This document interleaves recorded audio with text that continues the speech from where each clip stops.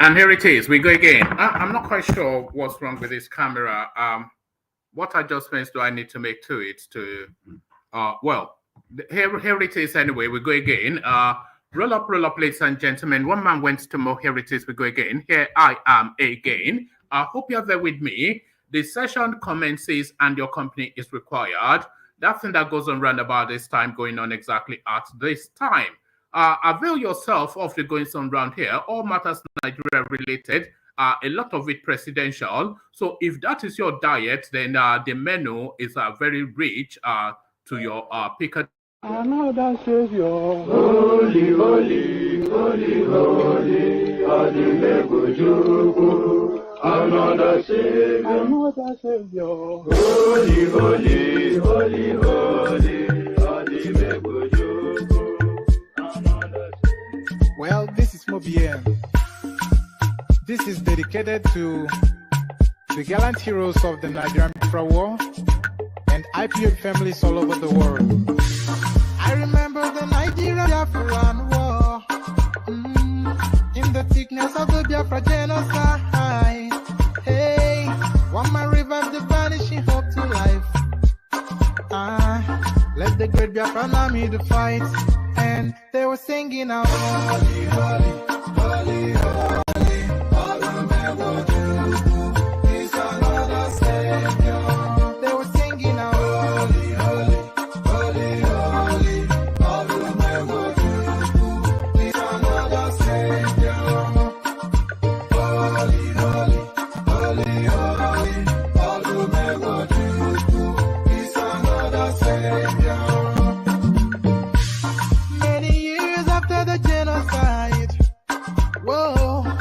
Another great leader has risen up now.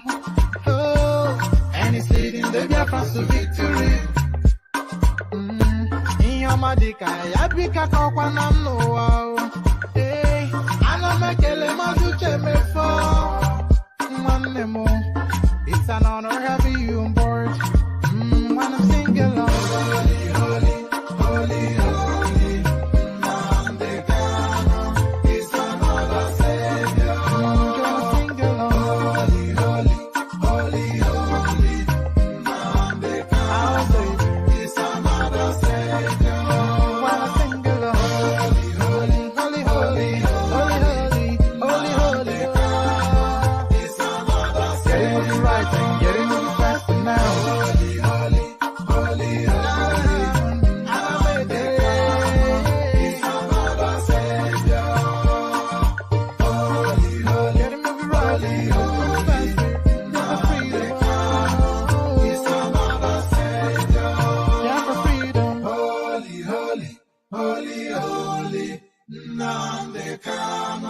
It's another Savior. Another Savior. Holy, holy, holy, holy, ASIWAJU. Another Savior. Another Savior. Holy, holy, holy, holy, ASIWAJU. Well, this is Mobian. This is dedicated to the gallant heroes of the Nigerian Biafra war and IPO families all over the world. I remember the Nigerian Biafran war, in the thickness of the Biafra genocide. Hey, one revived the vanishing hope to life.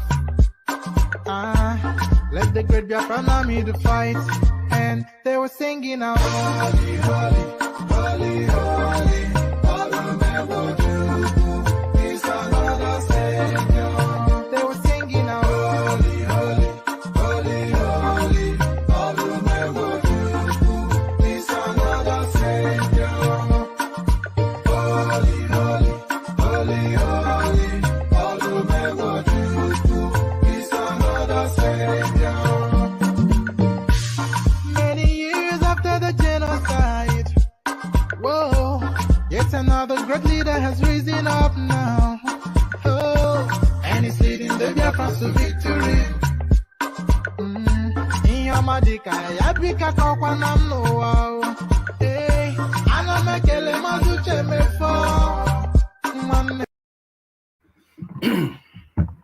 And there it is right there. Holy, holy. I'm not sure about the lighting of this thing. Is it that tool? Oh, yeah, that's better. Holy, holy, holy, holy, Nnamdi Kanu, the other savior, the farmyard singers from the eastern part of Nigeria. Holy, holy, holy, holy, as guys, I bring you this. Tinubu will become ASIWAJU and JAGABAN of Nigeria in 2023. Somebody that has been long and completely man and boy within Nigerian politics, especially presidential. He, of course, the running mate of Abiola in 1993. King Igwe speaks, and he, by the way, one of the purported member of the Asurok cabal. So he speaks with some authority. Tinubu will become ASIWAJU and JAGABAN of Nigeria in 2023, a headline attributed to King Gibe. So King Gibe speaks, but who speaks next? Ex-Central Bank Deputy Governor Moghalu dumps ADC days after losing presidential ticket, cites irregularities. So there it is right there. This guy now, that's just the full circle for him. There are two Moghalu headlines, so I may just abandon that one for the one that we're about to come to now. But before we come to that, the only problem is who will be presidential candidate and who will be vice. Omokri reacts to report of Peter Obi and Kwakwanso merger. So there it is right there. It says the only problem, but really the big problem, and really some will say the insurmountable problem. Hell will freeze over before Kwakwanso subordinates his ambition to Peter Obi. And Peter Obi's momentum is such that he cannot be secondary to anybody, especially having somewhat rejected that position in a larger, more potential field space like the PDP. So who gives, or will anybody give? And it is that particular decision that would truncate this supposed purported merger. The only problem is who will be the presidential candidate and who will be his vice. Omokri reacts to reports of Peter Obi and Kwakwanso merger. So that's the biggest problem, not the only problem, but the one, the biggest, most important element of that. Still Omokri speaking, 2023 presidency. Omokri reacts, asks important question about purported Peter Obi Kwakwanso ticket. So I think that may well be a repetition of the previous one. So we see how that is and what that means. Still all matters presidential. 2023 presidency, Umahi dumps Peter Obi, tells Ebonyi people to vote for Tinubu. So quite why he would do that, we'll find out shortly. And this somewhat is a follow-on from what we saw with the APC primaries. When all the clamor for power to come to the south, especially to the southeast, that did not seem to get to the southeastern delegates.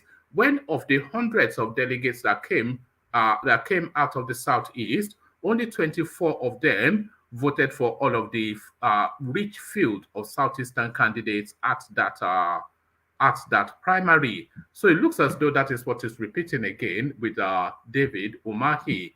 2023 presidency, Umahi dumps Peter Obi, tells Ebonyi people to vote for Tinubu. So quite what that means, we'll find out shortly. And you can expect an avalanche of abuse in this direction, of course, because the followership of Peter Obi, elements of them are somewhat toxic and excessively aggressive, just going around hurling insults at anybody that holds a contrary view.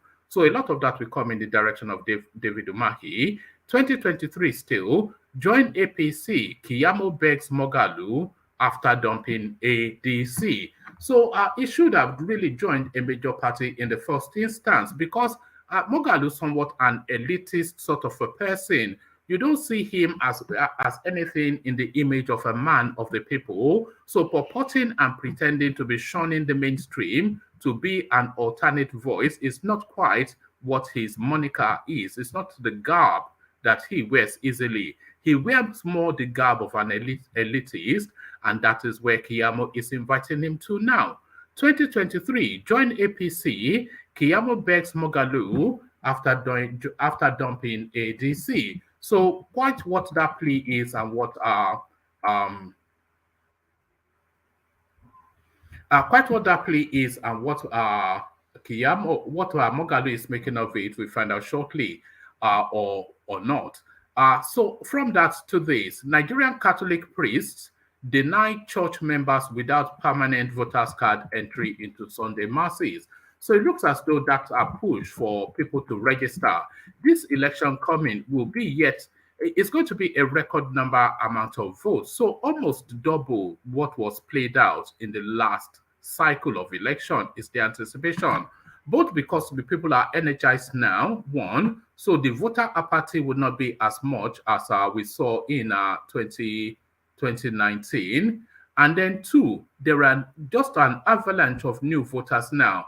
4-point-something million youths as at the last count, and they're still streaming to go and that's 4.2 million youths on top of a 6-point-something million new entrants into the political space as voters, and more people still streaming to the point that they are crashing the electoral machineries. So you can expect almost double the numbers, at least a good 50% more in terms of voter participation in this upcoming election. It'll be an election like no other that Nigeria has ever experienced. But how does that permutate and how does that come out in the wash? All of that still in the hands of God.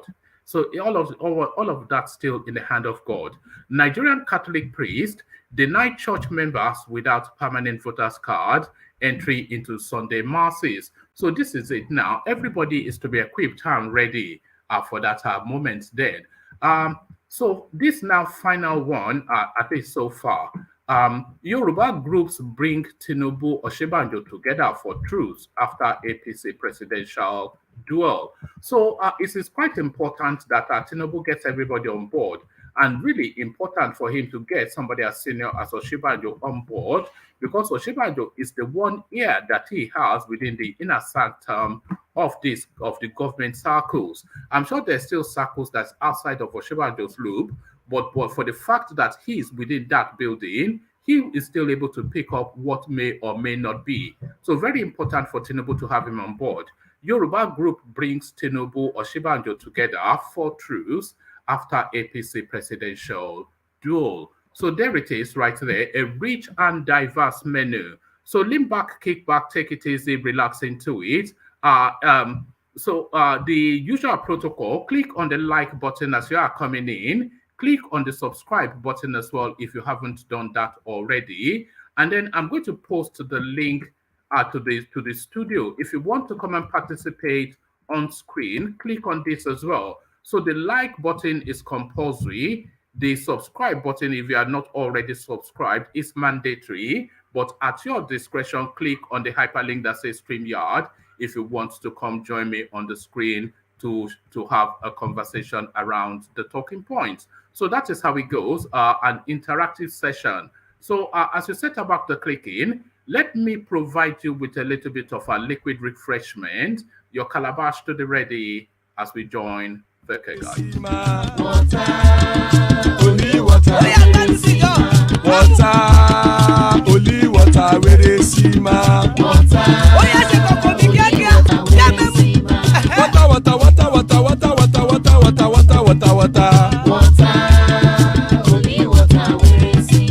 Hapa o naido.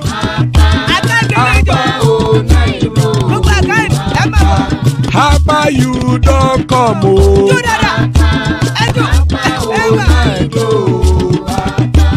Hapa o naido.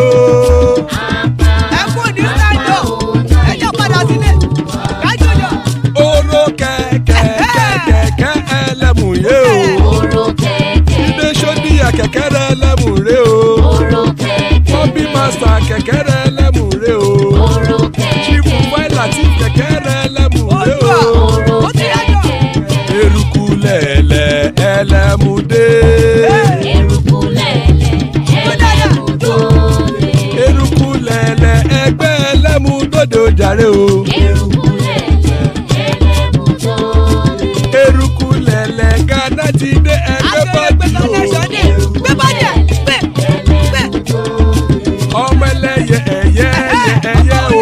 dilé o.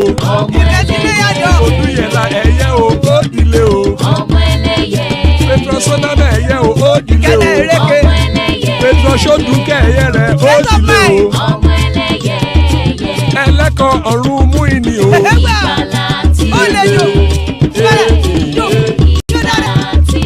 Àkùkọ ọ̀run méjìkọ.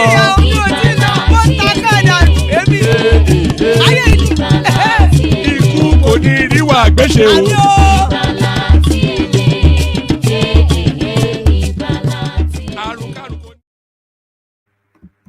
And there it is right there. Ikuku Niru Agweshe, the Kegaite. Tinubu will become ASIWAJU and JAGABAN of Nigeria in 2023. Babagana Kingibe. Babagana Kingibe, MKO Abiola's running mate in the 1993 presidential election, has declared that it is APC national leader Bola Tinubu's turn to rule Nigeria. According to Mr. Kingibe, Mr. Tinubu will transmute from JAGABAN of Bogu in Niger to JAGABAN of Nigeria.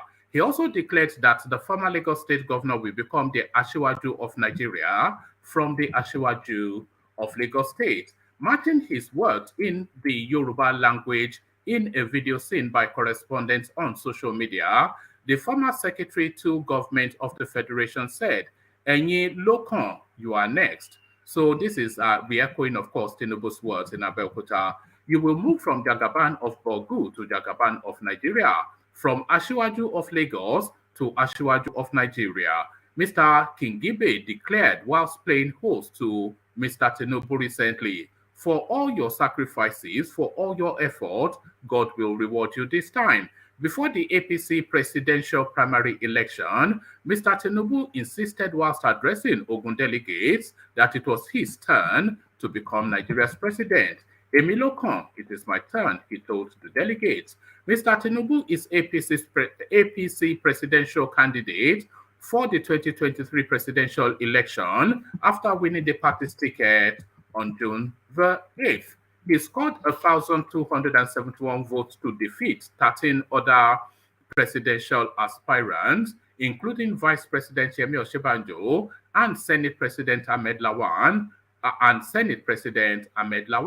After the APC presidential primary, the former Lagos State governor has been consulting with APC chieftains to seek their support ahead of the 2023 presidential election and to choose a running mate. Mr. Kingibe is infamous for abandoning MKO Abiola following the latter's incarceration by General Sani Abacha and went ahead to join the military junta as a foreign affairs minister. Then, President Umahi later appointed him secretary to the government of the federation. So if you have to dine with Kingibe with a long spoon, of course. If you ever want to know what treachery is in terms of a Fulani man, it is all enraptured within this Kingibe guy. And speaking to Tinubu in Yoruba, Enyilokan, Iwolokan, that is just takia right there. That is obfuscation. That is a sleight of hand, sleight of words, and that there's no intent at all. There's no honesty behind those words. And this guy is notorious for treachery. Abandoned Abiola, took a portfolio with Sani Abacha, took another portfolio with Yar'Adua, and is part of the cabal now that circles around Babangida Buhari. So if you trust this guy, then that's very much to your peril. The only problem is who will be the presidential candidate and who will be his vice. Reno Omokri reacts to reports of Peter Obi and Kwakwanso merger. Reno Omokri has reacted to reports of a possible merger between Labour Party presidential candidate Peter Obi and NNPP presidential candidate Engineer Rabiu Kwakwanso. In a tweet posted on his handle, Reno wondered who amongst the presidential candidates will set aside his aspiration to become a vice presidential candidate. His tweet reads, "The proposed Kwakwanso Peter Obi NNPP Labour Party merger is an excellent idea. The only problem is who will be the presidential candidate and who will be his vice. Kwakwanso would naturally want the top ticket, but will Peter Obi accept a second fiddle role? So this is the totality of all of that question within that space. And that question is not as casual. And by the way, Bernard Mokri is being deliberate and somewhat mischievous in how he's quoting it or trying to quote it as a minor matter. It is not at all a minor matter. It's the most important of all of the things that would ever afford this merger to take place. And that essentially is where the merger will fall apart. Because I do not see Kwakwanso becoming a subsidiary to Peter Obi, and I do not see Peter Obi. I can see Peter Obi packing his ego to subordinate himself to Kwakwanso, but I cannot see his followership allowing him to do that. So he, by virtue of what propels him to where he is, cannot really take a secondary position. So that is where all of it will fall apart, and fall apart it will quickly, because of course they have till the when is it? Till the 17th to bring forth whoever it is that is going to be the vice and the chair. So the vice and the vice and the lead. Yes, so this second story somewhat repetitive of that. So let me dump that. Let me go to this instead. 2023 presidency, Umahi dumps Peter Obi, tells Ebonyi people to vote Tinubu. So this is real politics playing out here. So a lot of people will say, anyway, let me not preempt what people might say. Ebonyi State Governor David Umahi on Monday made a public declaration about his preferred presidential candidate for the 2023 election. According to Umahi, he and the people of Ebonyi State will vote for the All Progressive Congress APC candidate, ASIWAJU Bola Tinubu. The governor specifically mentioned in his statement that the people of Ebonyi State will not vote for the Labour Party, which has Peter Obi as its presidential candidate. He made the submission at the executive chambers of the new government house, Abakaliki, during the swearing-in ceremony of 5 commissioners and 2 special assistants into his cabinet, including 6 development center coordinators. According to him, Ebonyi people will only vote for the APC. We will not vote for Labour Party. We will only vote for APC. Our vote is for APC and not for Labour Party. Our agenda in Ebonyi, our agenda is Ebonyi agenda. We will vote for our presidential candidate in the person of Tinubu. We must strive to liberate Ebonyi State, and that is our agenda, he said. The newly sworn-in commissioners include Mr. Celestine Nwali, who is expected to take over. Pardon me. The newly sworn-in commissioners include Mr. Celestine Nwali, who is expected to take over as the Commissioner for Capital Territory Development. Chief Matthias Adum takes over the Ministry of Lands and Survey, whilst Chief Romanus Nwasom is to oversee the Ministry of Infrastructural Development for concession. So it goes on to give us a list of names of commissioners and who get what portfolio. So all that of no real interest. So from that to this, 2023, join APC. Kiyamo begs Moghalu after dumping ADC.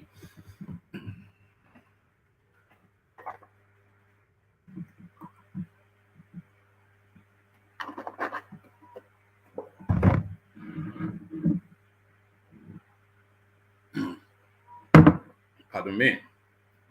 Festus Keyamo, Nigeria's Minister of State for Labor and Employment, has called on former African Democratic Party ADC presidential aspirant Kingsley Moghalu to join the ruling All Progressive Congress APC.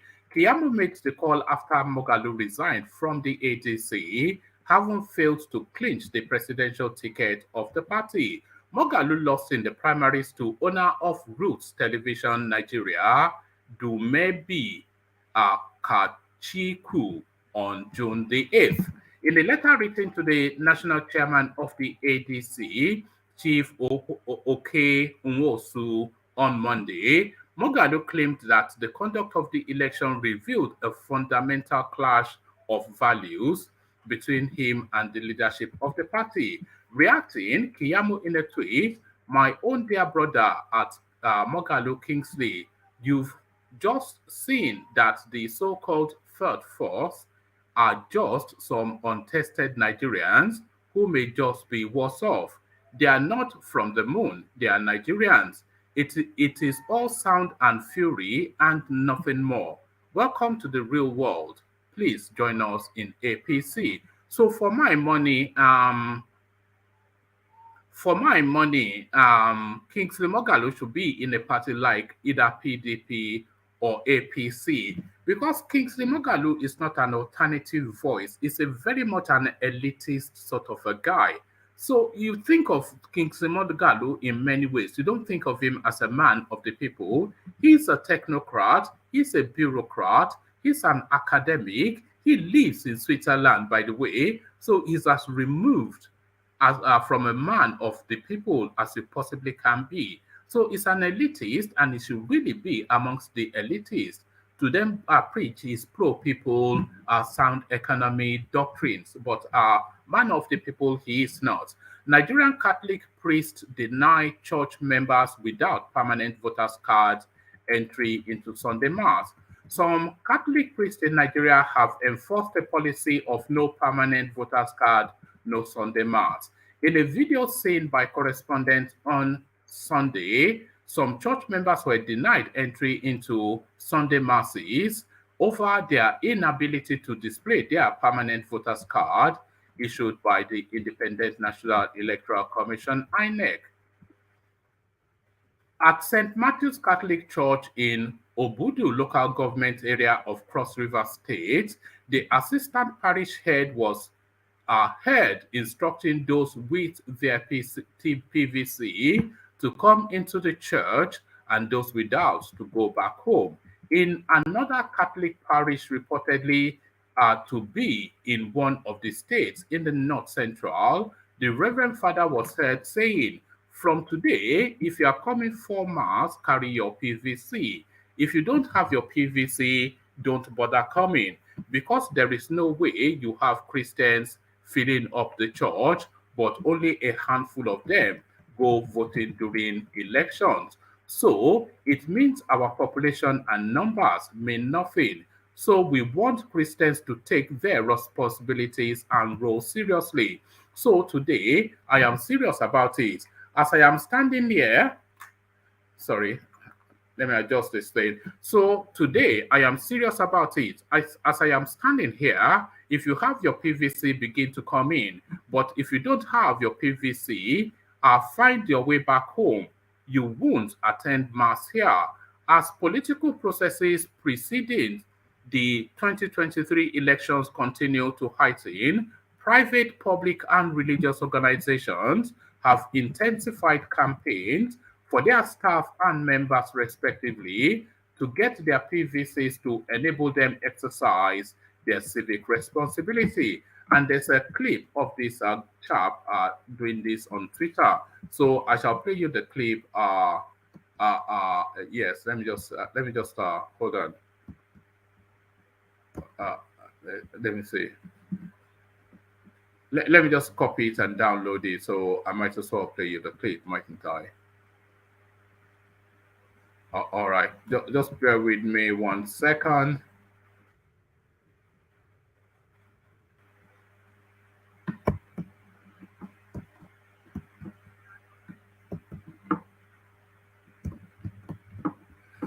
Oh, okay. I'm going to attempt to hold on.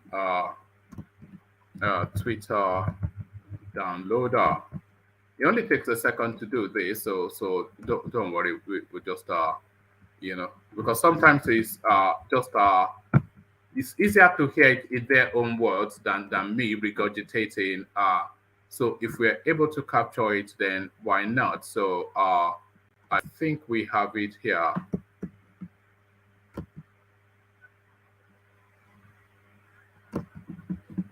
Okay, so there it is. So we got that. So on to the next. Yoruba group brings Tinubu Oshibanjo together for truce after APC presidential duel.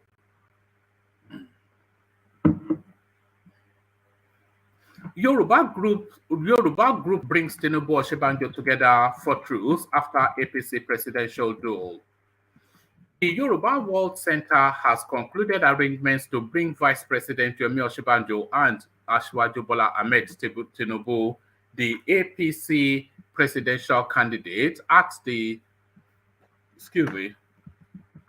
Yoruba World Center has concluded arrangements to bring the Vice President, Professor Yemi Oshibanjo, and ASIWAJU Bola Ahmed Tinubu, the APC presidential candidate, at the celebration of the new Olubadan of Ibadan land, Oba Senator Lekan Balogun, on June the 19th, 2022.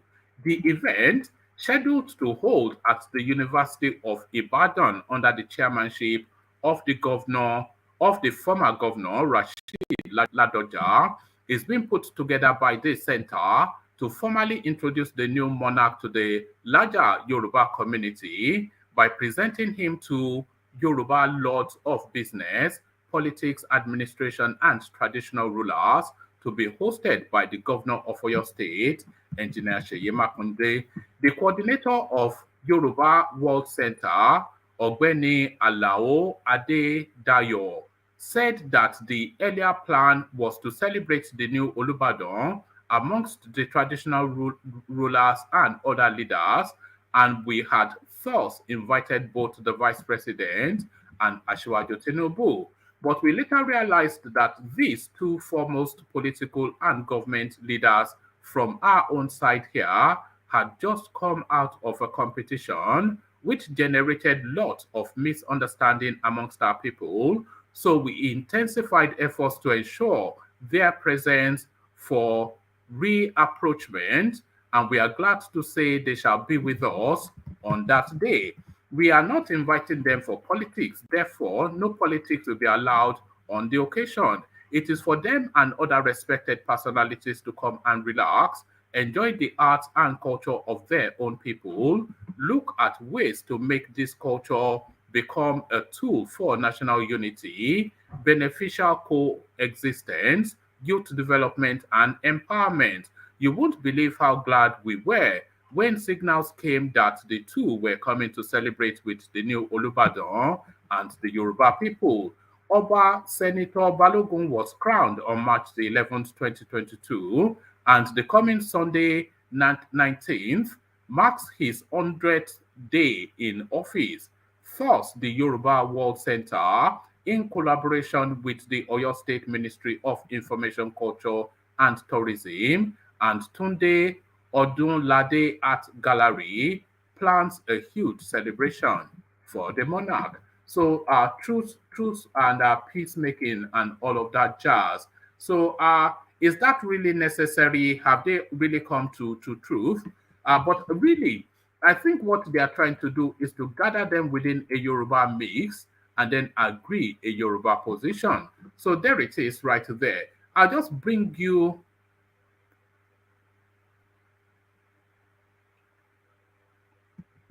pardon me.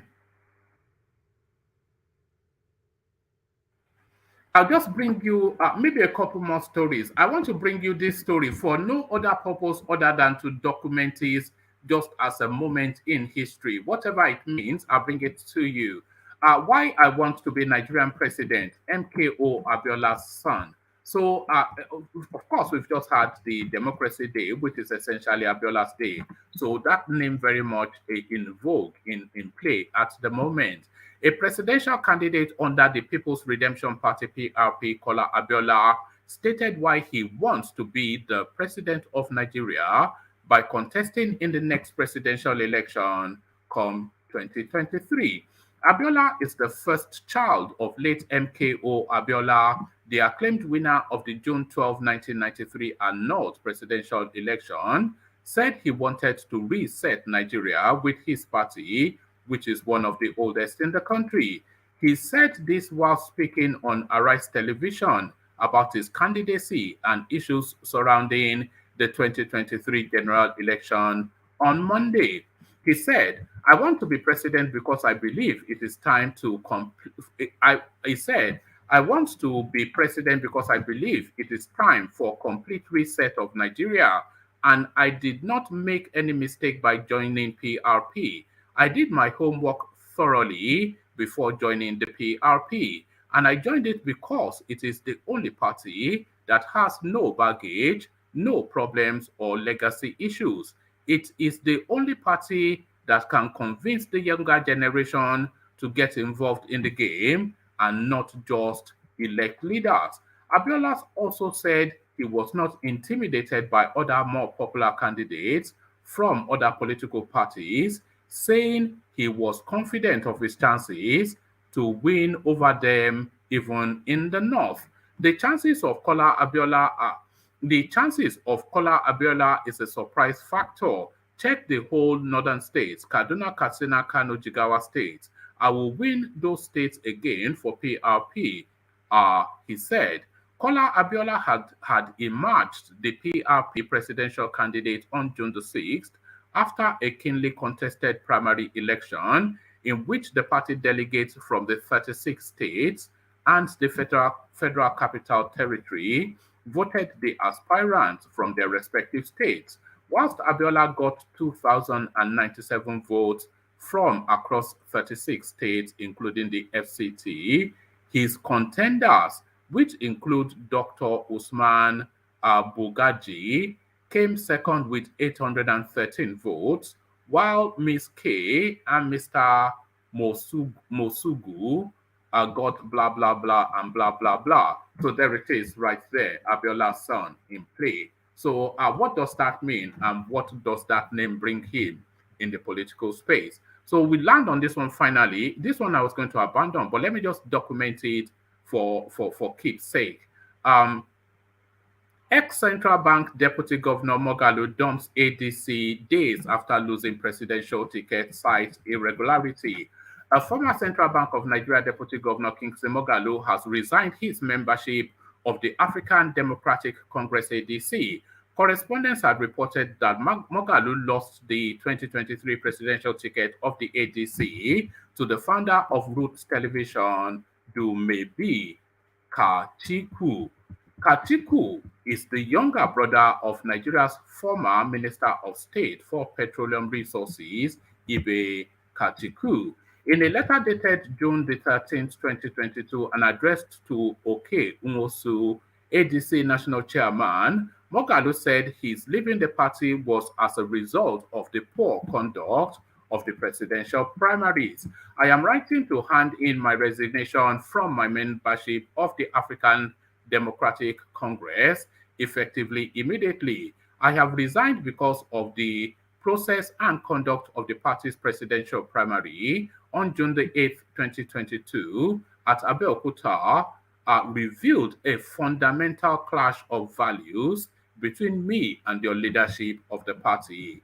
The letter reads, despite the circular you issued a few days to the primary committing the party to providing transportation and accommodation for delegates to and from Abeokuta, and which, as we agreed, would provide a level playing field for all the presidential aspirants, the party under your leadership failed to do so. Some aspirants, pardon me,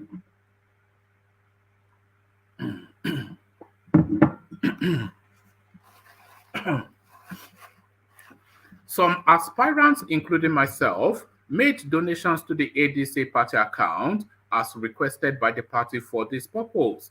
This failure, which appeared intentional, created room for massive abuses of the electoral process, including delegate capture and financial inducement of delegates.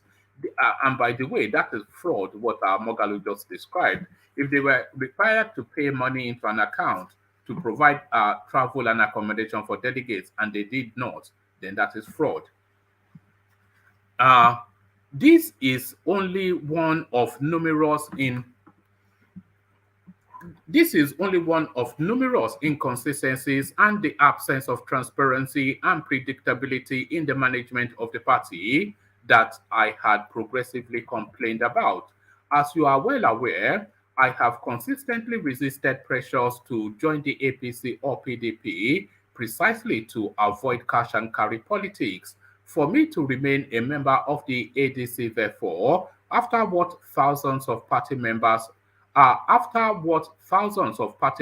participated in at Abeokuta, would be to endorse political corruption of a most obscene order. I joined the ADC in October 2021 with the best of intentions. Since then, I have put my entire team to work on growing and improving the party, including raising the party's visibility on all media platforms, recruiting more than 10,000 new members to the party, and providing new offices for various state chapters of the party at my expense. It is deeply regrettable that other inducements appeared to have played more important roles in determining the outcome of the primary than loyalty to the party. So that is our grapes right there, a sore loser, if ever there was one. So a sore loser. Theobala, I see you. Ajanle Koko, I see you. Baba Akure, I see you. Let's see, who else do we have? Charles, I see you. And Charles, I see you.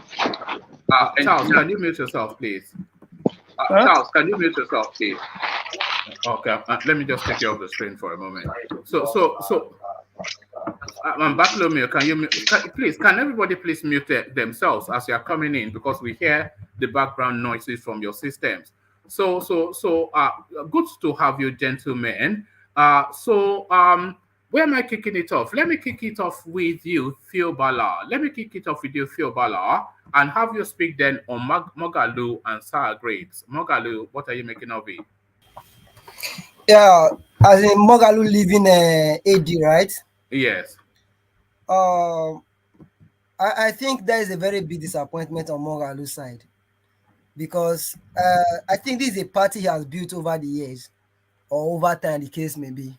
You know, leaving at this point now because he did not win a presidential.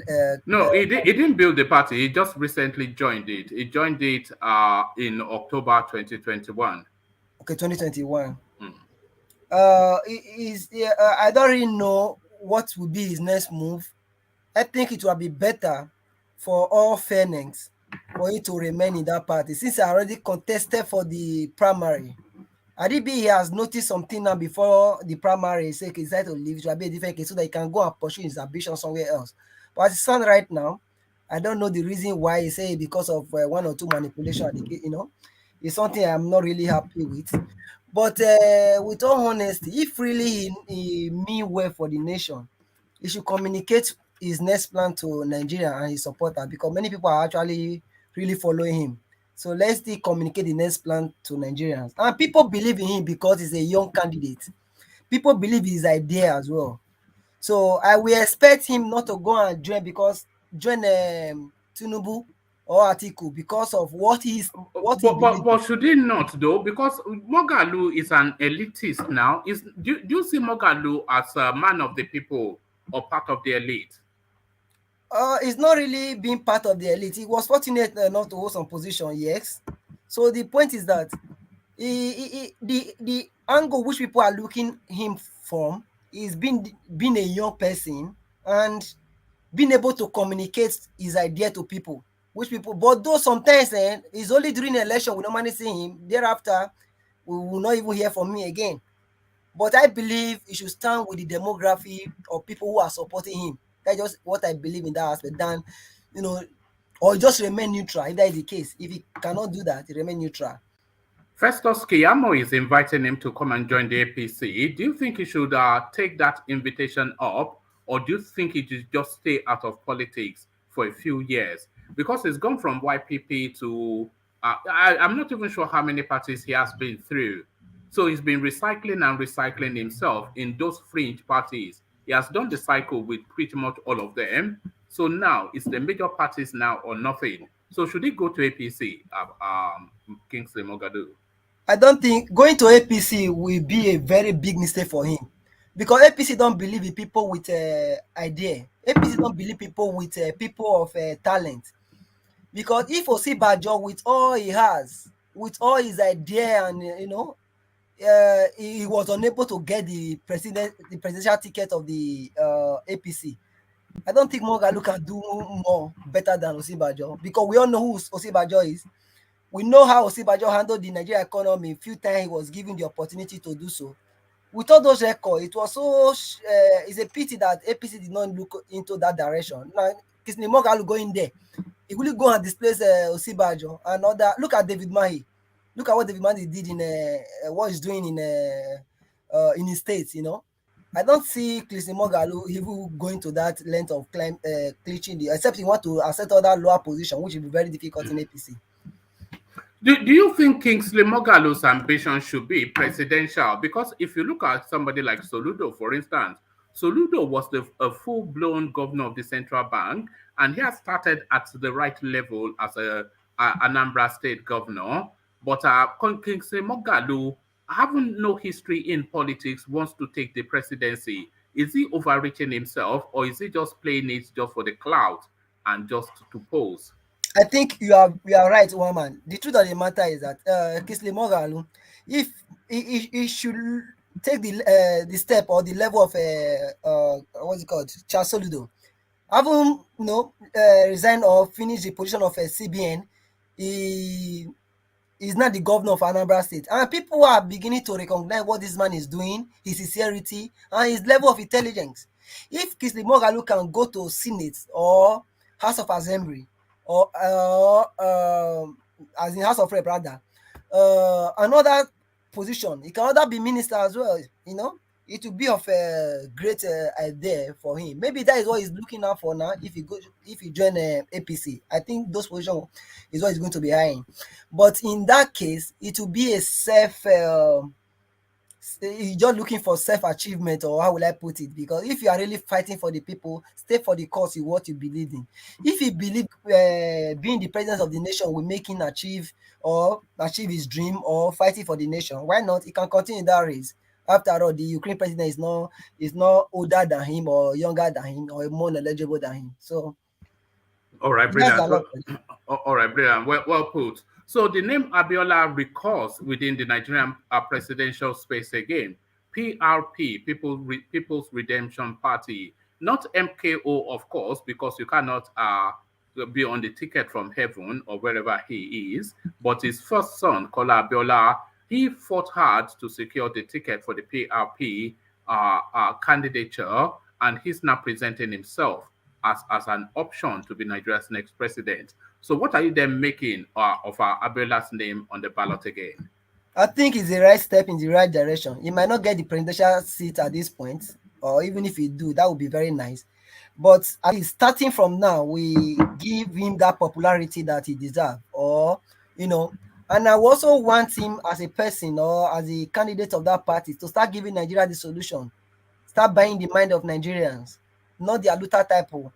As in, start buying the mind of Nigeria, start speaking the message Nigerians want to hear.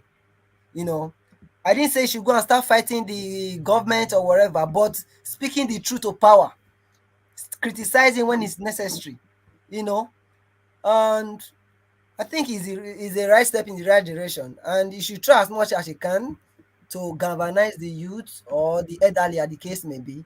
Sell his own idea. That's just the most important thing, because this 2023 structure and the people matters a lot, and how you are championing your idea.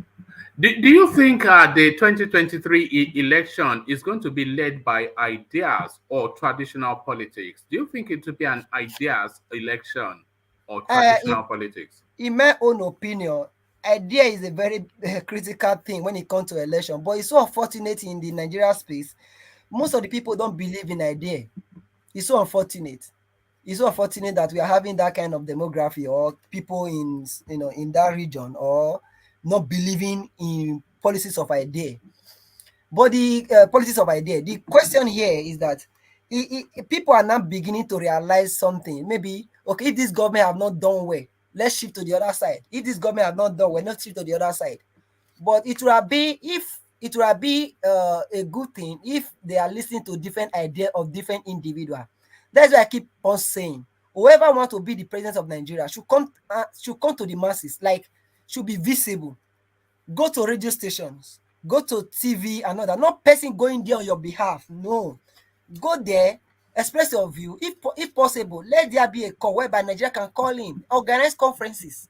Tell them this is But that's not the global tradition, is it? The global tradition is usually just a sit down with just maybe one or two journalist interactions, and then it's never really. I don't know that is the global convention. I think I've seen a case like during Obama campaign, Joe Biden's campaign, even Donald Trump as well, going from different state to state. Then people will gather, they will ask questions. You see, no, they were doing halls, they were doing arenas. It wasn't, they were doing arenas, as far as I understand. Yes, okay. If you watch the question, like if you watch Arise, for instance. They will be asking questions. People are asking on the streets. I seen I see Rufai asking some of those candidates. Okay, on the street, on the social media, this is what people are saying.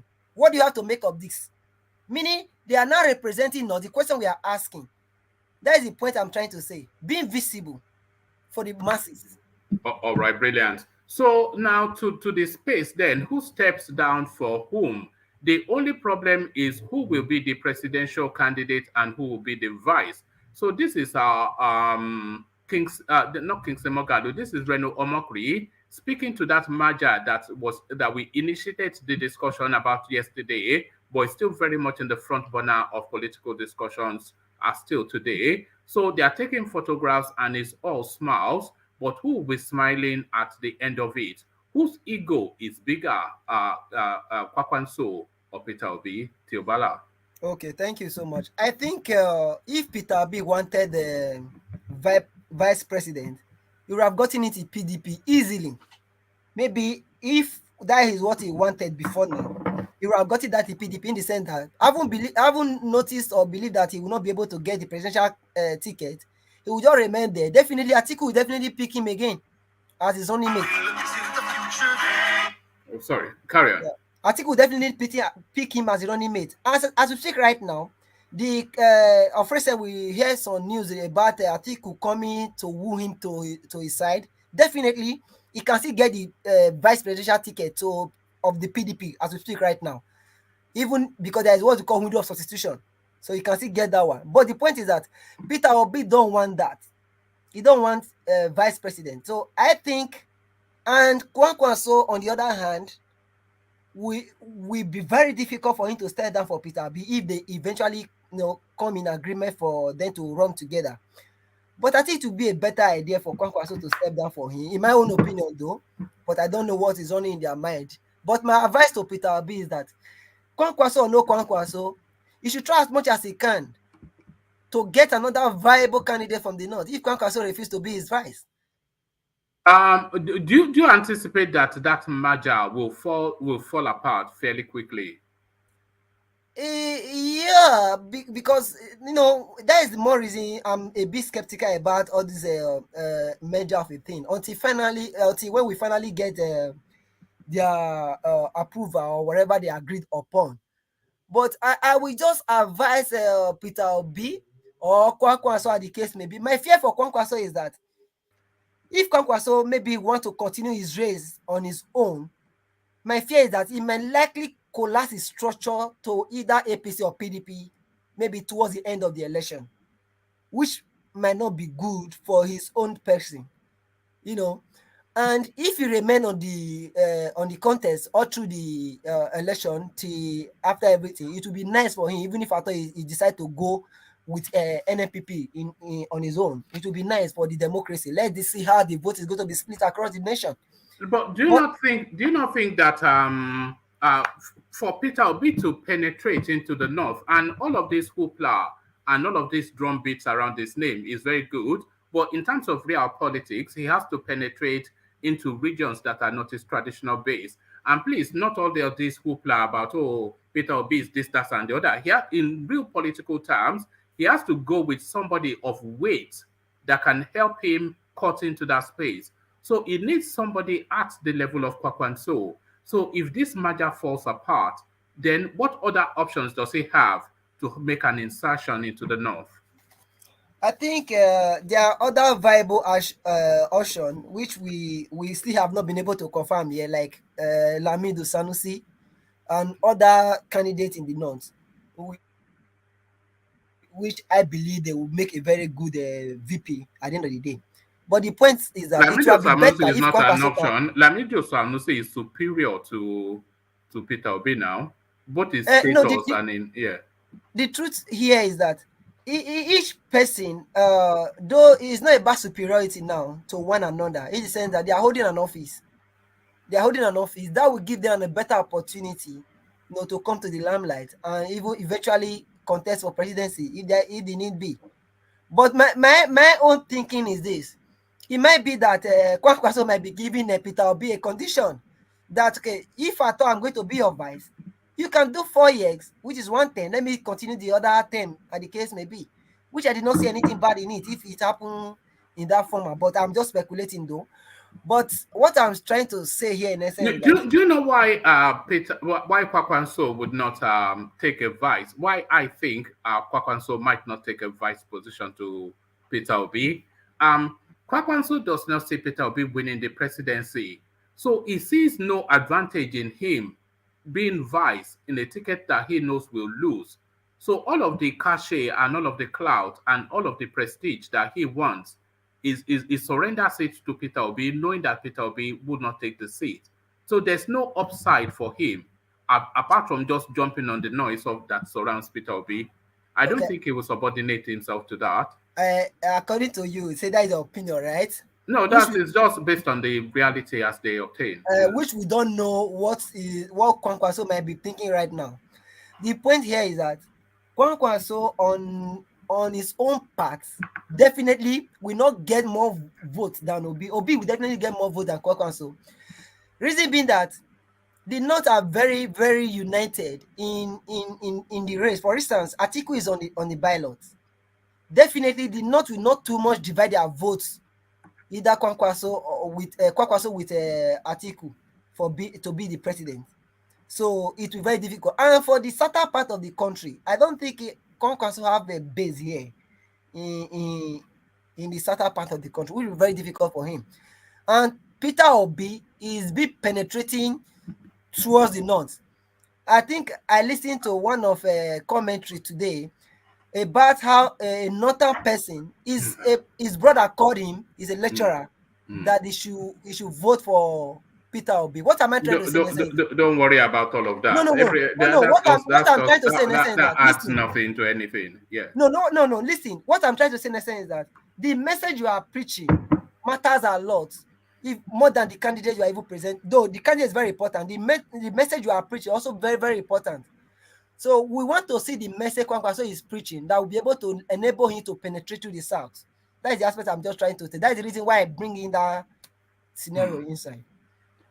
But I just think Kwakwanso's ego is too big, and I also think that as much as the Peter Obi followership would not allow him to subordinate himself to Kwakwanso, Kwakwanso's movement, they would not allow him to subordinate himself to Peter Obi, especially if they are not confident that Peter Obi will become president, which is highly unlikely.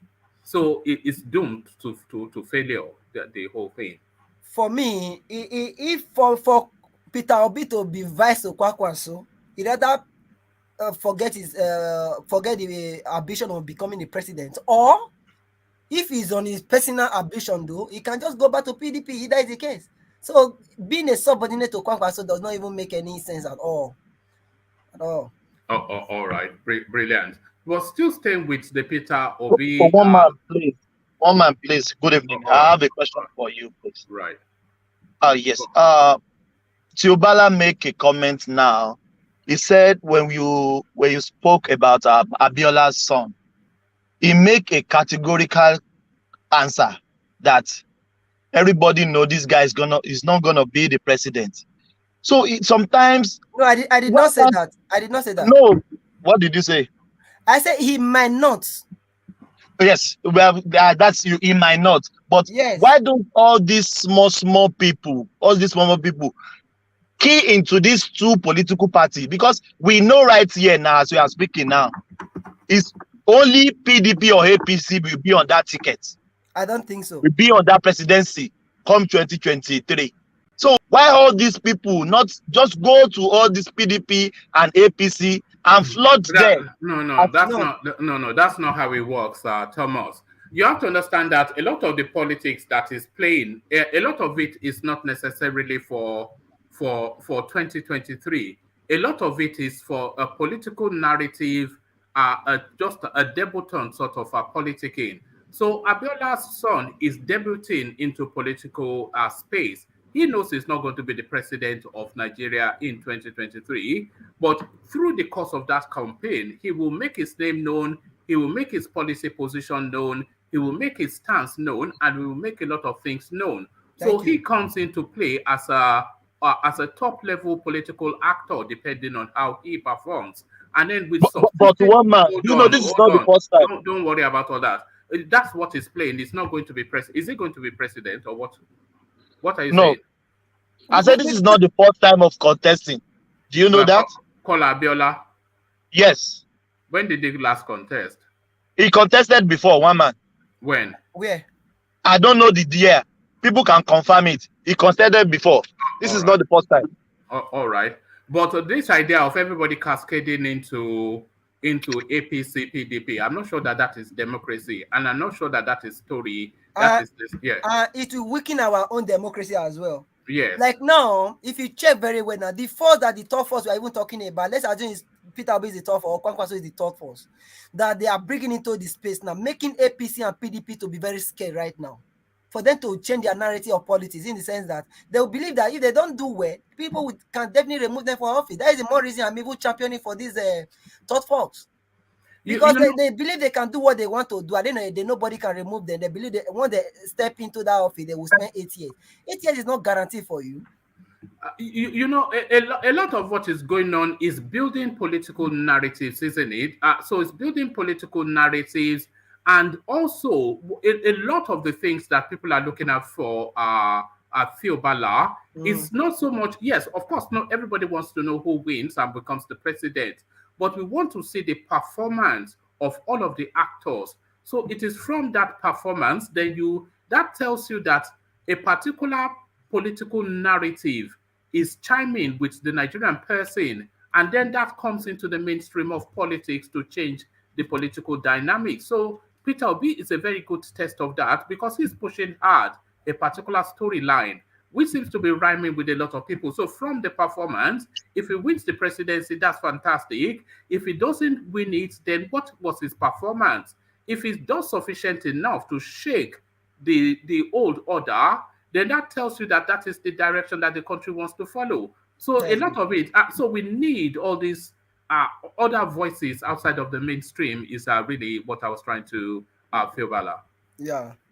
Like you said, is the right thing in the right direction, in the sense that we cannot just allow this APC and PDP to keep on rotating themselves in the name of two political party or whatever. At the end of the day, we'll have ourselves to blame because they will keep on choosing themselves. The person with the highest bidder will always come up, and with their mode of presidential system or government now, like choosing the presidential candidate is not an ideal position for the country. You cannot just only allow only 700 or 2,000, the case maybe, to come and select person we are going to vote for the 200 million Nigeria. So it's something that is not welcoming. Having thought force to be a welcoming idea, and we cannot just write off this thought force of a thing. Remember, we said that change, the only constant thing in life is change. We don't know what will happen tomorrow. Like me, I keep on saying it. I have never voted any other party apart from PDP in my life. So me now championing Peter Obi, for instance, It seems that something have entered into me, same way maybe to other people. We don't know what will happen. And besides, APC and PDP might make mistake. At the end of the day, court might remove them for power that the person who came talk can be the president. So anything can happen. So we don't know what will go to happen. But the point is that whoever you are supporting, support that person, whether the person lose or not. I voted Jonathan in 2019. He lose. I did not regret because I know I did the right thing for myself. Though because I was warned, I was told how things were in 1983 thereabout, you know. All right, Ajale Koko, did you want to come in? I saw you And yourself. before you continue, you mentioned the David Umahi. No, I'm taking you there, but I think Ajale Koko wanted to interject. So Ajale Koko, did you want to come in? No. Oh, all right, brilliant. Let me take. Who's that? Baba T? No, I just wanted to say that I think that it's high time that the citizens demand that political ideologies shape the political parties. A party has to have an ideology. We cannot have a situation. That's why it's very easy for people to cross carpet from one party to another, because there's no ideology that the party stands for. So when you start to demand that the party stands for some kind of ideologies, that we know where they stand on issues, then we can build a better union. I think that's a good starting point. Yeah, brilliant. And I've always seen somewhat I've always seen the APC as somewhat the Republicans, like you have it in America, and the conservatives as we have it in no, I actually see the APC as the Democrats as you have it in America, and Labour Party as we have it here, and the PDP as the Republicans and conservatives, because they are more like in theory money-centric elitist sort of a party, and in theory APC people-centric, just in theory sort of a party. Yeah, because that takes the power away from that in the individual mindset. Like that way, I can question my politician on issues. I know where they stand on the economy, on businesses, on power, on education. I think that we have to start doing that. That way, we don't have to focus on the individual necessarily, but the party or the beliefs they stand for. That would be a good question. Yeah. All right, brilliant. Well put. So back to you, Theobala, and the space you wanted to go to. 2023 presidency. Umahi dumps Peter Obi, tells Ebonyi people to vote for Tinubu. So, I mean, that's fair enough, would you not say? Is that not fair enough, Theobala? First of all, David Umahi was never with Peter Obi. How come he's now dumping him? They were never together. So, the idea of saying David Umahi dumping Peter Obi, moving to APC or voting for, telling people of Ebonyi State to vote, what's it called? Bola Ahmed Tinubu, is inconsequential. Because I have a very good friend of mine. He's an Ebonyi person. Very good. As you know, each time we discuss, he never mentioned, definitely everybody wants their best from their state. But the aspect of the national level, they keep on repeating, they said that the person they want to vote for is Peter Obi. Not because they want him because he's from the East, because of the policy, because the way he's communicating his idea to the general public. So David Umahi, if he were that good. Sorry, Theobala. I think the people from Ebonyi State, they want to vote for him because he is from the East. There's no other, forget the policies. What is you are saying that the people that your friend from Ebonyi, he's saying that he wants to vote for Peter Obi, not because he's from the East, but because of his policies. Yes. But I'm questioning that somewhat. Because a lot of the people that follow Peter Obi, they are Easterners, and they tell you that it's not because he's from the East, because of the policies. But it's all right for you to support him because he's your kinsman. As far as I'm concerned, I'm from Edo State. All right. I have nothing to do with Peter Obi. Peter Obi is not the one paying my school fees in the US. You get me? So, as in, I can't remember the last time I've even traveled to the East. I had no business there. The truth of the matter is that it's what pains me as an individual I'm crying for. I see Nigeria with a lot of potential. I see Nigeria with people with great idea who can move the world, not just Nigeria alone, who can move the world. But our government are suppressing us. They are suppressing us. So I now see a man who have that vision, who is communicating that same idea I have within me. Definitely I have every reason to support him. So going back to David Umahi telling Bonny people wherever, it's just a political statement, because you cannot expect David Umahi to be supporting Peter Obi, because this man is full of ego. The man is a very good man. I'm going to say with you. He has done well with little resources he have with that. You used to praise him a lot here. David Umahi, of course, I have to Yeah. praise him. See the people I'm praising: ASIWAJU, Peter Obi, David Umahi, and many others like that. I can never praise Rochas Okorocha. Will I praise Akpabio? Or will I go and start praising Tinubu? Or will I start going and praising who else? Oshomole for what? Tiobala, why do you normally praise Oshibaju? What is Oshibaju has done? I don't understand. What is Oshibaju has done? If you see the truth of the matter, let's take sentiment apart. ASIWAJU is a man of intellectual. He knows what to do. Okay, what has he done? What has he done? Asking me a question. Can I answer? ASIWAJU was given the opportunity to rule Nigeria for just a period of 2 or 3 months. I can't remember. Look at the policies he was making. I could remember when ASIWAJU came to Benin, opposite just by Uniben complex at UBTH. When this man was speaking, I've never met him before. Since that day, I fell in love with this man. I haven't listened to ASIWAJU during the last APC primary. Look at the idea this man was articulating. At least I know I want Nigeria to move forward. So definitely that man is a right man to be with. So that is for reason I'm supporting ASIWAJU, please. And David Umahi, he just saying all those statements based on political statements. If he were to be that man with popularity, if he were to be do you think he put up a performance in Ebonyi State? Do you think he did well in Ebonyi State? Perfectly, he did well. Okay, so if he put off a performance, then his people would respect him. So that then makes it a very potent thing if he says he's not backing Peter Obi. See, there's one thing about sad people, or you want the certain people in general, especially when it comes to sad in general. And in short, majority of the people in the South, they are not moved by tribalism majorly. They are not moved by sentiment.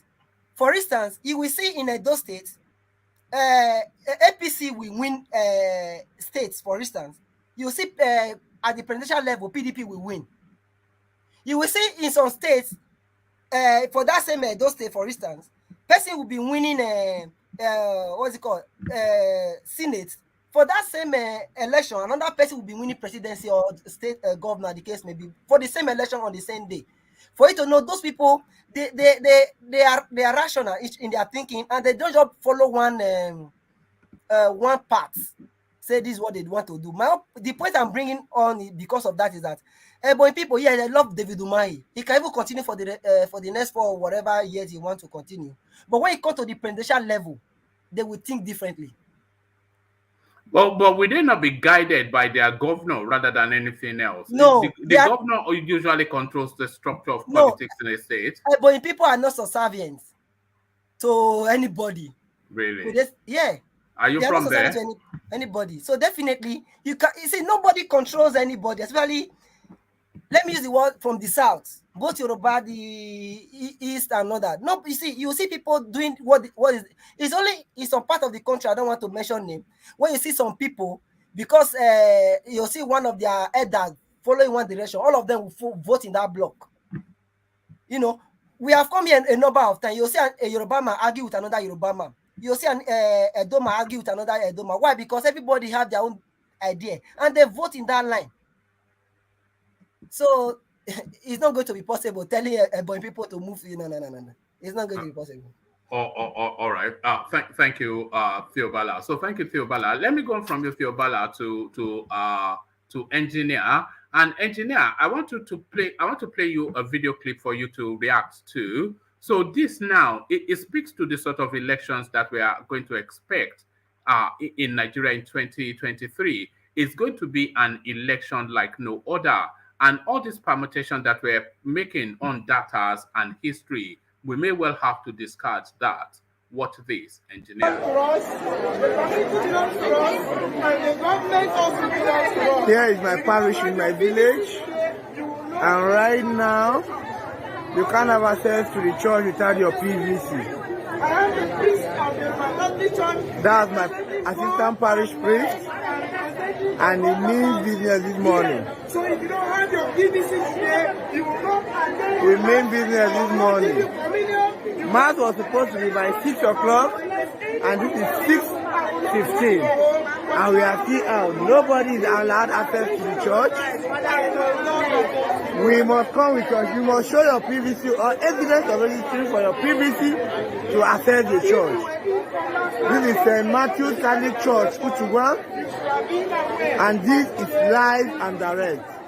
Without your PVC, you are not going in. Without your PVC, you can't enter the church. Without your PVC, you can't enter the church.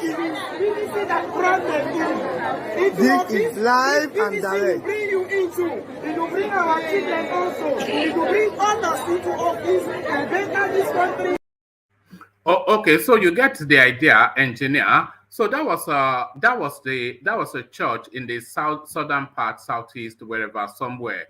But that scene that you saw on that clip, it repeats in the southwest, it repeats even in the north, and it repeats all over the country. The church space are now insisting that for you to attend service, you have to show evidence of your PVC. That's also repeating in offices and every other place of influence, that before you can gain access, you have to show your PVC. So what is this telling us? This is telling us, and INEC is also reporting an avalanche of new entrants into the voting space. So all the records and all the data that we're permutating with, a lot of them, we can jettison it because this 2023 election is almost looking like a ground zero. Engineer, what are your thoughts on that? Yeah, greetings to you, one man, and greetings to you, brothers. Well, something that we need to realize here, one man. I'm gonna speak on two things here because PVC has nothing to do with place of worship, and for a man of God to come out and start saying things like this, it's a bit kind of very sad. And the second thing that I'm just gonna pinpoint here is other religions, they don't do that to their followers or to their worshippers. So why is it that it's the Christian that are championing this? Something you need to understand here, woman. The church could speak on that, but telling people not to come to church or not to come inside the church without your PVC, then that means something fishy is going on there. Because you people have to respect place of worship, regardless whether PVC or no PVC. It's a place of worship. But if a man of God will come out and start championing things like this, that means something is not right, and it's quite sad. You don't think that this is? You don't approve of this, do you not? Yeah, woman. Like I said, it's a place of worship. You have to respect the place of worship, and but religion and politics, they've always been intertwined. We know, but woman, look, today any native doctor can't tell his people coming to visit him they have to come with their PVC. Why not? Should they not? Why will he ask them to come with their PVC? That the oracles, the gods have said. No. This time, this time around, the gods won't say anything about PVC. Rather, the gods will need more money. That's just the fact. And if you look, other religion, I don't think they can champion things like this. That's the way I see it's impossible. So and well, it's up to Catholic Church for them to wake up and realize that politics has no say in the place of worship. and it's quite sad, and it's unfortunate, because with all these things they're doing, they should focus on what is happening in the churches of Nigeria and how people are being massacred. Instead of that, coming and saying, you don't think the church should encourage congregants to participate in politics? yeah, why not? Why not? They are. It's a welcome idea, but what I'm saying there is, don't punish your church members because of PVC. Yeah, there are so many ways. No, but it's bringing it to sharp focus, the seriousness of it. Yeah, but one man, something you need to understand. There are so many ways you can table this issue to them. While you're preaching, you can still put things in order for them to come and get their PVC done, or get any of the PVC company of the PVC whatever they call them. They should come to the church and put in things in place so that people that are worshiping, they after worshiping, they can go and register the PVC or do one or two things to make sure they're up to date. But you coming and championing it, saying it to your church member, that's a blow. That's a blow to Catholic Church. I must be honest to you. All right.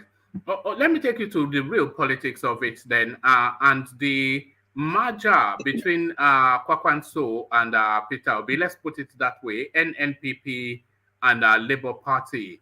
Reno Amokri, he's asking a simple but pertinent question that goes to the heart of that matter. The only problem is who will be the presidential candidate and who will be the vice. Reno Omokri reacts to report of Peter Obi and Kwakwanso merger. So that may well be a simple question the way he's trying to put it, but that question goes to the very heart of make or break of that. So somebody has to park their ego, but whose ego is best parked? Who best serves as the lead in that mix? And even if that person best serves, will the person that he needs to step down willingly step down? So who gets the lead in that mix? Kwakwanso, Peter Obi. Well, it's going to be a tough one in between the two of them. The both of them, they need each other. That's number one. Two, if Peter Obi should go to say, okay, Kwakwanso should step down, he will definitely need Kwakwanso to be his backbone for him to champion everything.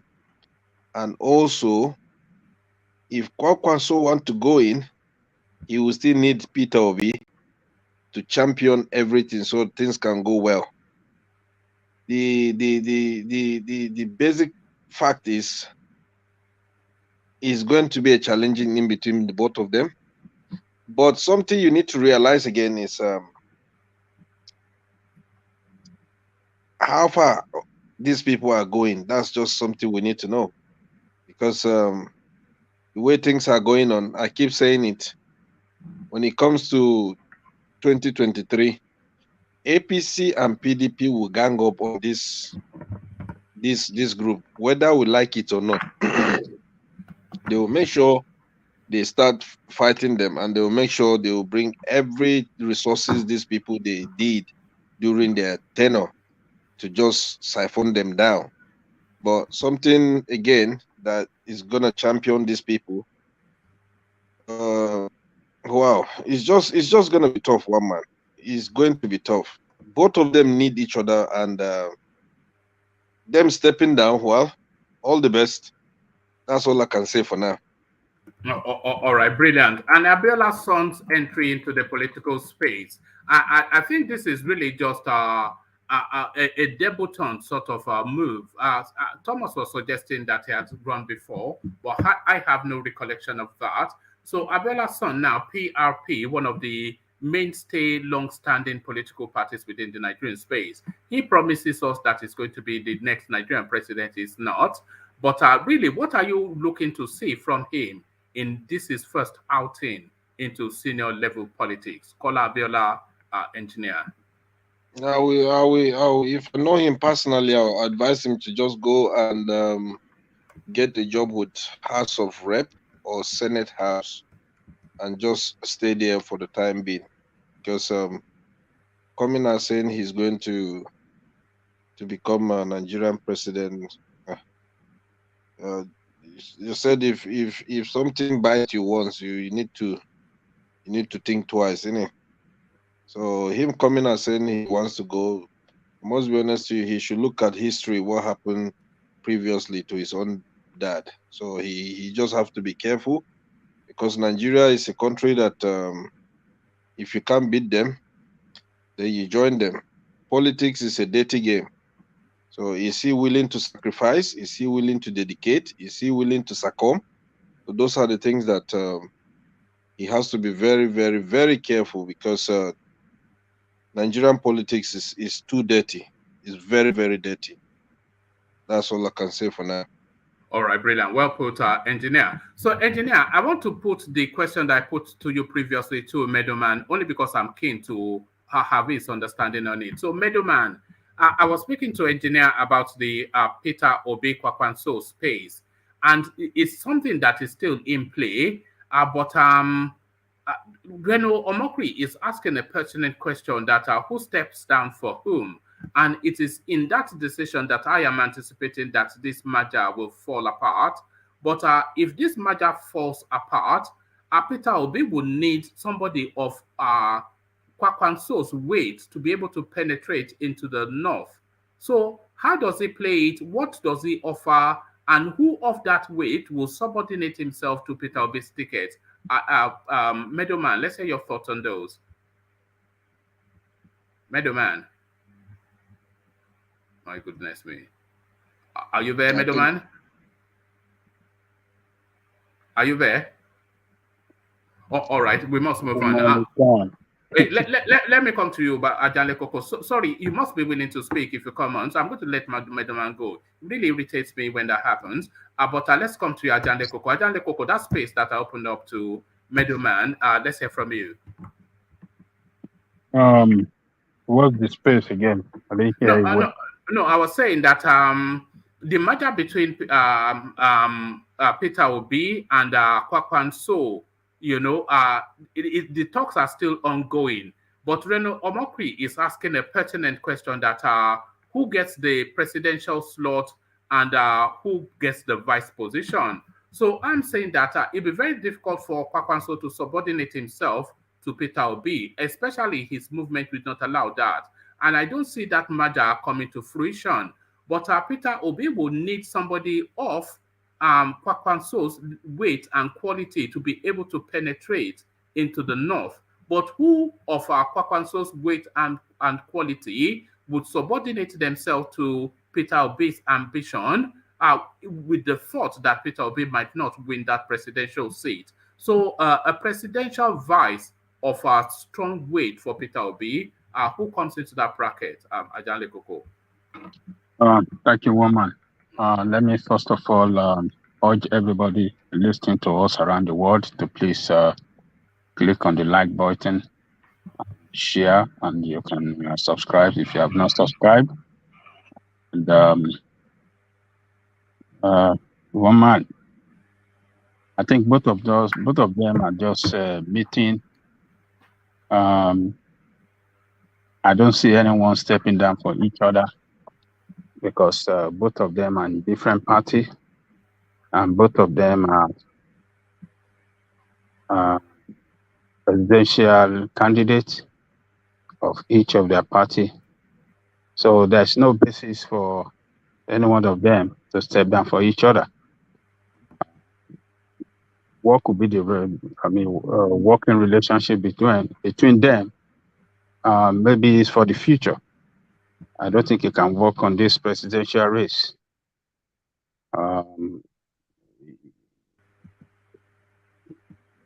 Looking at what both of them have as their,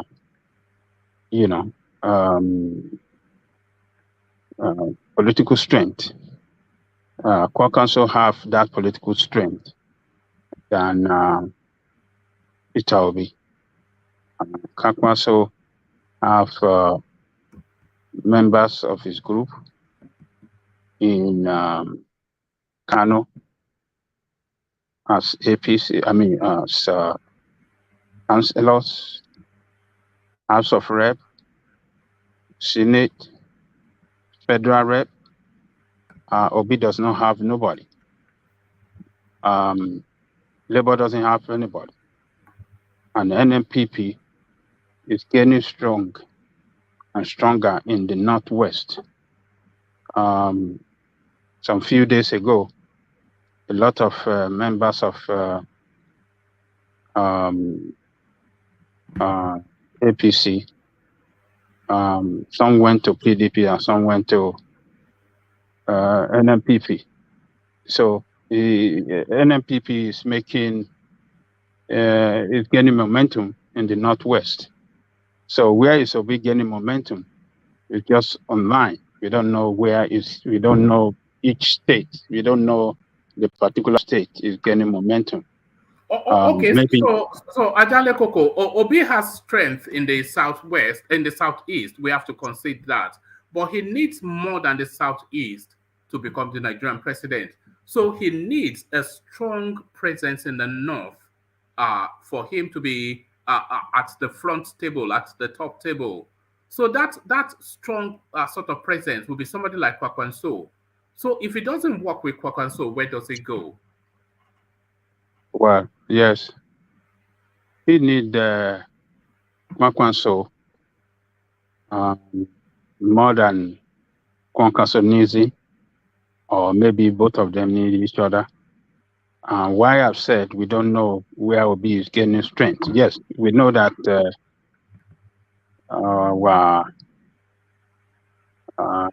youth in the East are chanting Obi, but we know those that are controlling the East. We have some states that are controlled by APC, and we have some states that are controlled by PDP, and those are the people still in place there. We have one state controlled by APGA. So if we want to go by position of strength, Labour has no place in terms of governmental position right there. So we have APC, we have PDP, and we have APGA.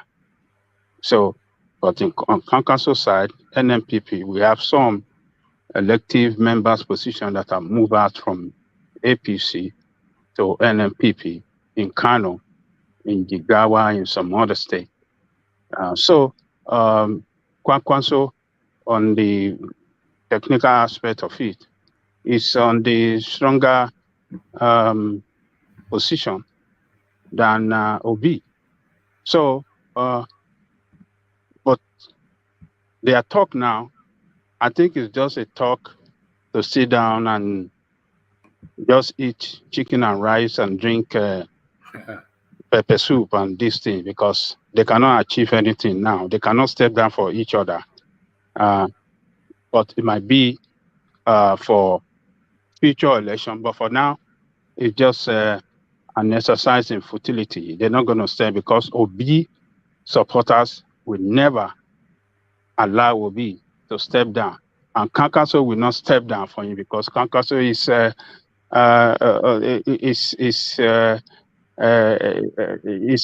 in the position of strength politically than he. So that is just it, woman. So I don't see anything coming out of their meeting now. It's just a meeting to eat rice and chicken and pepper soup and maybe apple and ishewu. All right. So who does it go to then? Because we agree, he has to penetrate the North. So who gives him access to the North? He got a lot of work to do. Yeah. He got a lot of work to do. The party Labour itself does not have structure around the country. According to one information a guy was saying, maybe in the report you read to us, that they only have presence in 6 states and they don't have across the country. And that is true. It's not like they don't have. Because in the last presidential election, they only got 5,000 votes. So they have to build the structure first. And building structure means they have to open offices across the country. They must have personnel working in that office and those offices, and they must have presence in every ward, in every local government, in every state across the federation, and they must be ready to have agents from the party that will man a polling booth across the country as well. We have 150 or maybe 155,000 polling booths, and they must have minimum of 2 agents in each vote. I mean, in each polling booth. That alone will go to about 300,000 or 300,000 people. But they are claiming they have an army of volunteers. Ajanle Koko. What's going on? Give me one more. Yeah. I'm saying they are claiming they have an army of volunteers. Well, let them be claiming whatever they want to claim. Until when you have the structure in place, that is when people will know that you are serious. So that you must have presence in every ward, in every local government area, in the federation, in every state, and that is when you will start. That is the structure right there, and then the people to drive the mobilization of Nigerians out to come and vote. So it is money driven, it is time consuming, and it is a lot of work.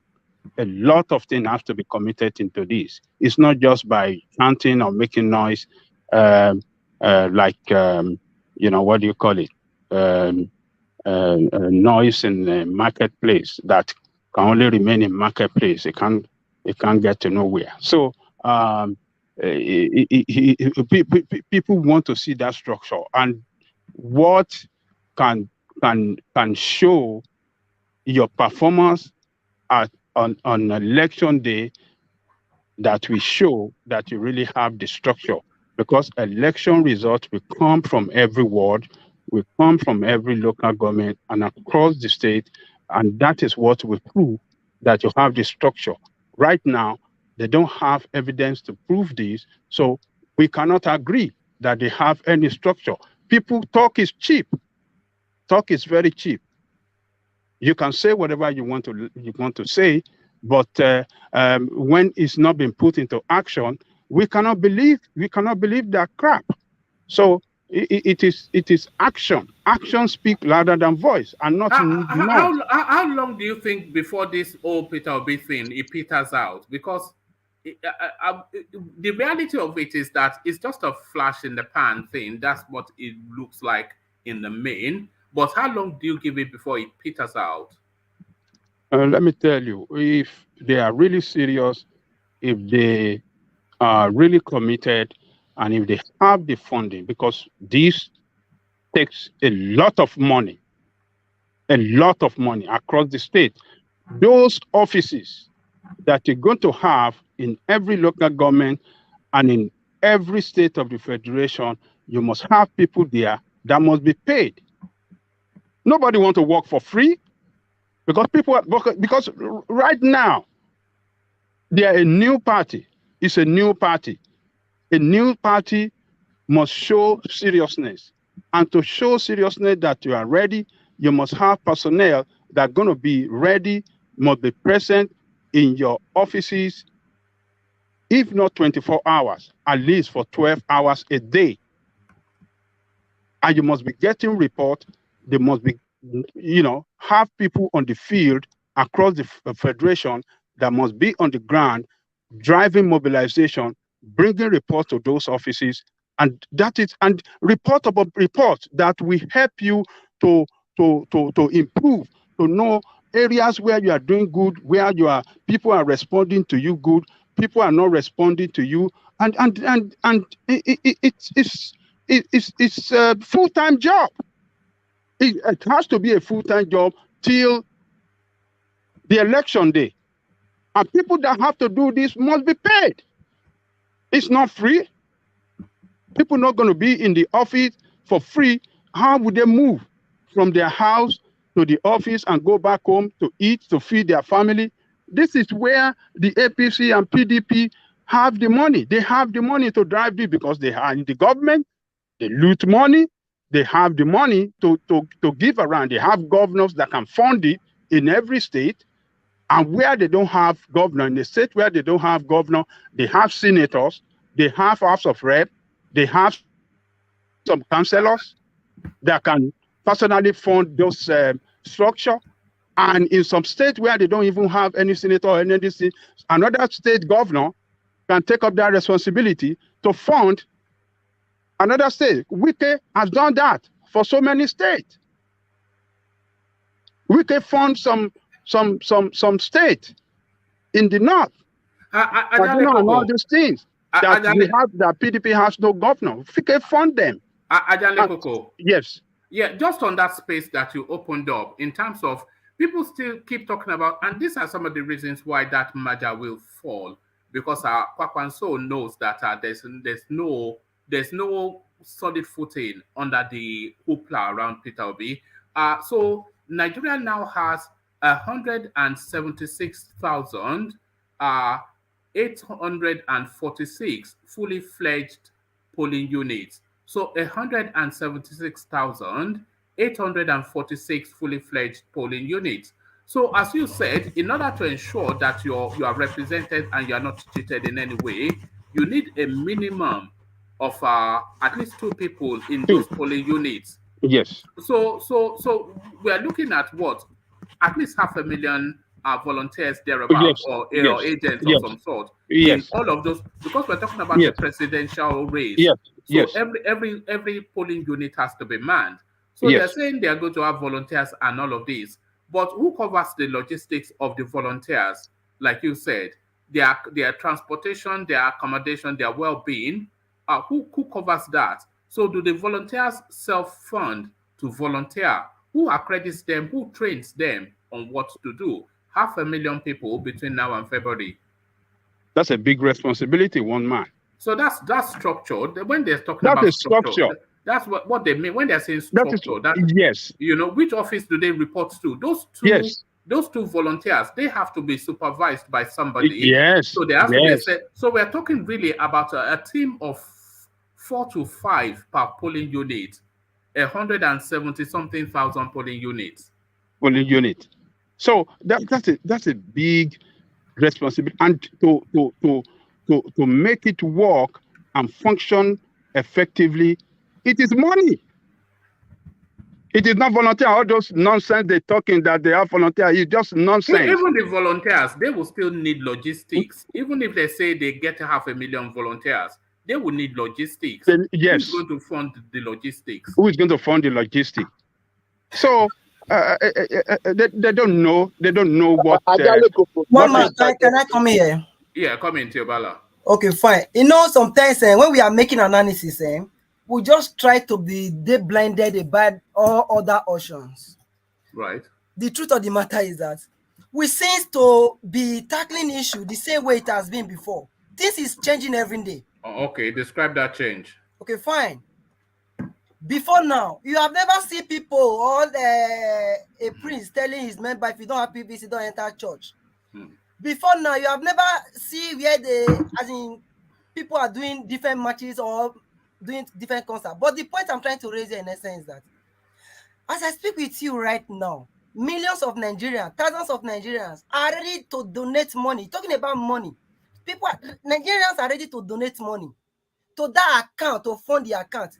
And besides, you are talking about funding. What is no logistics? 176,846 fully fledged polling units. So it's not political It's not political party that handles election. It's the responsibility of INEC to conduct election. And Nigerian government No. You are mistaken. No, I'm coming. At every polling, hold on. At every polling unit, every party, every serious party has an agent or two. Sure. To make sure that as they are counting, they are not miscounting, and they leave it to INEC to count it and go. Of course, they have a person or two there. Yes, I'm coming. To protect their interest. Yes. Course, that is the more reason I say people should open to a new idea. Right. The fact that things were done in traditional way does not mean that is going to repeat. So what's the new idea? Right now, votes are going to be transmitted electronically. What that means is that as you are thumb printing, it's appearing on INEC server. That is to say, what will happen? They will now match what you are transmitting with the one on their server, because you are still going to take a picture as it transmit, and they will match it together. If there's any one that they are doing that is contradicting to the one on their server, they can still report that. So telling me structure people, one man, please, I just want you to take this on notice. What Nigerian youth are doing right now, before now, political party pay people to do what people are doing right now. This is part of the money we are talking about.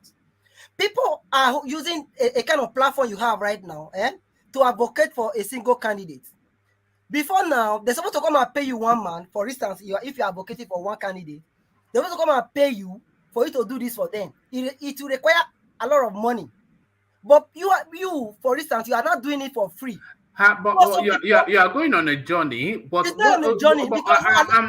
My question is quite specific. So speak to the specificity of it rather than the. Okay. No, I'm trying to bring it right in the sense that when you talk about structure, people are the structure.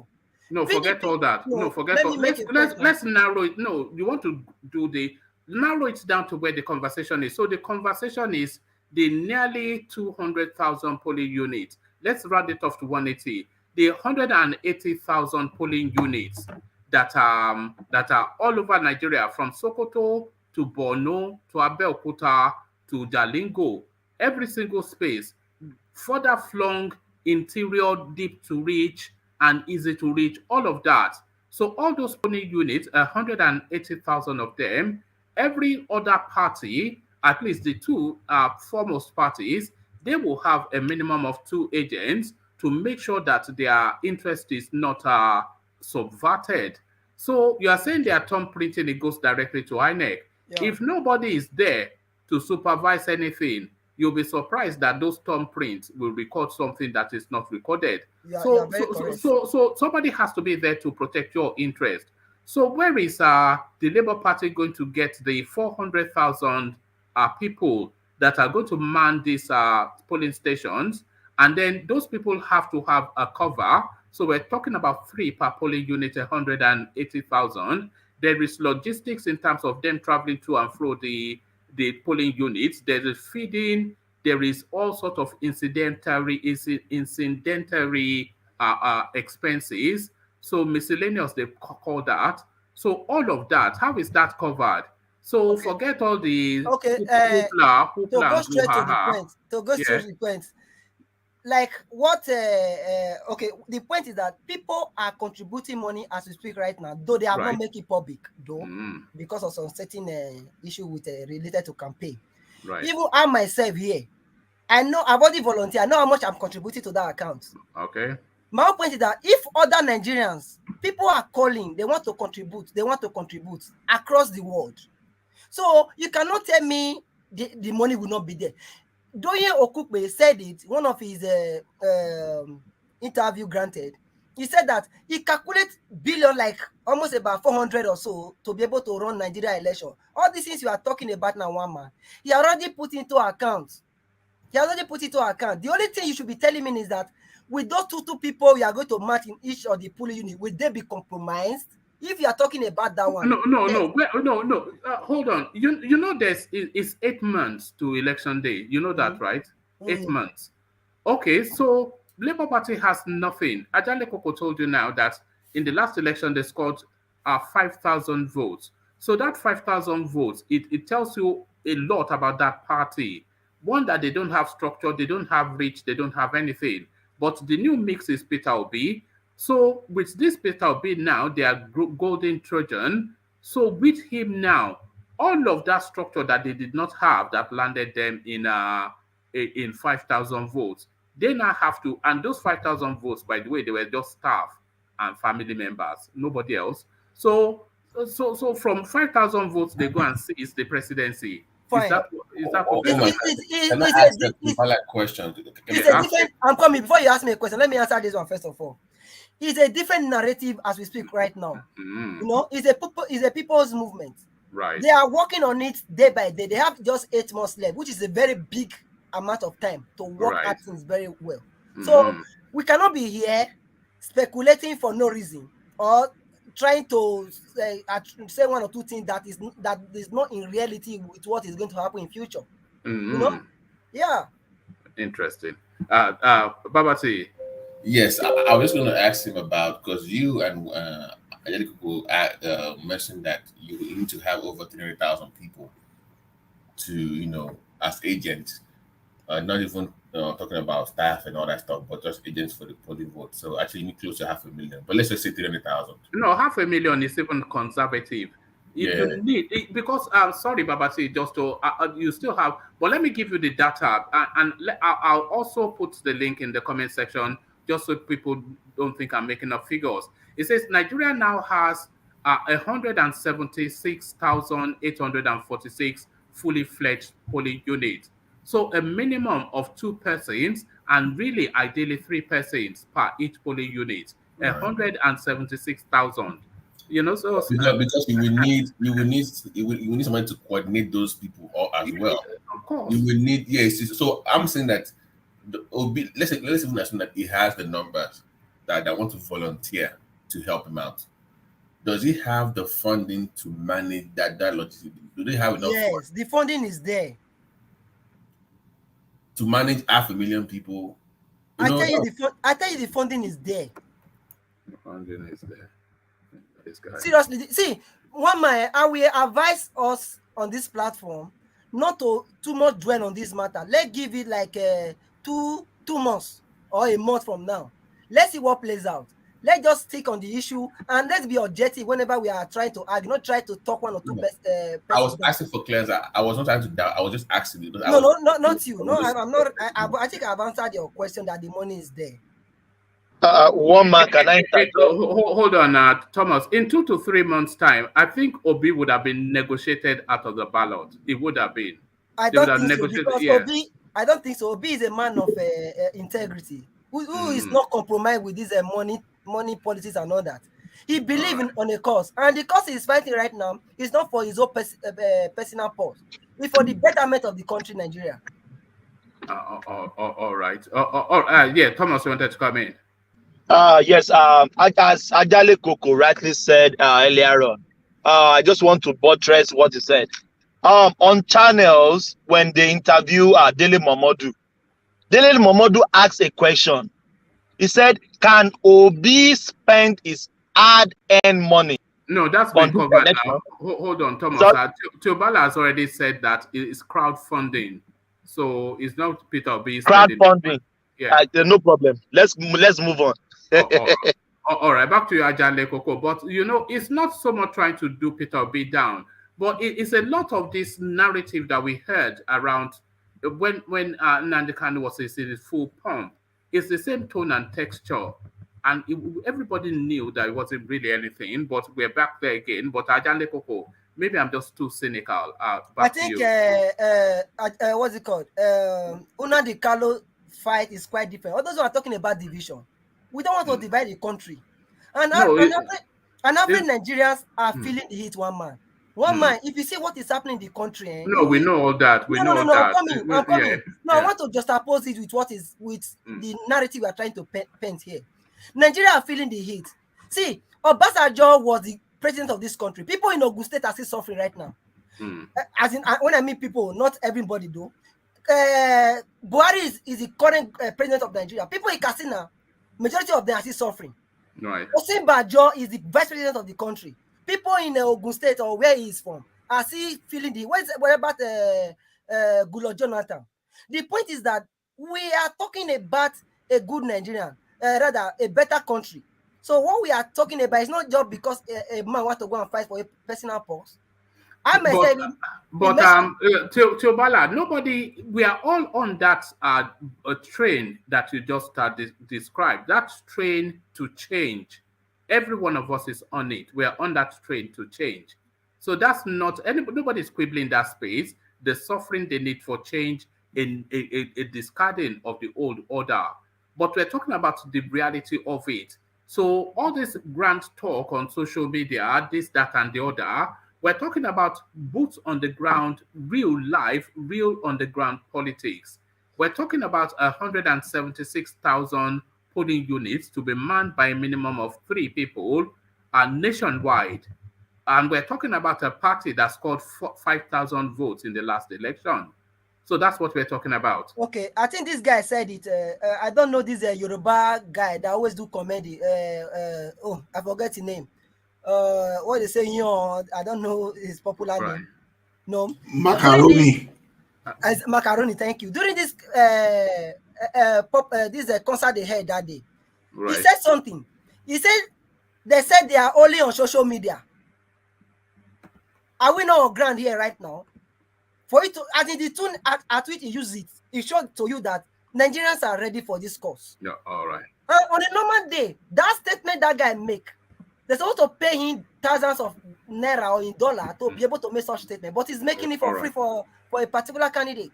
So my own point is that we cannot just come and start flogging issue because we just want to, ridicule somebody or just want to talk somebody down. Is that what you think is going on? That it's an attempt to ridicule? No, I think you as a person, you try to ask questions so that you'll be able to get facts from somebody. But people responding to you, they are not be able to be objective enough to be able. Do you think you are objective, Teobala? Yes, you know what You think you're objective? Yeah, I think so because I'm following the masses, not just this thing. I'm not giving it to Peter. I'll be 100%. That's just the simple truth. Of course. All right, thank you, Teobala. So back to Ajanle Koko. Back to you, Ajanle Koko. It's a complex situation, but also very simple and clear. It's very complex and simple and clear at the same time. How is that possible, Ajanle Koko? One man, you see, this is Do you need a moment? This is let me come back, one man. Let me come back. All right. Let me come to Ola. Ola, that space. I don't know where the complexity is, and I think the complexity is because everybody wants to be delicate about people's sensibilities. But if you wanted to be brutal, you can just present the facts. But even with the facts be digested, or are you even missing something that others are seeing? That this phenomenon is such at the level that the way they see it is what obtains, and you are too beaten down and too cynical by traditional politics to see it. So where do you see this balance of this narrative that keeps recurring, Ola? To me, like I said, I don't care if someone throws stones, but I will say the way I see this thing. As far as I'm concerned on this Peter Obi, as of now, I don't know of tomorrow. All this thing we hear, all this phenomenon is nothing but noise. Until I see people start volunteering and positioning themselves for Obi, then I agree. Do I think like over 170-something thousand polling units? Do I think Obi can get those people to monitor that? Of course, yes, it's very possible. If what people are saying is real, if it's not propaganda, of course it's possible, because I know how the people in diaspora, how they can move very fast to even raise money to support Obi if they see Obi as a viable candidate. Even personally, as I speak against the chances of Obi, within myself, I prefer Obi. But when I look at the situation in that country, do I think Obi stand a chance? No, because we have two major candidates and two major parties that they control the resources of the country. You know, APC, the way APC is, for example, they can go wide, they can go gaga to the point that they can even print money to make sure they buy everything. Because it's not going, the money they are going to spend now is not going to be about Tinubu alone. If you look at it critically, it's going to be about those people more than Tinubu that want to sustain themselves in power. You know, those are the things we should be looking at. They can even go brutal, they can even go violent when it comes to this thing. As we speak today now, you see, there are some ongoing campaign. I heard it somewhere today, you know, where Nyamini, when they were saying all those kind of things, VP, the Christian VP, all those kind of things. As they are mobilizing in the south, so they are mobilizing to that. People are saying whatever they are using Aljana, everything to threaten those people in the north that now decide to vote for a southerner or someone that is a Christian. This guy, they don't even want to take Christian VP for this guy, for Tinubu, for example. So that is how complex this situation is. But in the south, just because some of us that we are within the middle class, that we have access to all this facility, we can make our propaganda. But we don't know what all those Hausa men that are carry about radio, we don't know what they are listening to in the north too. Because sometimes we think we are the only one discussing this politics just because all those guys are not on social media like us. Meanwhile, they are being mobilized right from their mosque, right from their polling unit, and from the local government or from the traditional leaders.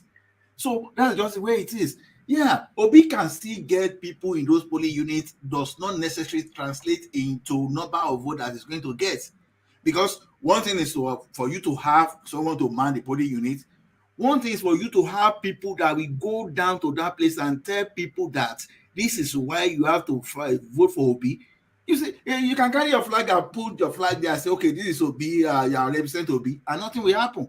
But someone from that place, maybe he belongs to Peter Obi, and is one of them trying to win a seat under the umbrella of Labour Party. Ola, are you in front of a screen? Okay, I'm in front of a screen. Yeah. Okay, let me share the screen with you. Because Adeleko was saying that Labour Party got 5,000 votes in the last election, and I was trying to check that. But even from where I've been able to reach, this is the polling from. So you can see Nigeria's presidential election results are 2019. So you see the APC 15,000, etc. The PDP 11,000. PCP 107,000, ADC 97,000, APGA 66,000, but it doesn't then go on to tell you what Labour Party scored. Actually, it goes on. Yes, APGA, YPP Kingsley Moghalu 7. So they are not even recorded. So where are they even in 2019? You know, so poor is the party that it has no recording. I can't say recording anywhere of anything Labour Party.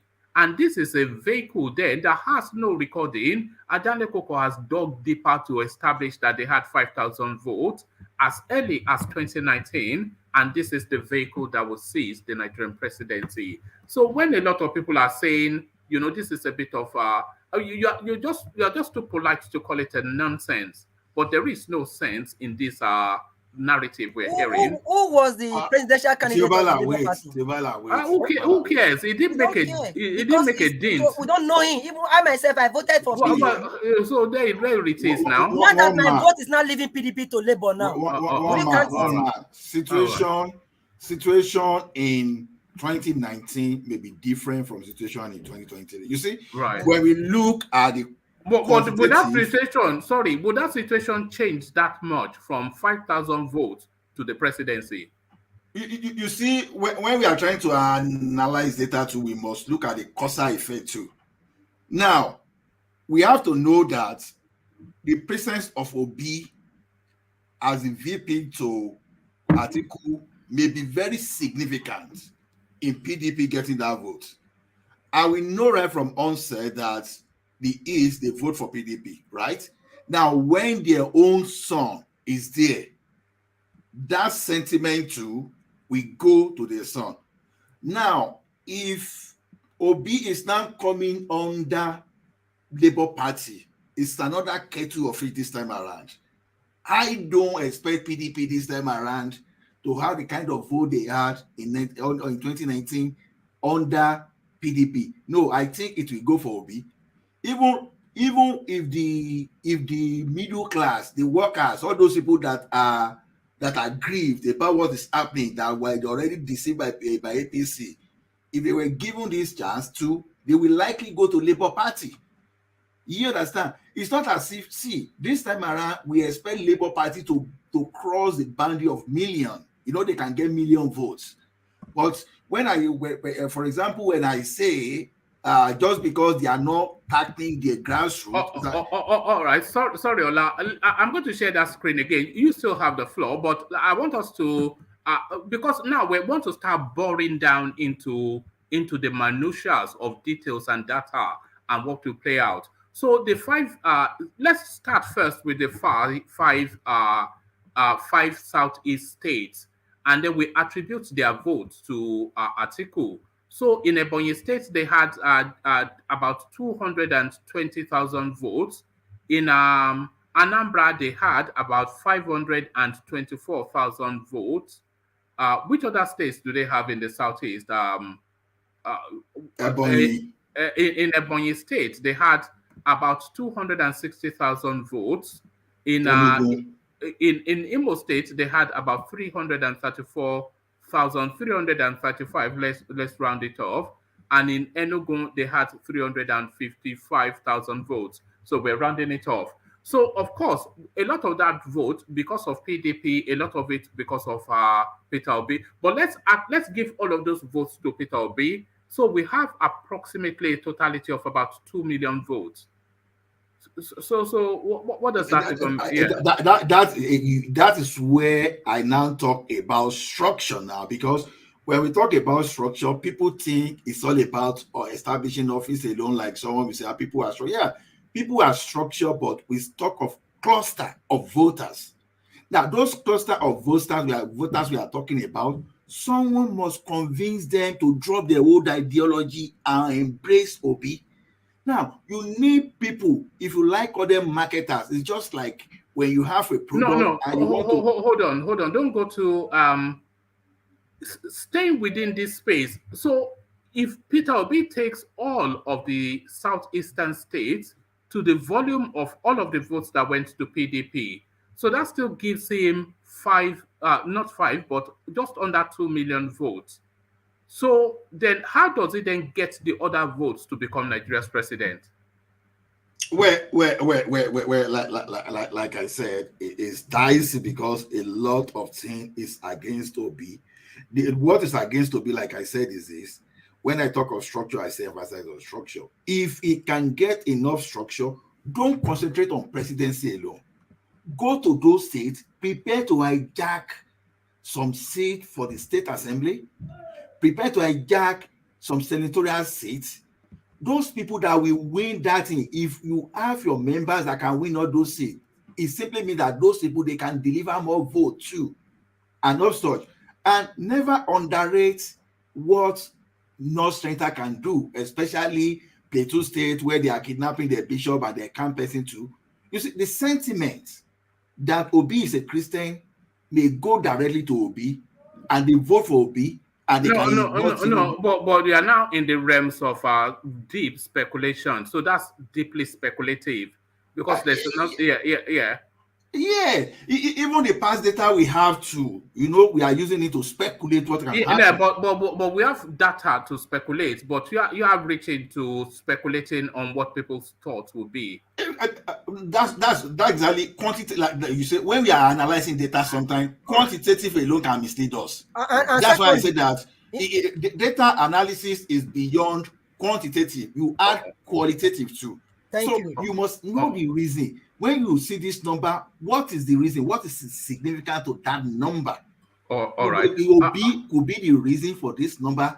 And now the same qualitative that allow Obi to gather this number for Atiku, for example. And by the way, hold on. Before you get to it's for the purpose of the academic exercise that we're saying Peter Obi got this, because traditionally PDP has always held the Southeast. So we don't know how much Peter Obi is a factor in all of these votes. But just to gift as much to him, we're giving him all of these votes. I'm not even sure if he's responsible for 20-30% of it, but for the benefit of argument, we're giving him all of the votes in the Southeast. But I want Tiobala to come in, because at Tiobala, we're not looking at data, and that's raw data in front of you right there. So the whole of the Southeast, less than 500,000 votes, and that is the core base of Peter Obi. So for him to do all of these things that a lot of you guys are describing all over social media, he has to reach beyond the Southeast. And for him to reach beyond the Southeast, is not just this internet noise making. It has to be foot on the ground, alliance politics, are going to the power brokerage within all of these regions to reach and cut into that. So how does it cut into the northern space? How does it cut into Yoruba land? Okay, before now, when analyzing data, we now use the present data, previous data to forecast the future occurrence or whatever how it's going to happen. But with the advancement of technology and with the current things we are now using in modern days now, we are not considering the domain knowledge, you know, in doing your data analysis. Right. What is the domain knowledge? What is happening at the moment? There are factors that influences something. Those factors, what are they? Then what factor influences it then? Look at the factor influencing it now. And which people are this factor going to influence? So you should not know. I just said something before now that I voted for APC, rather PDP, in the last 2019 general election. But now, I'm maybe paying money to go back to Nigeria and make a vote.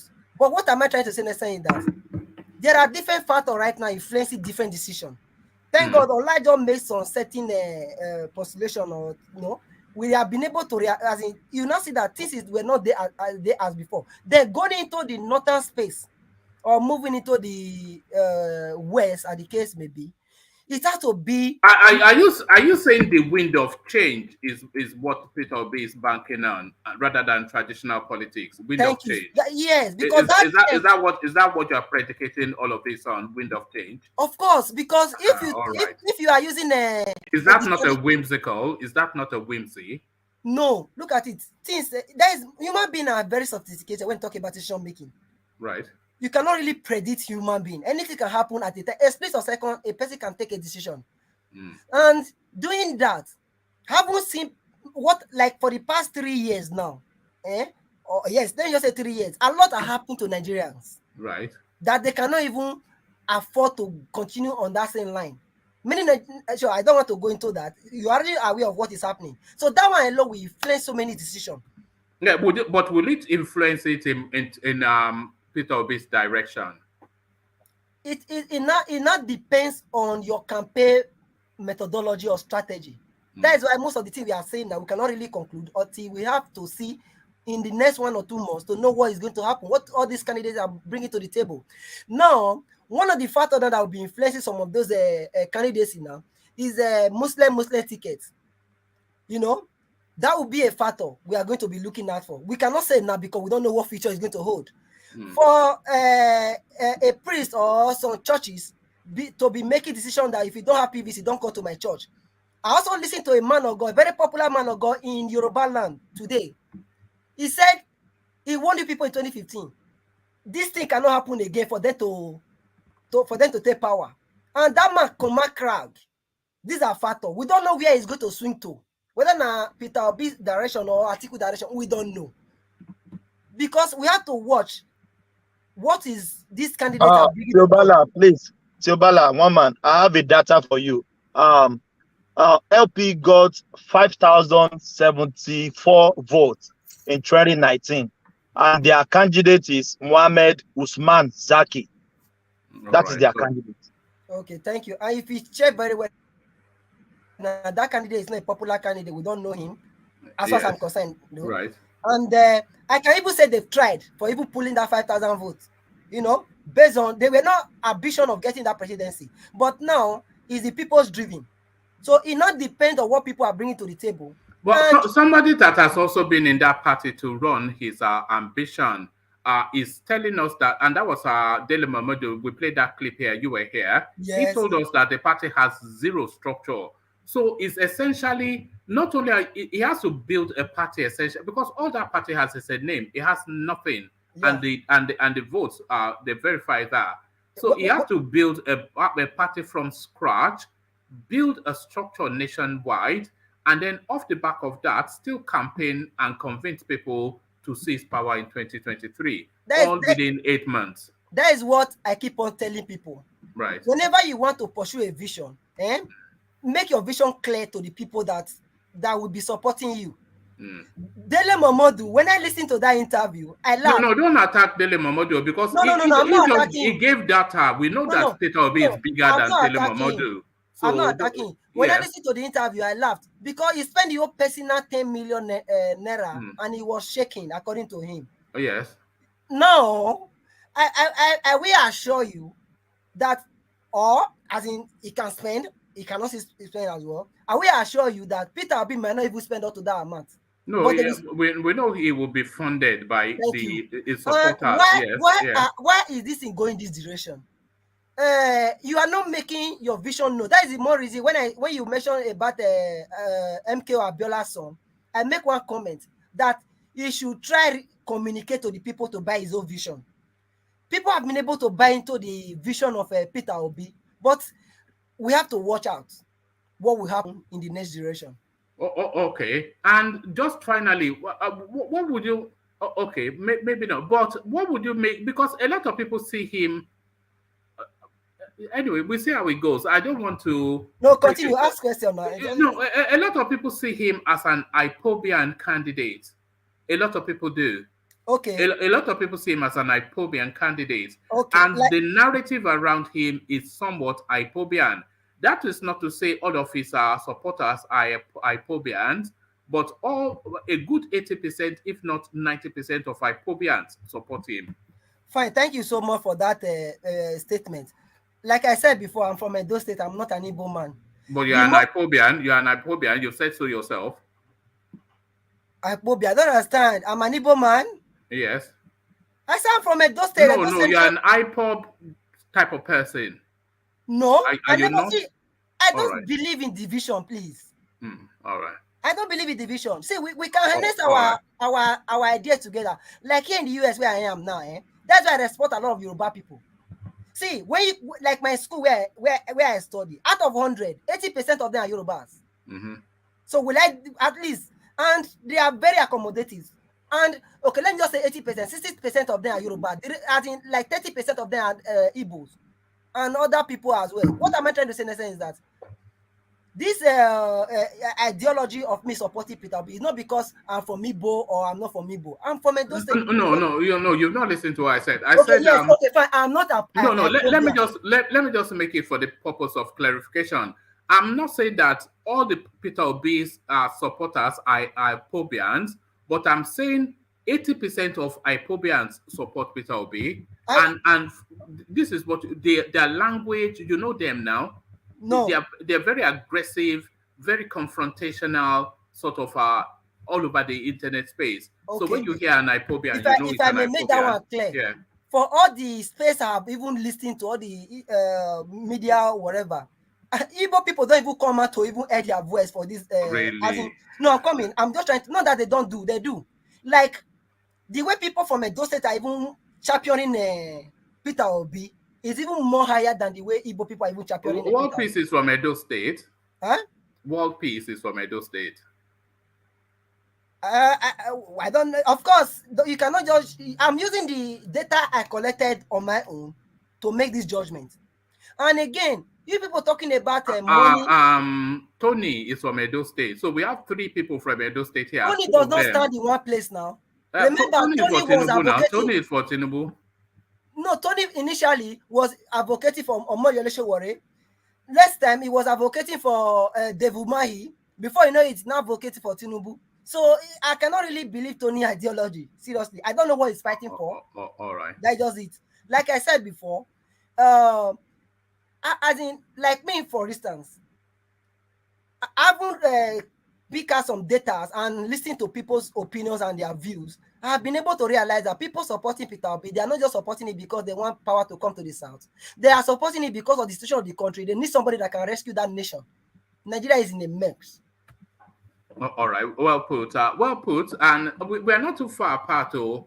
And by the way, for the benefit of yourself and other people listening, I want Peter Obi to win that election. I feel that I have to keep saying that, but I don't see it happening in reality.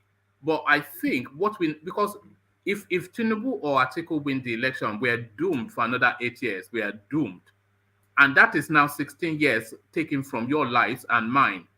So Buhari has taken 8 years, which will never get back, which he just destroyed the country and ruined. Even if it's ruined your life somewhat, one way or the other, either you not being able to visit Nigeria, either putting people in poverty that are then investing on, is ruined all our lives in one way or the other. And that ruination will continue under Tinubu or Atiku. So we want somebody like Peter Obi, but the reality of it is really, the numbers don't point in that direction. They speak the same English you are speaking now. Right. When I mean you are speaking, as in the reality does not show on ground. The reality does not show on ground in those states. Because, see, one man, on public record, I was in a pooling unit. PVC was being manufactured from, I don't know where the PVC was flying from. See, at the end of the day, people sharing money, they lose the election from that pooling unit and still lose the general election.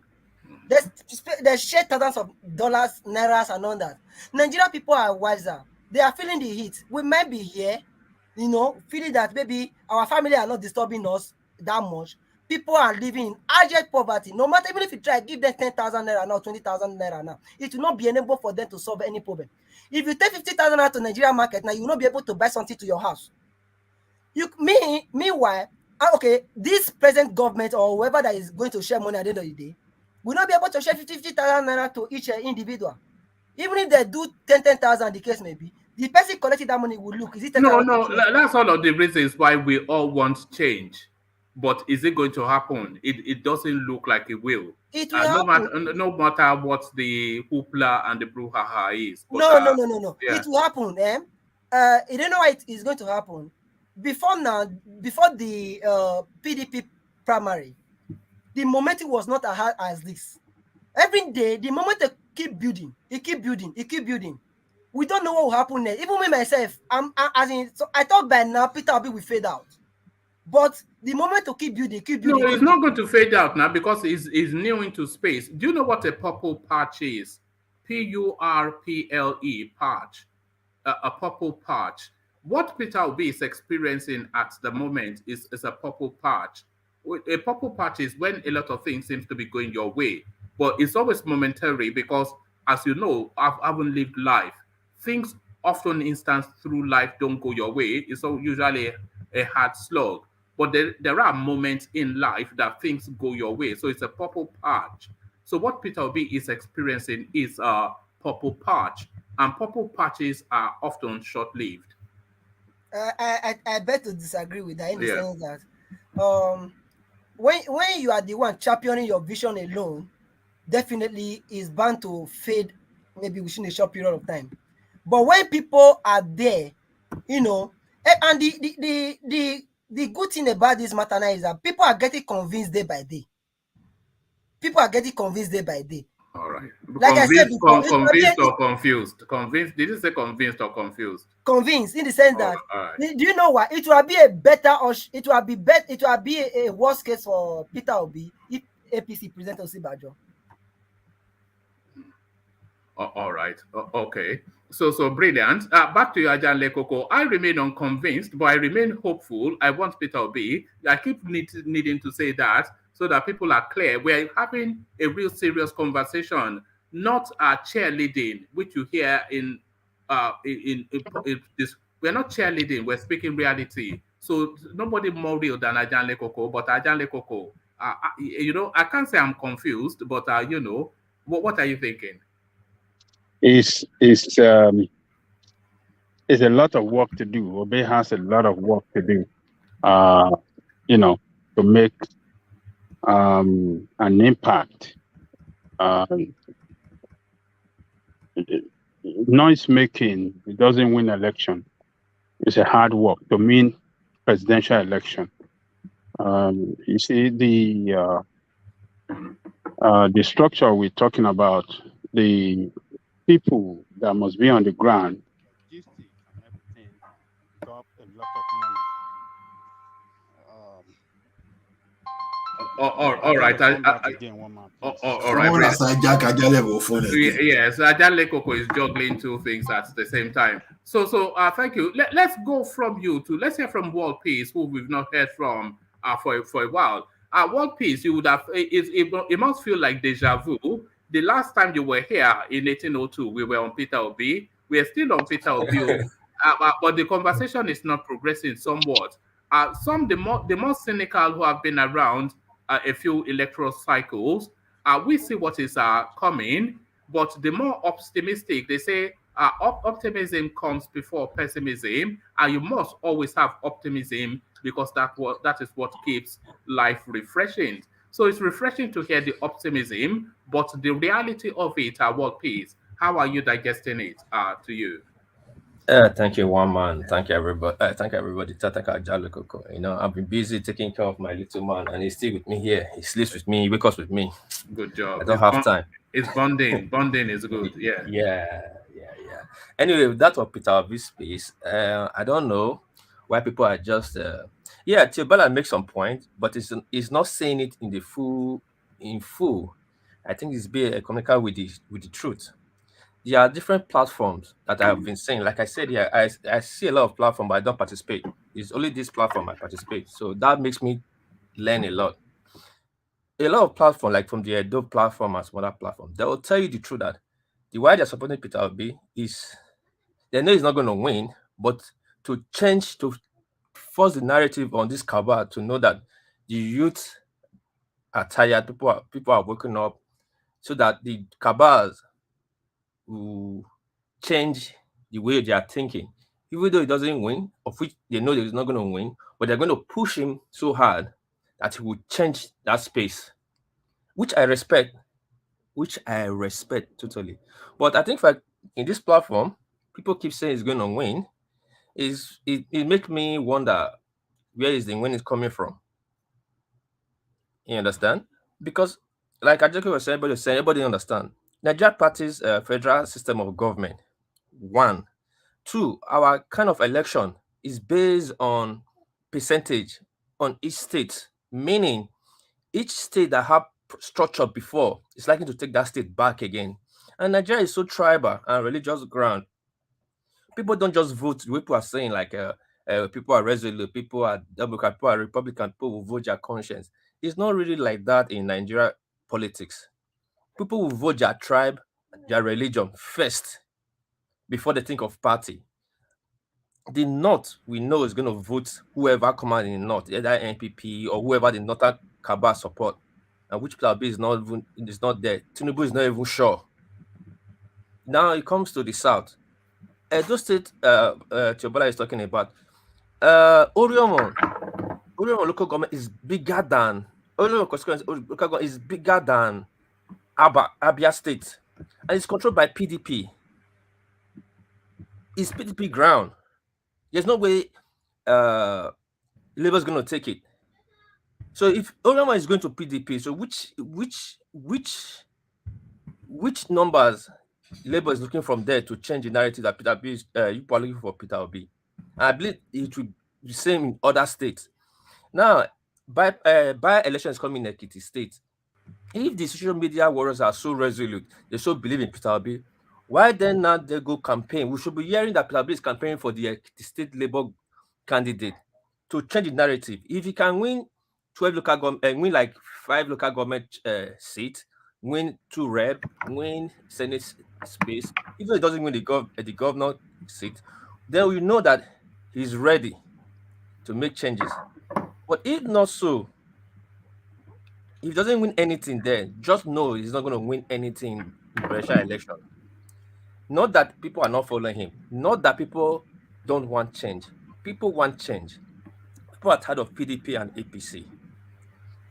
and he happened that his own narrative fell into that narrative now.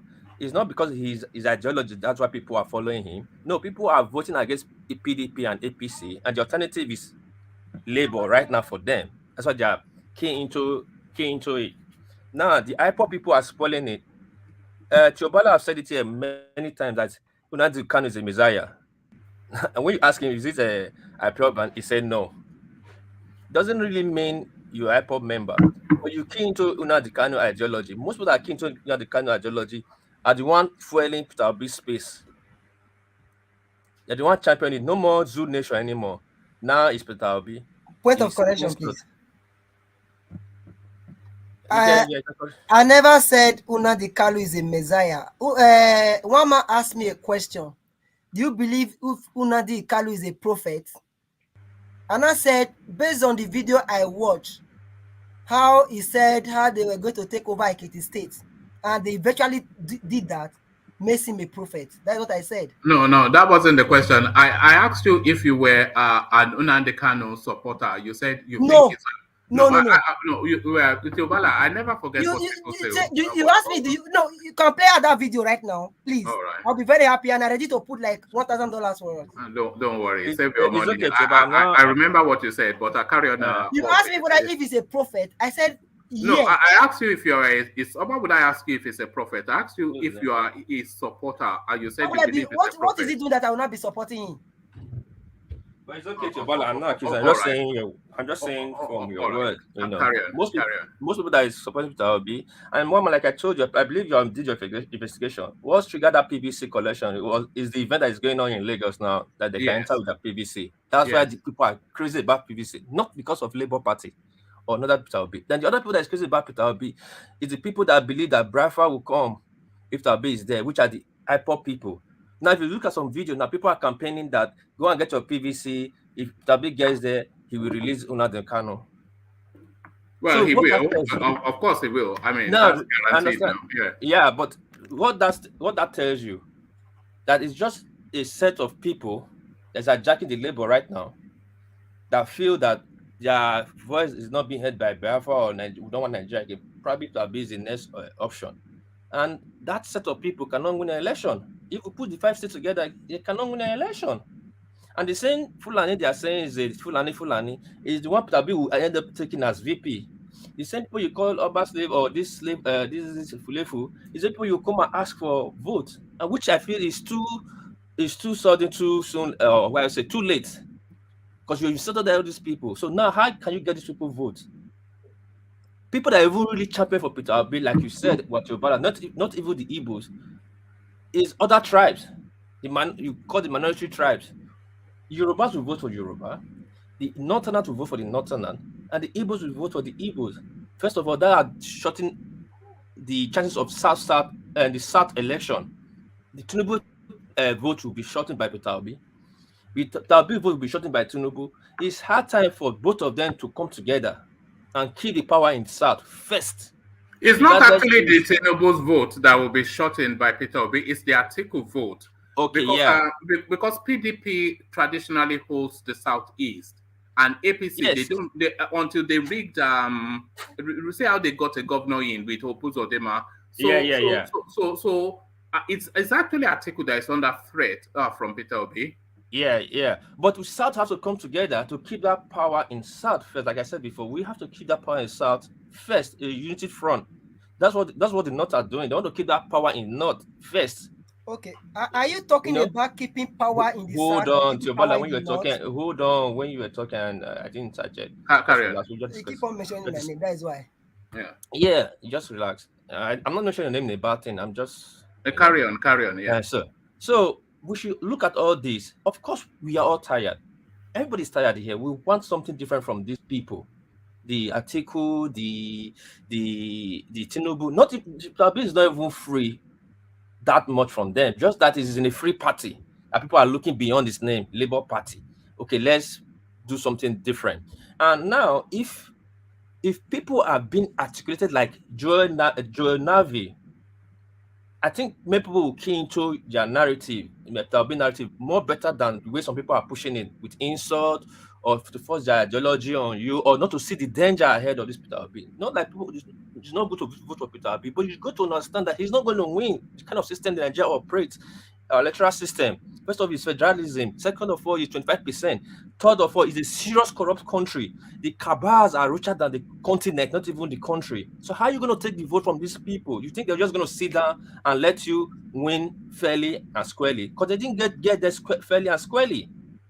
If you give all this vote, 100 million votes that have been said to him, you are giving it to the opposition, either PDP or APC. They're going to retain power regardless what. We, the voters, we're just a pawn in the chess game. You know the name of the pawn in the chess game? The pawn die first. We go vote first. And they will use your vote to decide who they're going to give the presidency to. They'll tell you up that you tried, but next time. And that's why I like some other group. They say, yes, this votes right now is not for this presidency. It's for the next presidency. And I like what one guy said in one forum. He said, now, if Peter Obi now decide to move to PDP tomorrow and be VP, would you support and move with him or stay in Labour? Nobody could answer. Since nobody could answer, and that's begs, please, this momentum people have, please stay in Labour. So give Labour this edge for the next coming election. But we all understand that this momentum we are seeing from Peter Obi is not really Peter Obi. And if Peter Obi doesn't win anything, the momentum dies immediately. Just like the NSAS. NSAS killing was not the really killing. It's what happened after NSAS that killed everybody hope that there will be a way forward in Nigeria. Same thing will going to happen in Peter Obi. If Peter Obi doesn't win anything, it will kill everybody's hope.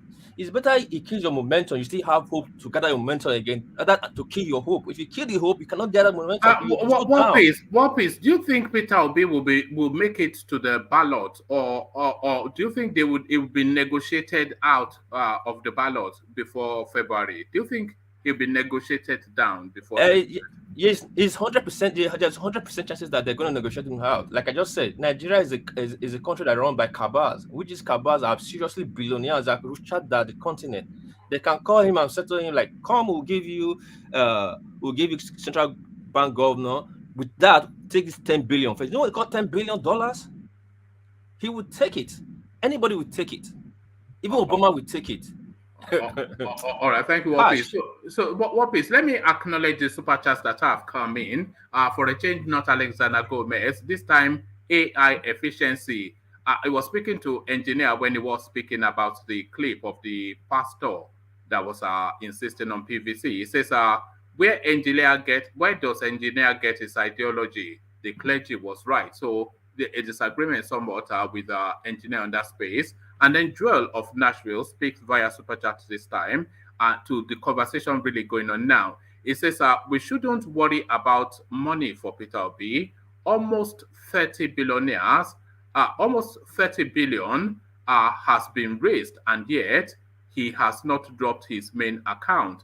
I am waiting. I am donating 2 million to Obi's campaign. Nigeria must be saved. Good job, guys. So that's Joel of Nashville. We shouldn't worry about money for Obi. Almost 30 billion naira has been raised, and yet he has not dropped his main account. I am waiting. I am donating 2 million to Obi's campaign. Nigeria must be saved. Good job, guys. So thank you for the super chat, Joel of Nashville. But just as an aside, imagine the sort of 419 that will happen under this guy's name. Even under Sunday Igboho, remember under Sunday Igboho that everybody was raising funds for him, to the point that the guy had to be crying out of Benin Republic, don't raise funds for me. Some people will become billionaires off the back of I am raising money for Peter Obi. Should we start a GoFundMe ourselves and join that train? What piece? People will start, of course, Nigeria is a hungry space. People will start the GoFundMe now. You start hearing this not account is not the real account, this is a fake account. People will take advantage of the situation. People are hungry. It's not about the change they are after, it's a change of their own stomach they are after. When the guy has not dropped his main account and they've already raised 30 billion, you look at that. Can I interject, woman? Yeah, come in, engineer. Yeah, just a quick one. You see the issue of let's raise money. I give you a good scenario now. Black Lives Matters in America. The main guy who championed what they call Black Lives Matters in America After all the investigation, what happened to the other guy when when the cops put their nail on his neck? They found that the founder of the Black Lives Matters, all the funds people raised for Black Lives Matters, the guy went and buy a Lamborghini. There you and go. you need to see how you need to see his house, very very posh house, in between that scenario up to date. So it's everywhere. It's everywhere. Fraud is everywhere. It's not all about Nigeria alone. Look yeah, at we that. understand. People are going to cash out from it. And again, quick to join Nashville. Nigerian election, the minimum you need to spend is 1.5 trillion, not 30 billion. 30 billion is to settle like 3 governors and a delegate, not to win an election. So if people raising 30 billion for Peter Obi online, well, maybe that's for to win local government. May I ask what piece of question? Yeah. Go on, but I think Teobala wanted to come in as well. But you go with that question. I just want to hear, how did you arrive at that figure? That's the only thing. How did you arrive at 1 2 billion? 2 billion. 2014 was 2 billion, and 610 naira to $1. That's 1.2 trillion for 2 billion, and he has supersede that now. Last election, combined or just one party? Anybody wants to contest. If Tinubu is going to contest, or Atiku is going to contest, Atiku is going to spend 2 billion, minimum of 2 billion. Tinubu is going to spend minimum of 2 billion, regardless who is winning. Buhari spent more than that in 2019. That's why Nigeria should be on the street by that figure. Yeah. Honestly. Do you know why Nigeria is suffering right now? Wait, hold on. Do you know Nigeria is suffering right now? The last election, maybe Wama can testify to it. The last election, Buhari took money from Nigerian coffers directly. More than 2 billion from Nigerian coffers. He did it under the Boko Haram space. And it did not go through the parliament, because he went into there's an account that he needed to come through the parliament to access the money. But then, of course, he took it. Nobody asked questions because, of course, Ahmed Lawan, you know. Yeah, and that thing put Nigeria in deep recession. Nigeria is already in recession. That put Nigeria in deep recession. I see Nigeria is struggling for that recession. That's why you see Nigeria is 6 something. We are paying all those debt back, and those things keep tying our neck, straining us down. And that's why they give power to give ticket to PDP, Atiku, and Tinubu. These people have watches. Buhari cannot afford that same again in this 2022, or that Nigeria will collapse. To take 2 billion or 3 billion away from Nigeria account straight. People don't really see what is really going on. Everybody just chatting with our chatting Atiku. It's more than that. That's playing. So it is a money space, tribal space, and we are practicing through federalism. It's 25%. It's not parliament style of government. The highest is not the most votes. You must win 25% in each state. And if you don't have a local government in that state, you are bound to lose already. It's facts and figures. Please, people should understand. It's fact and figures. If Labour Party is not in Edo State as today, automatically they are losing. Even though you have 1 million votes from there, it will go to APC or PDP that already established their vote there since 20 years ago, mostly PDP. PDP will still remain after this election. Other parties will not remain. But I don't know who. But PDP will remain because they have been in that space for 21 years. PDP keep winning at those states regardless who the party that won the governor election. PDP win the Senate, the rep. Have you think about that? Because they have the structure long. They have the registered voters. Their voters will not go somewhere else. It will go with their people, their party. All right, thank you, World Peace. So, World Peace, I want to share something that buttresses what you said and what I've said severally on this platform, that the cost of becoming Nigeria's president is estimated at $2 billion. So this is what Peter Obi is up against. I'll share the screen as I read it out. Electing president in Nigeria cost over 1 trillion naira, Financial Times. So this is the International Financial Times. An international publication has beamed its spotlight on Nigeria's presidential election, estimated to cost $2 billion, over 1 trillion naira in Nigeria's local currency, the naira. Familiar candidates to replace him, Buhari, mostly recycled old men, are already counting their money ahead of a costly electoral marathon. It is an estimated $2 billion to get a president elected. Those who pay will expect to be paid back, the newspaper said. The report by Financial Times also excoriated the Buhari administration, whose cabinet members are infamously known for constantly squandering the nation's resources on first-class tickets bought on British Airways, shuttling the Abuja-London air routes at the expense of the average Nigerian. The newspaper went ahead to attribute the regression in the nation's economy to Mr. Buhari's incompetence to address the issue of insecurity despite being a retired Major General. So it goes on into other details, but essentially the estimate for the Nigerian presidency, according to the London Financial Times, is $2 billion. So there it is right there. Thank you, Oman. Chibola, I can ask a question. Okay, fine. There's so many times we try to do some analysis, forgetting the current situation, right? Not putting into Congress or whatever. Indeed. Are we saying to ignore data again, or we ignore all of the data? No, you cannot ignore data. Data is very important, but what influences that data is what you should be thinking out. Right. What you should be considering. Somebody here, like what we just mentioned just now, and I laugh. He say 100% sure the Yoruba will vote for their own. He's 100% sure this and that will vote for their this. And I was laughing within myself. Reason being that there are factors that will influence this election.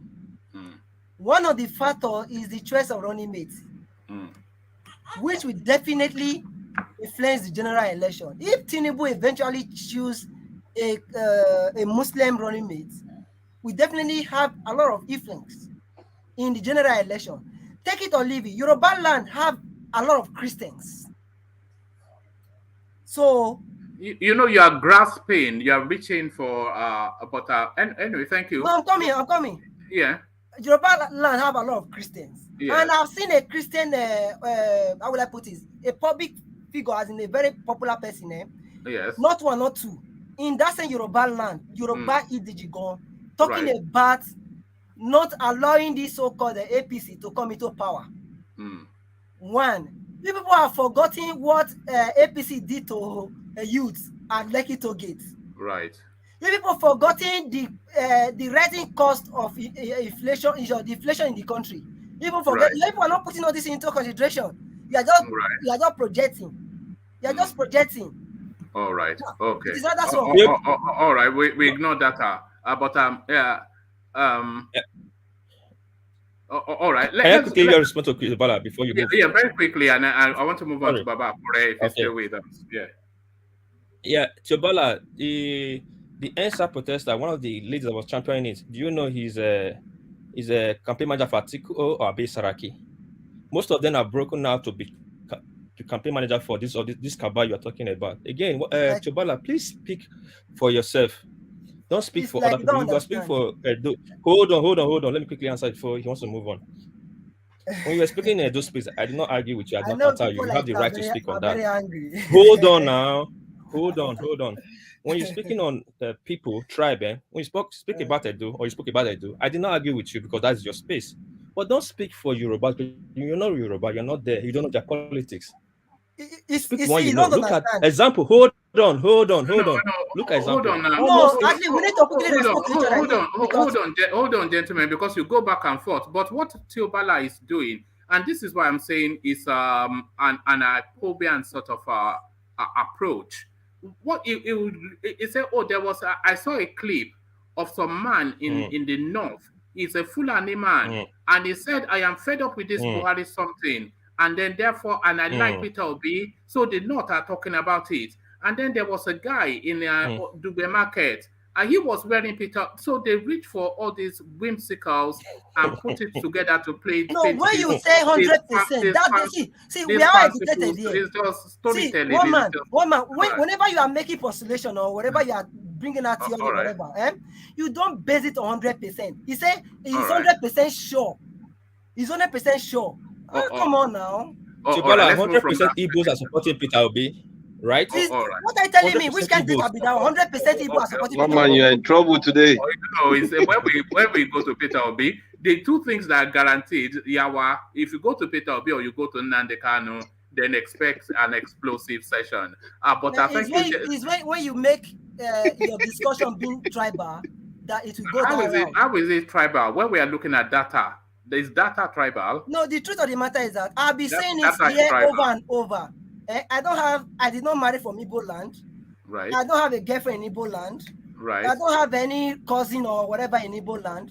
I'm only saying something that concerns an average Nigeria. You cannot be you cannot be in London or in US or wherever you find yourself because you are living comfortable. You forget the average Nigeria what they are passing. Nobody is forgetting that you are not the champion of the people. We are all champion. What do you think we're doing here? You are not doing the right thing. You are not doing the right thing by supporting all these people who have ruined the nation. Sorry. Who am I supporting? Sorry, I don't mean to mean you direct. When I mean you are not doing the right thing, I mean the contribution so far. So you mean we should okay, fine. Okay, continue. When Allah make hold on. This is what you know. This is the toxic hypobian something that people complain about. You can call it hypobian. Is your wish. Well, no, is this not hypobian? It is hypobian. When people are interrogating a space and you are saying they are not doing the right thing, they are not for the people, they don't acknowledge the suffering, they are supporting the looters, all because they are not jumping on this fanciful train that leads to nowhere that people are waiting and gnashing about. Ola make a very good analysis when he was discussing just now. He bring out the chances of Peter B not winning. He bring out the chances of Peter B might likely win, or the case may be. Right. These are the way you analyze data. These are the way you analyze scenario. You cannot just come up on air. You just say 100% chance. This one does not. This one. No. Who is saying 100% chance? We're looking at the figures. Like what P just said just now. Oh my God, man! Calm not yourself you know. down. Let me respond to you. No, don't respond to me. Just calm it down. This is not Radio Biafra. Let's go to Ababa. You are being tribalistic, woman. Oh, well, you have been Radio Biafra, my friend. If I was being tribalistic, I would have excused you a long time ago. I will leave your platform. If you excuse me, I will leave your platform. Well, you can. Bala, you are not only one here now. Calm down. Don't do it that way. Hold on. Can you hold on, please? This is IPOB. This is who said it the last time? Everybody says it. I think when Magnus came here a long time ago, he's from the southeast. He says he recalls from speaking to reality because he gets this sort of thing. Somebody yesterday also said it. It's just the constant something. There's been articles written about it. And you are not alone, Teobala. There's several IPOBians all over social media attacking anybody that doesn't join your train. But that doesn't faze me. I speak to facts as I know them. But we hear from Baba Akure. Baba Akure, are you there? We don't have Baba Akure. Baba T, do we have you? Oh, do we have you, Baba Akure? Who do we have? Let's go to Baba T. Yes, I'm here. All right. So are you ready, or do you want me to come back to you? Yeah, come back to me in a moment, please. All right, brilliant. Do we have Baba T? All right. Do we have Ego? Okay, we have Thomas. Let's go to Thomas. Thomas, do we have you? Yes, I'm here, one man. All right, brilliant. Let me take you to a completely new space. Are you outside or something? It's not me. It's not from me. All right, let's mute Baba Akure. All right. So let me take you to Kola. Let me take you to Kola Abiola, who is speaking to his chances of becoming president. So the Abiola name resurfaces. What are you making of it? One man, thank you for having me, and thank you for having all of us. You are doing a great job, one man. God bless you and your family. No, we are 3 hours in, so let's just go. Yeah. Yes. Thank you, one man. One man, Abiola is trying his popularity. It's necessary. He can do that, but I said earlier on before that you counter me, and I still remain what I'm saying. If people are coming out and they know they can't win an election, it doesn't rhyme well with me. you rightly said, you said they are trying their popularity and they are propelling themselves. They are propelling themselves for the nearest future, and which is good. But what is worth doing is what's doing well. So for me, good luck to him for coming out. But I would have loved him to be on the same platform his father ran. That is SDP. It could have been better. It could have gained more momentum if he ran on that platform. But going to other party, to me, it doesn't make sense to me. If he were to be in SDP, I think maybe we get more momentum. And if we are naming parties in Nigeria now, at least we can name 5. I think SDP will fall in between that 5. APC, PDP, Labour Party, AFGA, then we can say SDP. They maybe 5th or 3rd or 4th. But going to other party, even people don't know about, I don't think it's gonna gain anything. And you rightly said, maybe he's trying to propel himself for nearest future. We don't know, but I don't think he's winning anything for me. He's just there to say, I'm still there. Maybe some party can still, but I thought he should go to mainstream party so that at least they can give him commissioner or minister or ministerial appointment or something, just to settle them of their father's demise. I think, but other parties that are not relevant, they are not going to be in power. They are not going to be relevant. I hope he should be going to mainstream party, maybe APC or PDP, so that this it can get more relevant. But going to other minute party is not going to get anything. And even it could have started from even House of Representative or Senate. I don't know why people just think they will just come from anywhere and jump into the race and be the president of Nigeria in a twinkle of eye. I don't think anyone can do that. Even people that are saying Trump is a technocrat, he's not a politician, he's not this, he's not that. Trump didn't. All right. Oh, yeah. It's not going well today. Everybody, either the system is just crackling, or people are not available, or they are dropping off here. But for village people, this is it. Australia, it's almost another planet, really. But we were talking about Kola Abiola, who he revives the family name in top level politics. Of course, he's not going to be president, but he keeps the legacy going. So what are you then making of Kola Abiola as the PRP candidate? Well, Kola Abiola, thank you very much for having me tonight. And let me look at something here briefly. I will... Just a moment, please. I'm trying to look at something here. Okay. Okay, we have here. Okay, now here we have about 380 something people, and we only have about 70 likes button. And I think if people don't really like it, they're supposed to have used it top down. So since we all like it, I think we should be able to reach 150. Let me deal with that first. So now talking about Abiola is just trying to to me, that guy is a very funny guy. He's just trying to make little money. Maybe he's broke, because remember this political party, there will be some people that will be backbone, giving them some money that they can use to run here and there, and they can put little bit into their pocket out of it. Is not this same guy went to Abuja and collected something on behalf of his father, or is this another person? Yeah, I think it was the one. Yes, when they gave him that Democracy Day. And few months after that, some people are saying that some of them came out again and they were fighting that maybe they should name their fathers on something. But To me, I think he's just trying to make some money. He knew very well that he cannot win any.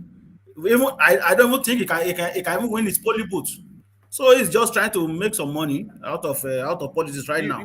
You don't see it as a legacy project, just to No, keep I the don't see family it. name. I don't see that. If it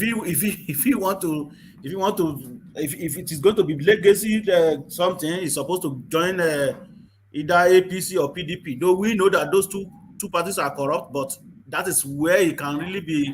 The name can resonate, but to join all this mushroom party, it won't really do anything. All right, brilliant.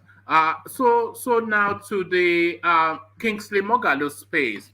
So Kingsley Moghalu, of course, is turning somewhat a prostitute in a similar way like Peter Obi, hopping from party to party. So he went from YPP to APP. Now he's in ADC because they didn't give him the presidential ticket. Now he Yes. has left. Okay. Festus Keyamo is asking him to come and join APC. Should he really go to APC, and should that be his natural place of birth? Yeah, go on. Okay, now the point is that he is still going back to APC. If you can mark it down, he is still going. You see these people, they are just to me. I think he is one of those that because when every single time when we talk about politics and we mention his name, I always say that I don't really trust himself. So I think that is showing right now because though a few years back he was on Youth Progressive Party, right? YPP, right? Yes. So he contested on that. Then he left and joined another one, as you said. And this is third party, right? The third party that is in right now. He is still going. He is just coming up. He is still going to APC before election. Just take note of that. So because you see, everybody is just trying to get whatever they can get. Because to me, if he really want to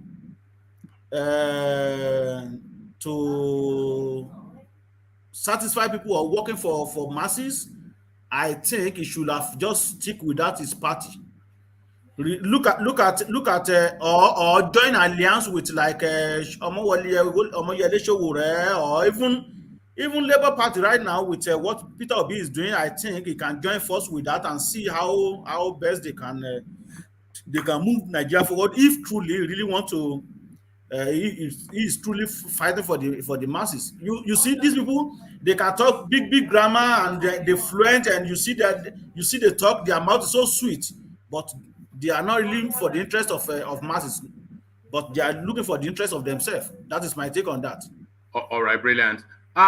So Yoruba group brings Tinubu Osinbajo together for truce after elections. So the Olubadan, who was elected, appointed, coronated 100 days ago, he's doing his 100th day something on the crown, on the throne. So they're using that occasion to have a gala, a big celebratory thing to celebrate Yoruba culture. And they are using that opportunity to invite Osinbajo and Tinubu to come to that event. Both of them have indicated that they will come, and they are now using that as a space then to settle everything once and for all, and say to express to them that the Yoruba interest is paramount. Greater than their personal. So is this a space that they must necessarily go to? And should Tinubu make all he can to make good with Osinbajo? Because Osinbajo will be his man on the inside. Well, to me, inviting them to that 100-day coronation, I think it is important and very good, based on the fact that is this one of the prominent king in Yoruba land. However, I don't see it as a place where they should be settling a rancor between Osinbajo and Tinubu. However, these people, they are all paddy. Remember, a few days after Tinubu got the ticket, he went to Aso Rock to visit Osinbajo, and they all laugh. It is we have problem. we masses. So these people, they don't really care about whatever we can talk from now to tomorrow. They are all party, they are all bodies. So to me, they've already settled their differences among themselves. So inviting them to party, maybe they can settle something for them. I don't think that is necessary because they are all party, they have already settled the matter. That is my take on that. All right, brilliant. So now I'm slowly leading you to the more explosive parts of the conversation. But before I get you there, did you see that clip that I played of the pastor that stood firm in front of the church on Sunday Mass to say that if you don't show your PVC, you're not coming in? So this now seems to be the direction, and these all indications that the voter turnout in 2023 will almost double in what was recorded previously. So, I think this coming election is going to be different from the previous one, and the reason being that what we have experienced in Nigeria, because we have never in the history of Nigeria experienced this, and things has never been bad the way we are seeing it right now. Particularly the issue of insecurity, particularly the issue of scarcity of food, scarcity, every single thing you're talking about, even scarcity of money.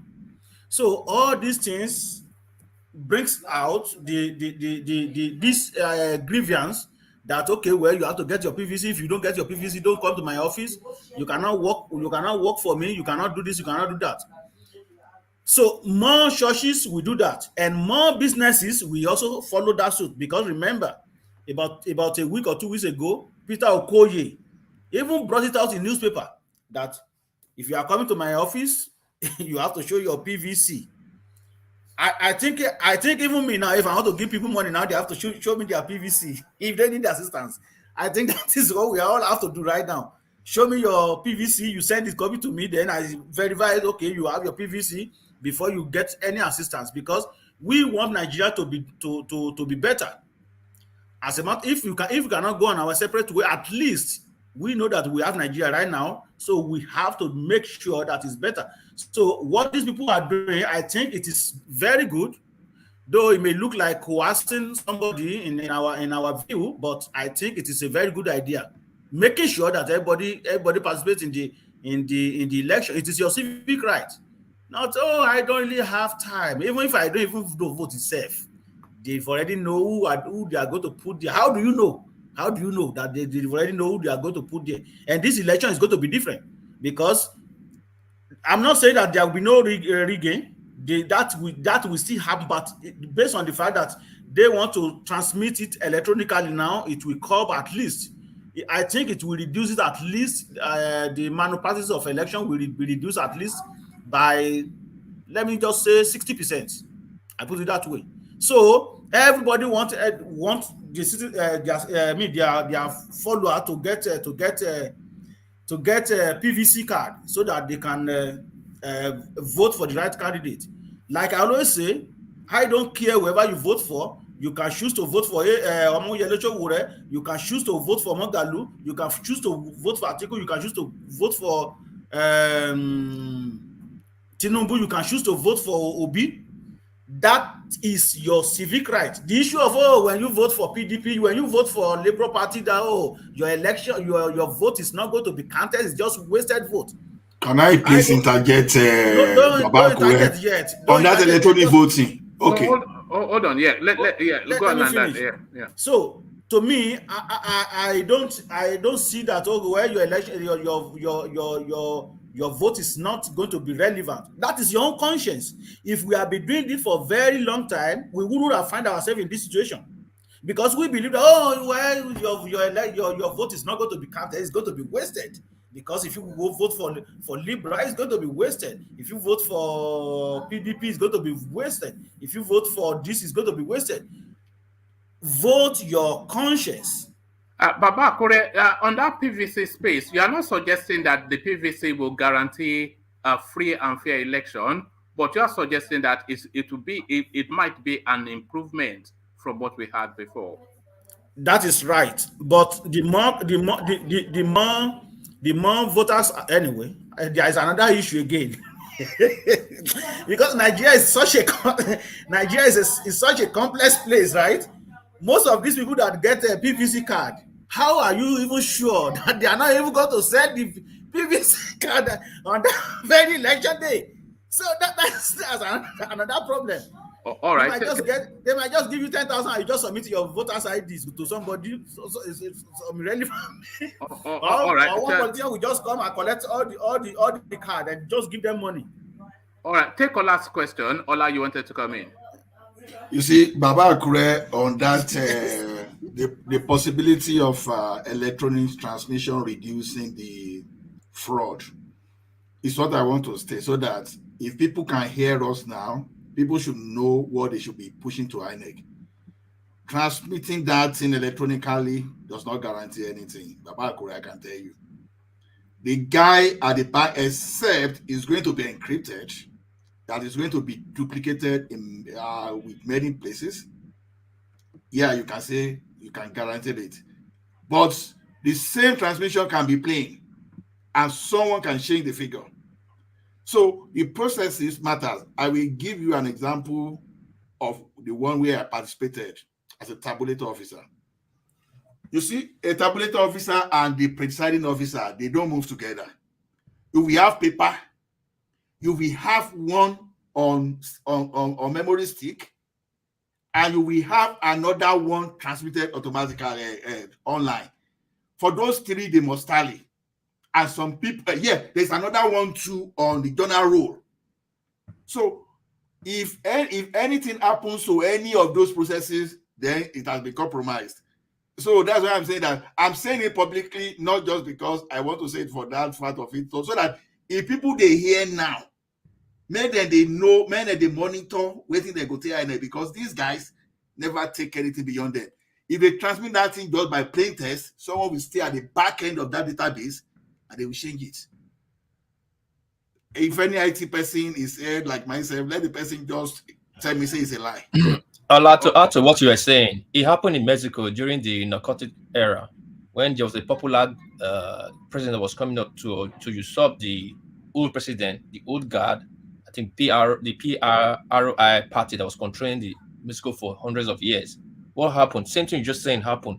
It was transmitted in the 80s. First time it's electronic vote. It was transmitted. People came out, but what happened? The man in command was changing the numbers, giving PRO the vote and taking the vote from the popular demand candidate.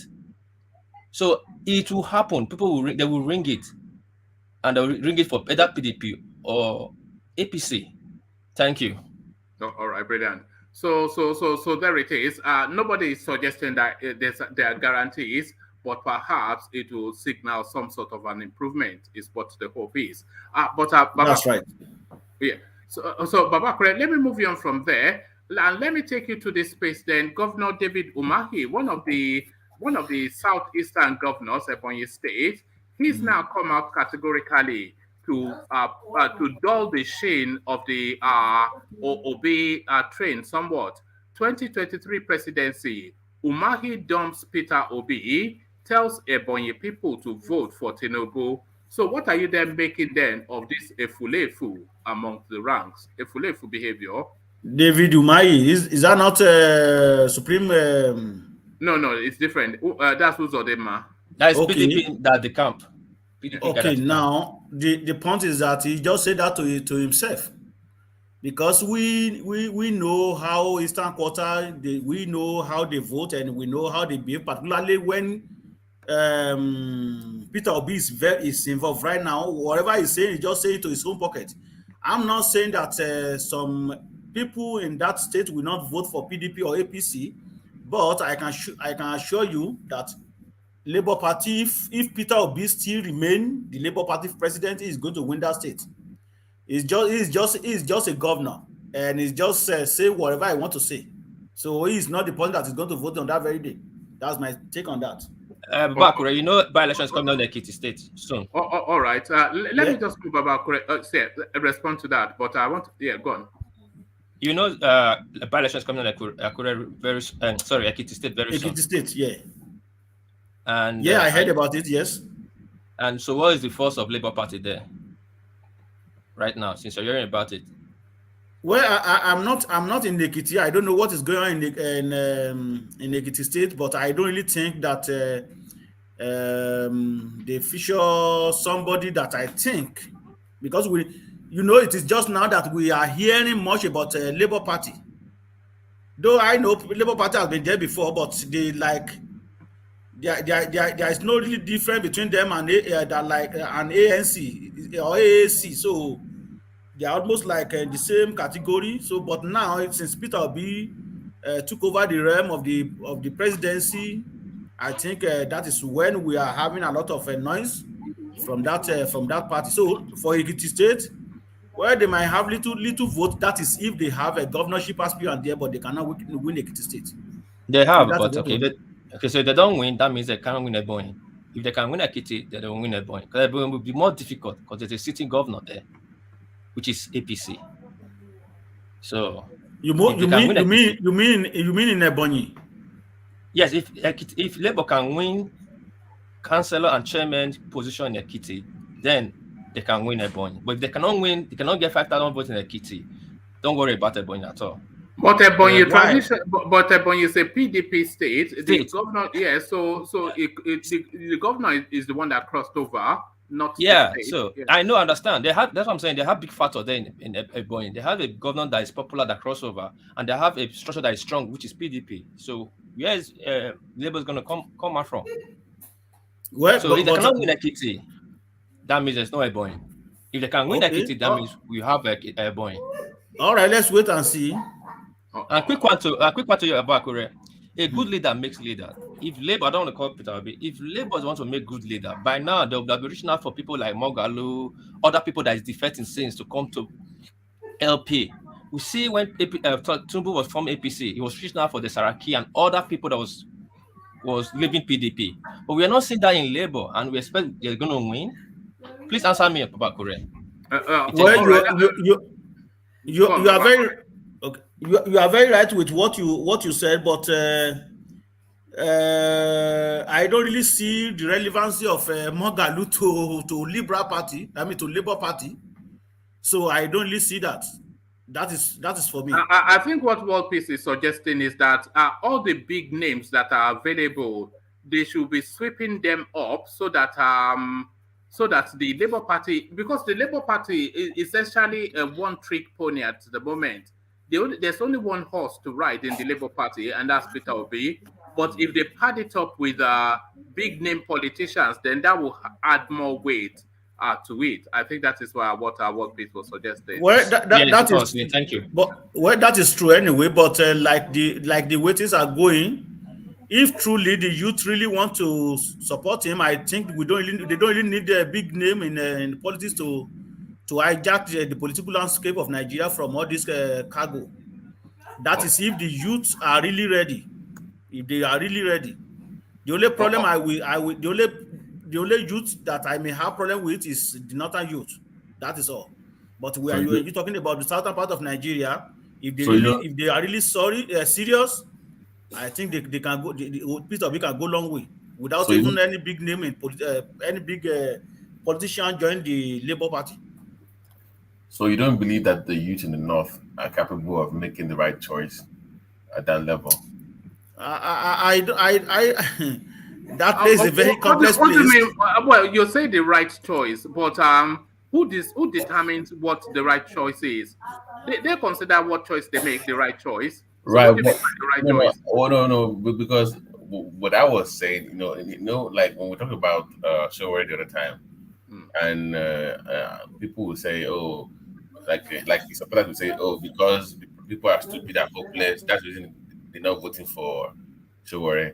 And I'll say, Showore we're looking for someone that has the skill to galvanize a hopeless youth. We know that they're already hopeless. We know they already use all the qualifiers, all you want. But there has to be someone that can just go into that space and speak to them and some way, somehow can convince them that they count and they matter in that society. That's what I'm saying. But I'm not giving up on youth in the north. I'm not going to label them as being tribalists and religious fanatics. I think that there's still a chance. Well, if the youth in the north don't jump on the Peter Obi train, would that define them as backward, tribal, etc.? Not necessarily. Perhaps it's not the right candidate that can galvanize them. Is my point. Maybe somebody else can do the trick. Maybe it's not the message itself. Maybe it's the messenger that is not. I think we have the message already. We don't have the right messenger. Is my point. If somebody can come in and just put it properly in the right context and can talk to them in their language that they understand, to quote Buhari, the language they understand, that would be. But I'm not giving up on them as a voting bloc. I think that they have a chance to do the right thing. I think they're also tired of Tinubu and Atiku as well. But yes, they're tired. And that's the truth. So I think everybody is tired of Tinubu. The Northerners are tired of this sort of people. And they've lived under them for what, 50, 60 years. Right. And they see their lives now. They are tired of these people. Everybody's tired of these people. One man, and I said on this platform yesterday, and don't make fun of me when I say it. I still believe. I don't know how it's going to happen. I won't mention any names this time around. All right. But some way, somehow, PDP and APC will not win. I don't know how it's going to happen. I think that. What is the coffee? Who is coughing there? Go on. It's Ola now. Ola, your Bakari. You better go. Don't let me get on this. I think that somebody will come out that will do the job we'll be looking for. We already have that person now. Who? You know who him now. You know him now, our friend from the east. But Peter will be out. To Peter will be narrative. I heard you talking about him and Kwakwanso. There's no way the man is going to step down for Peter Obi. In his mind, he's bigger than Peter Obi. I don't see him stepping down. But is he outside of Peter Obi's newfound popularity? Traditionally, would you say Kwakwanso is bigger than Peter Obi outside of now this phenomenon? Yeah, I mean, I'll say so. He has the numbers, though. He has the numbers. I think I also agree to that too. He has the numbers. So I demand, and think about this: his own party is actually sponsoring people. People are coming into the NNPC at a more bigger rate compared to Labour. He has big weeks, like you spoke about earlier, not coming to Labour, but they are going to NNPP, right? But nobody is coming to. Peter Obi is not pulling people into Labour like the man is doing up north. So his own pull is stronger than Peter Obi in Labour. So there's no way he's going to then become a VP to him. So that's not going to happen. That's not going to happen. It's going to be a waste of time. So they can just go their separate ways and just. But I think that guy might actually team up with Atiku. I mean, look at what happened with Tambowa now. If you learn from the north, you might don't be surprised if they just give this guy his own voting block to help Atiku. He's up for sale. Kwakwanso is up for sale, and I don't think Peter Obi is in the market. No. So who is that Tinubu or Atiku? Who is it's for the dollars now, know. So yeah. No, I believe Atiku, if is going to join anybody, I believe Atiku will be the one. Really? You mean for tribe and religion? Kwakwanso will likely join Atiku. Other than joining what's it called? Bola Ahmed Tinubu. Is that because of tribe and religion? Tribe. They believe tribe. They don't believe in money. All right. They believe regional system, oneness in their region. The North. Well, that comes first for them. The North, regardless. Can we? Is there a way? That's my own thing, though. We know they're tired of the APC and PDP, but it's not. We're not seeing that reaction that I'm expecting. That Lekki to get kind of energy where they're just sick and tired of the politicians and just want to kick them out. I'm not saying. But to be fair, that energy is somewhat around Peter Obi. But would you not say so, or am I? I mean, it is, but it's not spreading as fast as I want it to spread up. Not okay. We have enough time to watch. We have 8 months, right? So we never know. It might catch on, but that depends on who he picks to be his VP in Labour. But right now, I don't have anybody. Do you have any idea or any suggestion? Well, this was where we were. Baba says, apologies, Baba Akure, by the way. This was where we were in the conversation around the Kwakwanso narrative. And we were suggesting that Peter Obi, he has, let's say, the Southeast locked down. And then we went to dig up data to see what that means. And that means less than 2 million votes. If we're going by, we're not talking about the new entrance into the political space, which is another dynamic that comes into play. But from the data known, that's less than 2 million votes. So 2 million votes is not taking him to Aso Rock. So he now needs to cut into other regions in order to fulfill his ambition. And for him to enter the North, somebody has to bring him in to introduce him to the North. And that somebody has to be somebody that really has a currency in the North. So at the level of Kwakwanso, that sort of a person will give him entree into the North. But it's not going to be Kwakwanso because Kwakwanso will not step down his ambition. Okay, so which heavyweight Northern now will want to support him? But there's no, give me names, because remember doing articles, whatever, we're doing our names. Don't think people were doing our names, but for Obi, nobody is mentioning anybody from the North. Yeah, I cannot say past Ribadu because all the big names, they are already locked down in parties. And no big name is going to come and subordinate himself to Peter Obi. It's just one chance, Kwakwanso. So if he cannot agree with Kwakwanso, then he has to go to the second division and start going after people like Ribadu and all this sort of elements. But do you, Oman, do you see Peter Obi succumbing and becoming the VP to Kwakwanso? They will stone him on the streets if he does that. They will stone him on the streets. You know, a lot of people are invested in him. You know, you hear from Teobala, you hear the passion. You know, or maybe if he returns back to the one that is funny to me is the one that they want him to return back to the PDP. I'm like, you want him killed. If he goes back to the PDP to run after bashing Atiku, he did not go back to Atiku too. That would be terrible for his own legacy. But I don't, you never know. But my own submission is this. It's not a vision. I'm not prophesying anything. No. But I believe in my mind that some way, somehow, a new force will come out and PDP and APC will not win. I don't know how. I've not seen any. All right. Is your Ekiti man, isn't it? Prince Adewale or something? No, it's not. Maybe not. But I'm just one man. Just Mazi Thomas, you're laughing. Don't worry. I'm saving this tape too.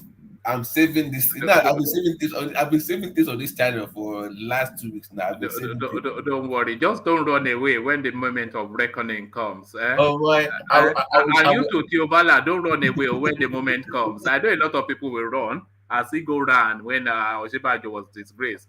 Yeah. But what do you think Tinubu is going to pick though? Because I've been hearing this Muslim thing come up lately. I think yes, is it Shetima or Ganduje? We have speak Shetima according to one rumor. Yeah, that was, I saw that in the comment section. Is Shetima a Muslim or Christian? Is a Muslim. It's from Borno. But I've not, because I've been monitoring the news cycle and it's not popped up yet. So that's why. But I did see somebody in the comment section said, yeah, they said he would make a decision by Wednesday. One man, please, can I quickly say this? I'm having this fear and I'm looking at this pattern.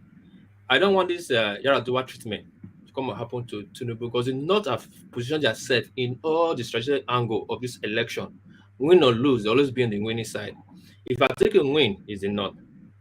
If Tinubu win, it's APC, the Northern party. God forbid Yaradua's treatment happen to Tinubu in the government. He comes back to the North as VP is a Northerner. And the Northern will not give up that space. What piece? If it comes to that, we move that villa to London the way Buhari was doing for 1 year. And I must assure you, nothing will happen to Tinubu if he gets that power. No, there's a real possibility. If something happens to him, there can be no arguments because they've already seen him falling apart. So nobody can say it's a very easy thing for them to do. If they want to yard to Tinubu, they can do it Yeah. easily. And So, please, we all should look into that space. Not just talk Peter Obi label. Let's look at it from all angles. Like Solly said, you know that people they play long-time politics. They're always ahead. We always play right now politics. Now quick fix politics. Let's look ahead. Look at the dangers ahead. And you know. War peace. You are valid. I think we are aware of that because I think we've raised that issue here once. Yeah. That is why we are normally within me or within anyone here. It's not bad if Peter Obi should win, but that's why I say, does that guy have that capacity? That's the challenge now. Peter Obi would have been the best bet, but the capacity is the challenge. Yeah, I'm not sure Oshibajo really would have been the best bet, but Exactly. yeah. I agree too with Oshibajo too. Yeah, Yomi should have been good, but he doesn't have the war chest, and Buhari is not ready to open the war chest for him. That's why I feel they took the vote from him and give it to Tinubu.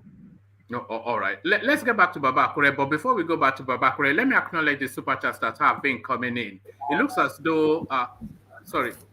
So hold on now. Let me just, yeah.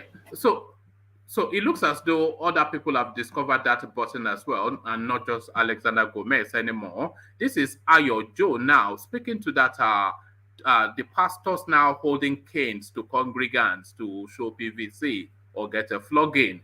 I says, churches asking worshippers for PVC is as good as government asking you for PCR before you can fly. Nigeria has to be great again. So I think that's somewhat an approval of that move. I was surprised that engineer moved away from it because I thought too that was a good idea. Churches asking for worshippers for PVC is as good as government asking you for PCR before you can fly. Nigeria will be great again. I wonder when people say Nigeria will be great again, as though Nigeria was great once upon a time. So Nigeria will be great again and make America great again, I suspect. Sonny Utal now, a regular super chat user, he says that means the pastor and all institutions claiming to be practicing the way of God that is asking for PVC before entering. Wow, God is love. That means that the pastor and all institutions claiming to be practicing the way of God that is asking for a PVC before entering. Wow, God is love. So I think that's somewhat a disapproval because I think Sonny's narrative is only solely just break it up. I think he's just interested in breaking it up. But he comes in again with another super chat. He says, religion is not of God. God is love. Shame on the pastor and everybody that supports such. So there it is right there. I knew that was where he was going. So that is Sonny Utar just sticking to his usual mantra. Just break it up. So break it up. But before we break it up, Baba Kure, let's see if it can be fixed first by our champion from the East. But who gets the ticket? The real topic that everybody has been just debating around today. This is Reno Omokri asking innocently. The only problem is who will be the presidential candidate and who will be the vice. Reno Omokri reacts to reports of Peter Obi and Kwankwaso merger. So these are a lot of people suspect that that is where that merger will fall apart because, of course, everybody, both of them individually, they feel that they are presidential in their own right. So who gets the front seat in that merger, Babakure?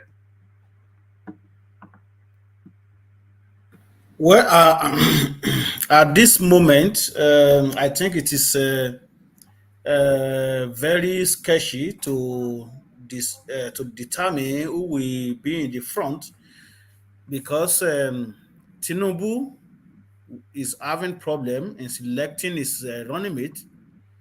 Likewise, Atiku is also having the same issue, the same thing Peter Obi. So right now we cannot really say, okay, well, this is the person that we think will be in the front seat because for Peter Obi to really win the election, I think he has to choose deputy from the north. And if Kwakwanso cannot be his vice, there is some, so that will bring some issue, and I don't see anybody in the northern part of Nigeria that can really, or maybe in Labour Party, that can really be his vice that will pull some crowd. Then the issue of Tinubu also, if he chooses Muslim as his running mate, he's going to lose some election. I mean, some votes from the southwest. We be saying, oh, where is from southwest? Is from southwest. He will lose a lot of Christian votes in the southwest. That is for sure. Then you go to the east, where their main religion is Christianity, most especially Methodist, Catholic. So you can see that you cannot really say that, okay, well, this is the person that is in the front right now, this is one that is at the back burner. So, and if Atiku choose somebody from the east, most people in the eastern part of Nigeria, particularly youth in the eastern part of Nigeria, they will vote for Peter Obi. That is for sure. That is for sure. Remember, they be claiming that, okay, well, this ticket is supposed to go to east, but everybody's want to be greedy. Even the northern part of Nigeria want to be greedy. Even the southwest want to be greedy, rather than sowing it to that place. To me, if we really want to justify everything, I think the two tickets supposed to go to the east and let them battle it, rather than Tinubu coming out and to me it is very barbaric. And to finalize my point, I don't see anybody in the front right now until when they choose their running mate. Then we can dissect and see who have better chance at that time. All right, brilliant. Well put, Babakure. So well put. And just for the benefit of the audience, I know this has been somewhat of a high-octane, controversial sort of session. But if your senses have not been too jarred, then please try and click on the like button. Get us to 150, which is where we like to set the benchmark. So yeah, if you have no reason not to click on it, and I suspect a lot of you would not want to click on it now because we have not surrendered to Peter Obi. But if you are more of a more balanced mindset and understand the conversation, if you understand the conversation to understand what is being said, then click on the like button. Or if you are some kumbaya from Ipobian land, just reaching all over social media, then do as you please. So thank you, Babakure. Let me go on from you, Babakure, to Babati, who has been chiming in, but who now takes the floor, and it takes it up from where you left it, Babakure.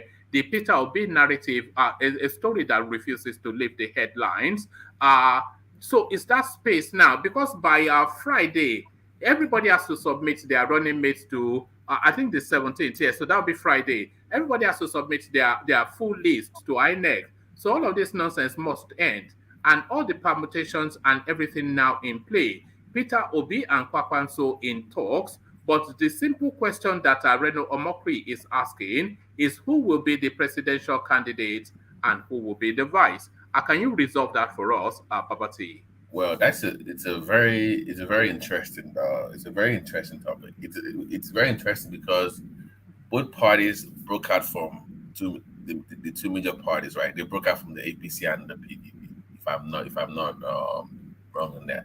So they're both like factional leaders in their own right. So for the interest of, I think for the interest of fairness, I know it's politics, but for the interest of fairness, I would say Obi should be the head of the ticket.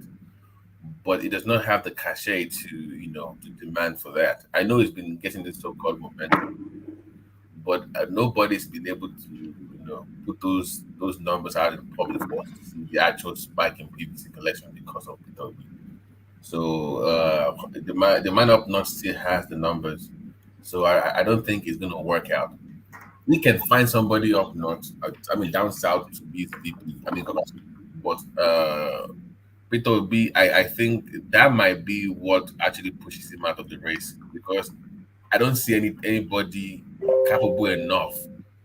Like you said, everybody's already snapped off. Maybe no Ribadu, but it's not been relevant politically for a while now. So I don't see that.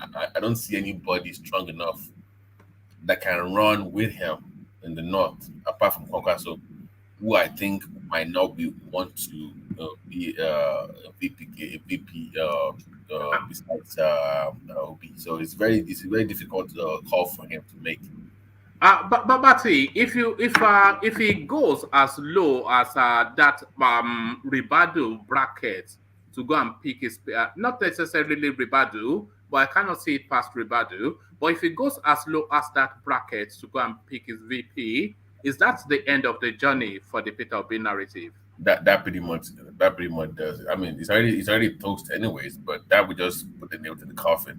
That would just give him no chance. It needs a big wig. It needs someone like a Kwankwaso that has the numbers. If you can get him to become his VP with some concession, of course, then he has to then start working in the Southwest, campaigning them there heavily. Don't take his Eastern brothers for granted. Go back to the South and maybe the North Central. And you never know. He might break through those glass ceilings and actually do some damage to the major political parties. But he has to secure somebody major enough. And like you said, the only person that we can all see that can actually help him with his dreams will be Kwakwanso. But the question is, will he step down for Obi? That is, I don't see it happening. But if Obi is good with his words and with some concessions, you never know. It might happen. There are only two names in the north that I can think of that don't have proper Premier League clubs at the moment. And unfortunately for him, both of them are parked in NNPP. It's Shekarau and Kwakwanso, and both of them are already in NNPP. So if it doesn't get either one of those two type of names, then it's just, it's bye-bye birdie. It's just the usual, it's bye-bye birdie. It's going to be a very tough task for him, and I think that if he can manage to get one of them, the debates might also help him too. If they let him on stage with Tinubu and Atiku, the debates might actually help him. How to in the South especially that can help him. So. I'm not sure how much of the conversation you were because I expect that people flit in and out as they go about whatever they are doing as the thing makes. But in the conversations we're having, we had to dig up some data, and we concluded that all of the totality of the Southeast votes in 2019, they were less than 2 million, and the votes that this Labour Party that Peter Obi has now gone to park his ambition, the votes that they garnered in 2019, it was 5,000 votes. 5,000 votes. Wait a minute. So, yes. So they got less than 2 words. She already got about 30 something thousand. Right? Yes, they got less than everybody. Wow. They 5,000 votes, and that is to tell you that it's just friends and families of party people that just voted. That means he has to spend his own money. If he's really serious about it, he has to spend. He cannot go with this crowdfunding, Yes, there's additional data. So we're looking at the pathway to the presidency for Obi. So it's the party that he packed his ambition. They got about 5,000 votes. He's just the one trick that the party has. And then as we're looking at the region that he is most vested, they have less than 2 million votes. And there are over 176,000 polling units in Nigeria. And for you to be a serious contender for that presidency, you have to man each polling unit with at least 2 agents, maybe even 3 to supervise. So what's the pathway to the presidency for this chap? There's no pathway. I hate. Let's just save ourselves the trouble. There's no pathway for Peter Obi. I mean, all the data don't show it, but yeah, I didn't even know they had less votes than show it. That's terrible. if AAC can do it, I'm sorry, no disrespect to Showori and his fans, but if the AAC gets more votes than the Labour Party, then Peter Obi should just not waste his time. And I like I keep saying, more people from the East will still vote for Atiku than even Peter Obi himself at the end of the day. I think that they will still vote for Atiku than Peter Obi. So he has to get that guy, find a way to convince him that to run. Even that itself is still a difficult task. It's still a very difficult way. So the question is, can he galvanize Nigerians enough to where they will just abandon? They have to, for him to win. It cannot have the typical Nigerian voter still voting for APC and PDP. They have to abandon those two parties for him. Like they'll say, we're done with APC, PDP. We want something new. That's the only way those parties can win. If you see have the conventional voters voting for APC, PDP, no, they will still win. But they have to find a way to make them abandon their belief in APC, PDP. I'll say play the ageist card. Throw up these geriatric people out of office. Play that card. I know it's unfair to the old people, but damn it, that's what you have to do. Play that ageist card against PDP and APC. And then make people abandon those two parties for you. That is the only way I see them winning. If not for that, it's just a waste of time. I'm not sure what the data is, but it will almost be a world's first for somebody from 5,000 votes to take a presidential seat. From it has to be a world first. That would be some miracle. You can't even rig that kind of election. You can't rig you can't rig it for him. I feel so bad for him. We want him to do so well, but unfortunately, he lost that PDP battle. That was the deciding thing for him. That was when he pretty much ended his political career, in my opinion. That should have been where he put his mouth and his effort, not this Labour defection. I'm still disappointed that he did that, but at the end of the day, I know I'm saying it one more time, but some way somehow Nigerian people will rise up and do the right thing for the first time in Nigeria's history. I believe strongly that they will do something. I don't have any names yet. Don't let me mention my candidate, but some way somehow, I believe that Nigerians will surprise one man. I believe that they will surprise you. I'm hopeful that they will. They will abandon APC and PDP. I don't know how, but I think that by July, we might have some indication that they might not vote for. Baba T, wake up from your dreams. I'm trying. I'm trying to wake up, but that's my wish. I want them to just do the right thing. In a society, Atiku and Tinubu should not be even contesting for anything at this point. They should not even be showing up to contest for anything in a society. And since we're not there yet, and you have somebody that is shaking clearly, you have an arm robber on the left, and you just wonder why I did the best you can. And you have options. You have Showori, you have Obi, you have just vote for that person. Change the narrative for a second in that country. And I'm hoping that some way somehow they come to their senses and do the right thing for the first time. I'm hoping so. I'm really sincerely hoping so. All right, well put, Babati. So Babati, so to this headline, why I want to be Nigerian president, it's a name that you're familiar with and it echoes from the past, but reincarnate. MKO Abiola's son, Kola, who has now won a hard-fought presidential ticket with the PRP. He's now traversing the media spaces, selling his wares on why Nigerians should vote for him. Is it refreshing to see this guy holding the family name in that business? And really, what took him so long to come into politics? What are you thinking of Kola Abiola, PRP? You should go and sit down and stop wasting people's time. I don't even want to talk about him. I'm sorry.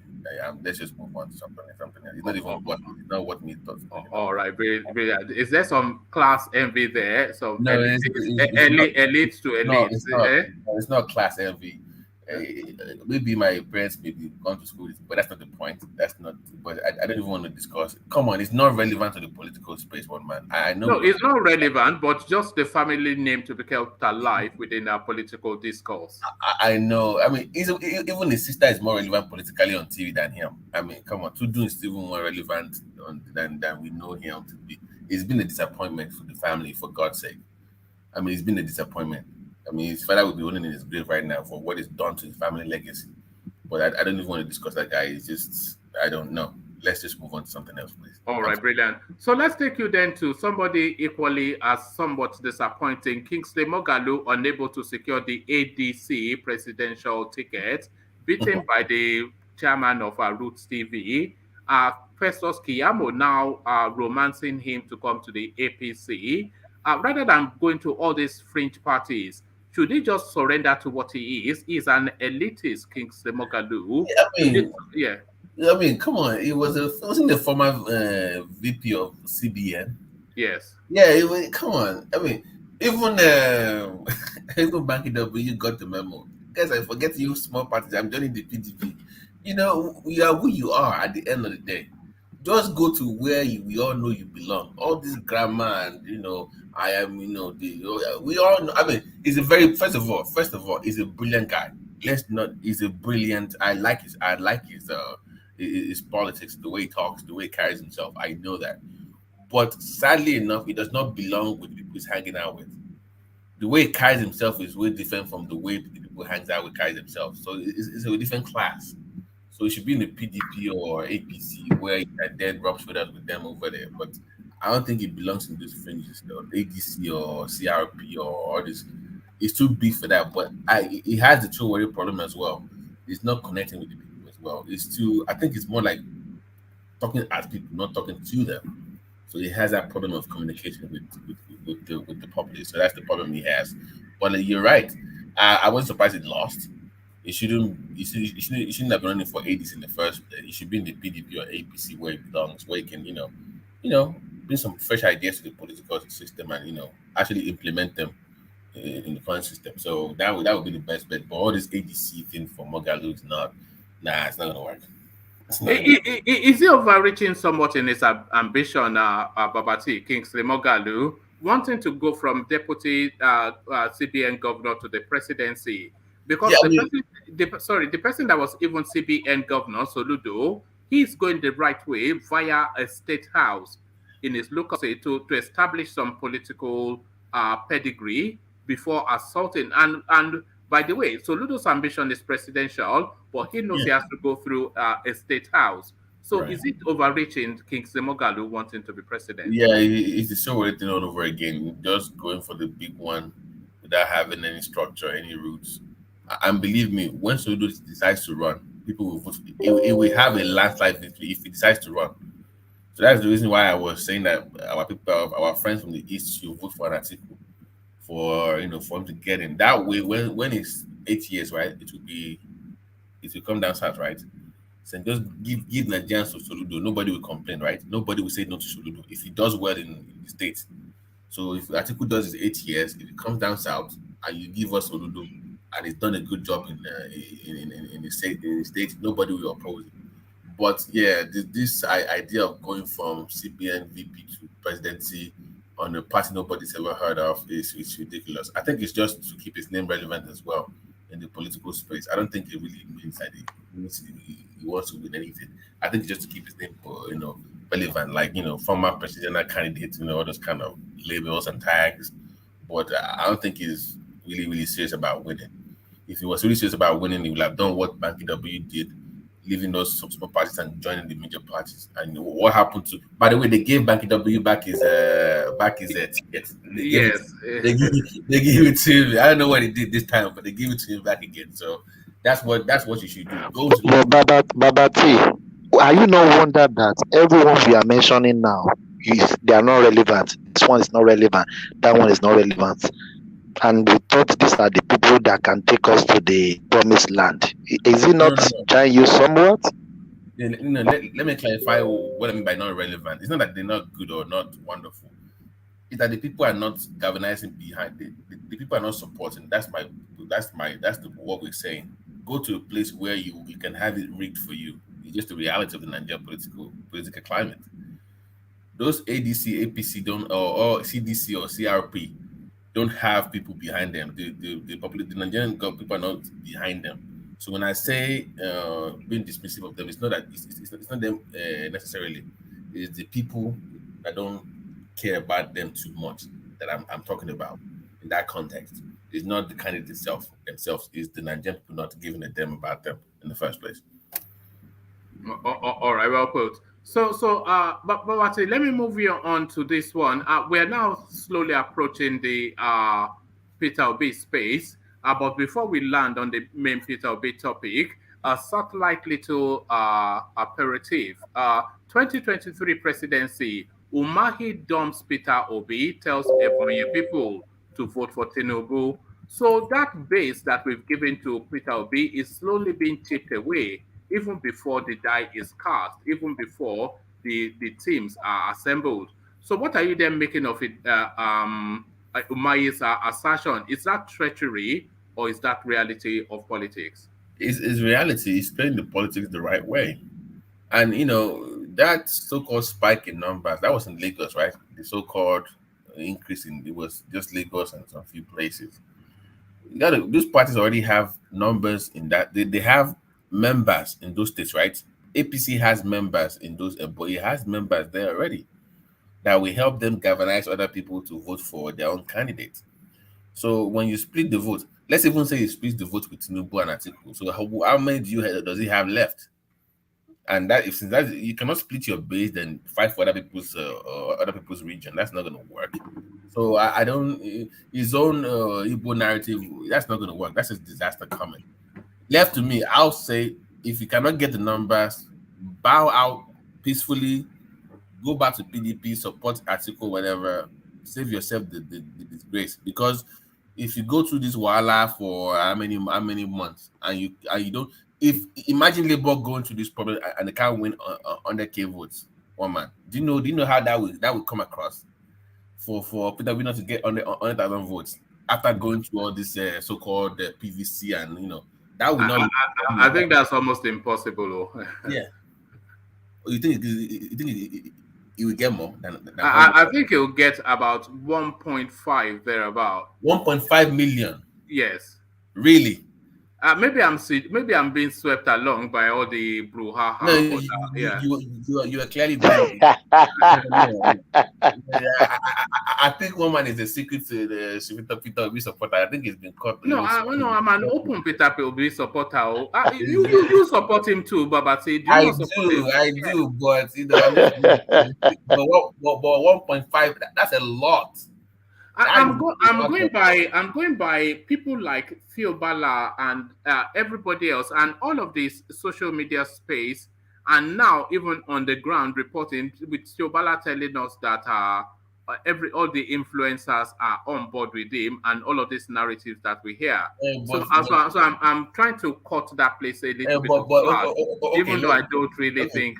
So let's do a quick breakdown, because Lagos, if you look at the last 22 years.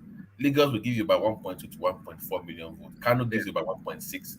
And Port Harcourt, that year they give you, Rivers, they give you about 1.1 million. They are the three highest voting states, right, in Nigeria over the last 22 years. So where do you think the 1.5 million will come from? That's why Katsina has 1.2. Right. So how will it get 1.5? Kaduna has 1.4. Babati. Kaduna has 1 million. Babati. Lagos. Are you taking into consideration the killing of Christians? Like, for instance, what happened in war? I'm not dismissing anything. I really want to know. I'm not being honest right now. I'm not trying to shade anybody. I'm really interested to know where the votes will come from. That one. It's not fun. Come on, I'm serious. I'm being serious right now. No, of course, you are right. My point is that if, for instance, now, I'm thinking, no, it might not be right, though. If he eventually get a Muslim ticket, don't you think that one will also influence some people in the West? Yes, absolutely. In fact, that will get if Tinubu goes for a Muslim ticket, but that will help Atiku more though. If Atiku picks a Christian, not so much Obi, I think it will help Atiku more. But I think that might help Obi too. But to get 1.5 million, like one man said, that's a lot of votes. That is a lot of votes. That's a lot of votes.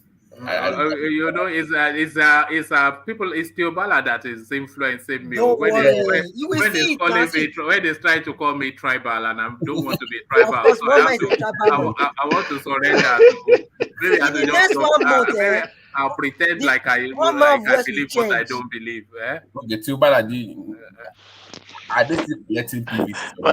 Baba T, from 5,000 to 1.5 million, one man. That is the Peter Obi factor now that Teobala keeps telling us. Well, I mean, what part? That's almost. I almost think that's a lot. I'm saying that. But like me, I'm saying something that will happen that have never happened before in Nigeria. All right, in the world, you mean? No, in Nigeria. From 5,000 votes to the presidency is a world event. That's a world record. I'm not working on that data. Okay. But this is my concern. Who do you think is viable enough that he can pick, minus the two we mentioned earlier, if they refuse? Who can Peter Obi pick from the north that will get him that 1.5 million? The problem now, if you fail to get Kwakwanso, it will be a problem for Peter Obi, on the condition that Kwankwaso did not compromise with to join Atiku at the end of the day. Otherwise, whoever Peter Obi picked, he will be able to get some votes in the north. The reason being that Kwankwaso will also share some votes in the north. Atiku will share some votes. So this election, is somehow we cannot really don't forget. Showore running mate last time was a northern candidate, and he didn't get any single vote from the north. Showore narrative is quite different because Showore was unable to penetrate to the masses. I agree with you. I'm not arguing with you. I agree with you. Do you know that? Do you know that the Northerners vote in bloc? You know that, and you know that a large bulk of the North, they are not as sophisticated and as enlightened as you are. They tell them what they do in the mosques, and the emirs tell them what to do, and they do it. What about if this guy is on the ballot? Which guy? Yeah, but Kwakwanso is not going to be on the ballot. This is what we're saying. We cannot say. Peter Obi will end up with Ribadu, somebody like that. No, I'm not saying with Peter Obi on his own. Yeah, no, that gives him a chance. That gives him a chance because he can introduce him to the north because they follow him. So he needs somebody of that level. Yeah, well, I want to speak on that. I forgot. You see, I will use my state. I don't know if people notice it. Anytime there's an election, before the election, you see your northern people, you are booking, they'll just go home one day. All of them before one morning, they'll just pack their load and go home. Then a day after, they'll come back. When you ask them, where did you go to? What happened? They said they went to register. One of their Dogayaro called them. They went to register their PVC. Now, when election is coming, a day to election, your gate man, the booking man that said go on the junction, they all leave. These people that live. Their living is under 10,000 naira a year, but they can afford the transportation. Either them or their leaders organize for them trucks, take all of them back to the north, which gives the north organize and bulk vote. Look at the language: organize and bulk vote. But the south, they can even go with the goats. They will go with the cows. All right. Yes. So, but the south, we don't have it. We have disorganized vote and individual vote. Individual vote does not count. Okay. We should learn it. That's why I agree with the church thing that you are telling people to go and get PVC churches. What is? What about a situation whereby Kwankwaso is on the ballot, Atiku is on the ballot? That is, you're not okay. Mama can answer for me. Thank you. No. What is? Okay. All right, go on. It wants you to answer it. Okay. Now, Teobala, you're not using logic. We should go by logic. We can say anything we want. No. I would like you to answer me on facts. Kwankwaso is not on the ballot yet. But the Kwankwaso is on the ballot. And Atiku is on the ballot. And Peter B is on the ballot too. 3 different parties. Is that what you are saying? Yes. those two Kwakwanso and Tinubu will share the northern vote, and Tinubu will not get one vote from the north. We cannot Tibala, wait. You know, one man just said something earlier that I think we should pay attention to, because you were saying that Obi can penetrate the space and get to the masses. And one man just said that those people vote in blocks, and they are told what to do in the mosque and by their culture, by their elders. So how is Obi going to navigate that space when, of course, those people are already, their vote is already secured already? And those people voting in block now, that is the problem now. Will that block go to Atiku only, or will that block go to Kwakwanso only? But that block is not going to Peter Obi. In some cases, yes. In 99.9.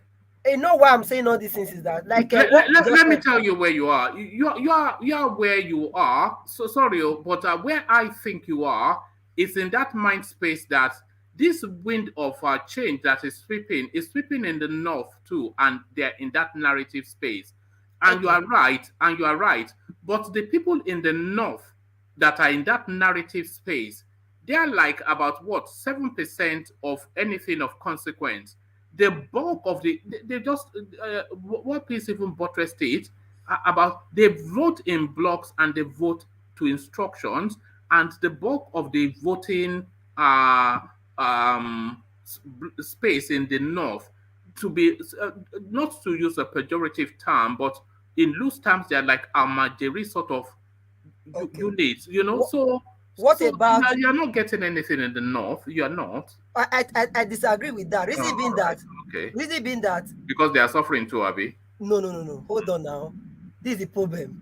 Okay. You forget to put this factor that we have a lot of Igbo in Kano. Mm-hmm. We have a lot of Igbo in Kaduna. Right. And the middle belt, like all those Kogi, all those other parts, we have a lot of Christians there too. So this, like I said before, we just have to wait, see how the campaign will go, and see. Let's see their vice president. Have you ever heard the phrase "hoping against hope"?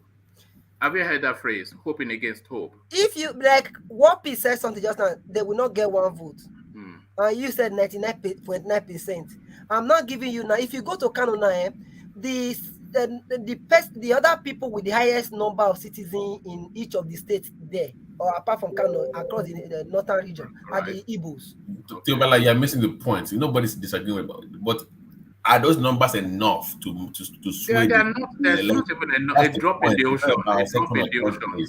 You are correct. It might not be enough. That is the factor I'm trying to bring in. It's not a factor. It's not a factor. No, the factor I'm trying to bring in essence is that let's assume he's able to get those Igbos or other tribe in the north or wherever.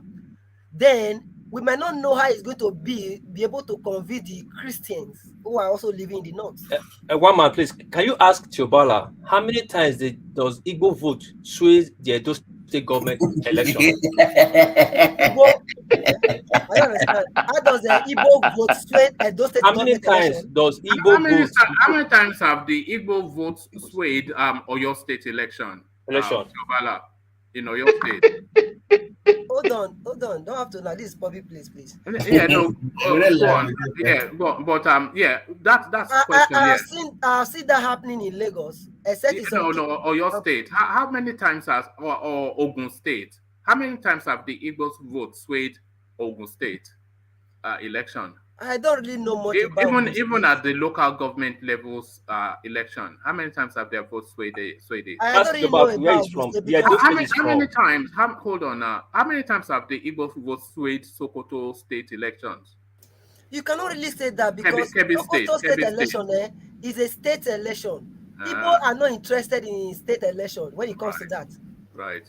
But they live there. But No. Because no matter what they do, they will definitely go with they're only interested in presidency. Every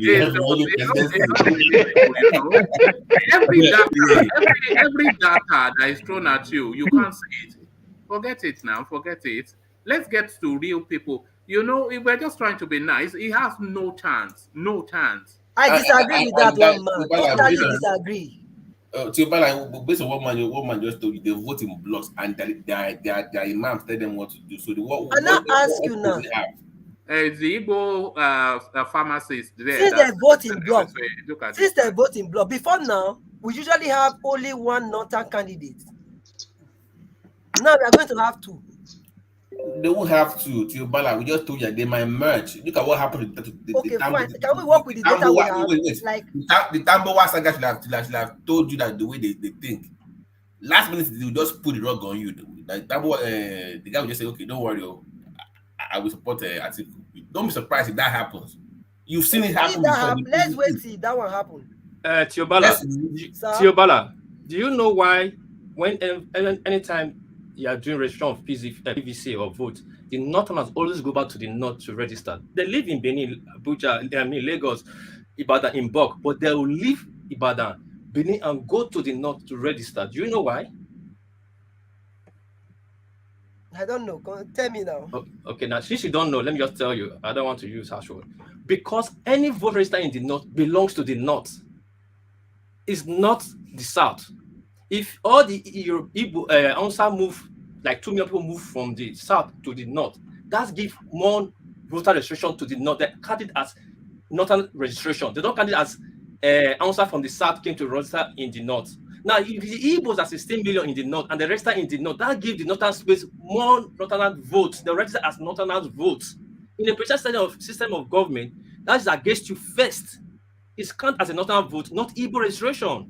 If Igbo wants to win, they have to leave the north, register in east. Send to the south. One man, can't you correct it for that? No, I wasn't even fully on board what he was saying to understand. Okay, let me tell you again what Tiobala. No, any place you register, listen. Hold on, Tiobala. Any place all right, make that point and I'll get back to Babati. Okay. Yeah. Tiobala, any place you register your vote to vote, you are boasting that space of that region, of that voter power. Now, if every northerner go to the north to register their votes, it means that you already have a fixed number in the north. It's already written down not have 60 million votes. Now, if everybody in the north, like the people in the north, still remain in the north to register in the north, you are boosting that northern vote too. They should come back to the south to register, to boosting the south votes. No, that's what I'm telling you. I understand what you are trying to say now. You are very correct, but at a point, you are also wrong in some aspect, in the sense that it depends on where that vote goes to. Now, one man said something, somebody talking about 25%. If they can use those numbers, you leaving your state to go and register, rather leaving where you live to go and register in another state, you are also doing yourself a harmful something, because we are looking for 25%. All right, let's get back to Babati, who has the floor. So Babati, you see how complex it is. It's a very complex situation. It is very simple, but the complexity is that you don't want to crush people's hope and dreams, especially when you share those hopes and dreams somewhat. But the data, Babati, the data does not, it doesn't. One man, let's crush the hope and dreams. Let's crush it. Let's save them the trouble for the next 8 months. Crush it now so that they can recover by now they will recover. When it comes to 8 months, they would have recovered from their delusion or whatever. But I think the case he was making is a case of residency versus tribal. The law does not recognize your tribe when you're voting. They see you as a resident of that place, so you boost the number if you're there to vote, not because you are Igbo. It's because of the number. Thank you, Babati. It's about residency, not tribe. They don't see you as tribe when you vote. It's about the numbers of residents that are voting over there. So that's what you need to put in mind. But you don't have the numbers, and any merger that Obi has to involve himself in, he does not have the upper hand. He has to succumb and just take the VP position. I'm sorry, you are the ones coming with 5K votes, or your 1 million, 1.2 million, like one man said. I'll be reminding of that now. That's one man. Don't forget, I'll be reminding you of the 1.5 million votes. So, but that I don't see him. In fact, Obi, why did you leave PPP, man? You should have stayed. I wish he wasn't in the politics, because it's taking up all the space that we should be really using to discuss the reality of it. Yes, or the real contenders. But now we are spending time discussing somebody like give, Peter. you know what? Let's give him to Friday. Yes. When he picks the VP, so we know at least by Monday we know if it's finished or not. Then we can just bin him. Or head. Okay, so that way we can come back here and help our Igbo brothers. We can help them heal. You know, they'll be wounded. You bring the brandy. I'll bring this. We need brandy. All the POP to bind the other wounds so that by Monday you can help them. Babati. One man, Igbo brothers are afraid to come to your platform because you will vilify them.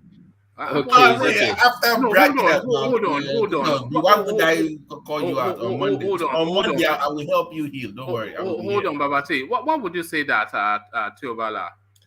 Because like now, me, I'm not an Igbo man. The way they are Igbo vilifying me, it looks as if me na Igbo.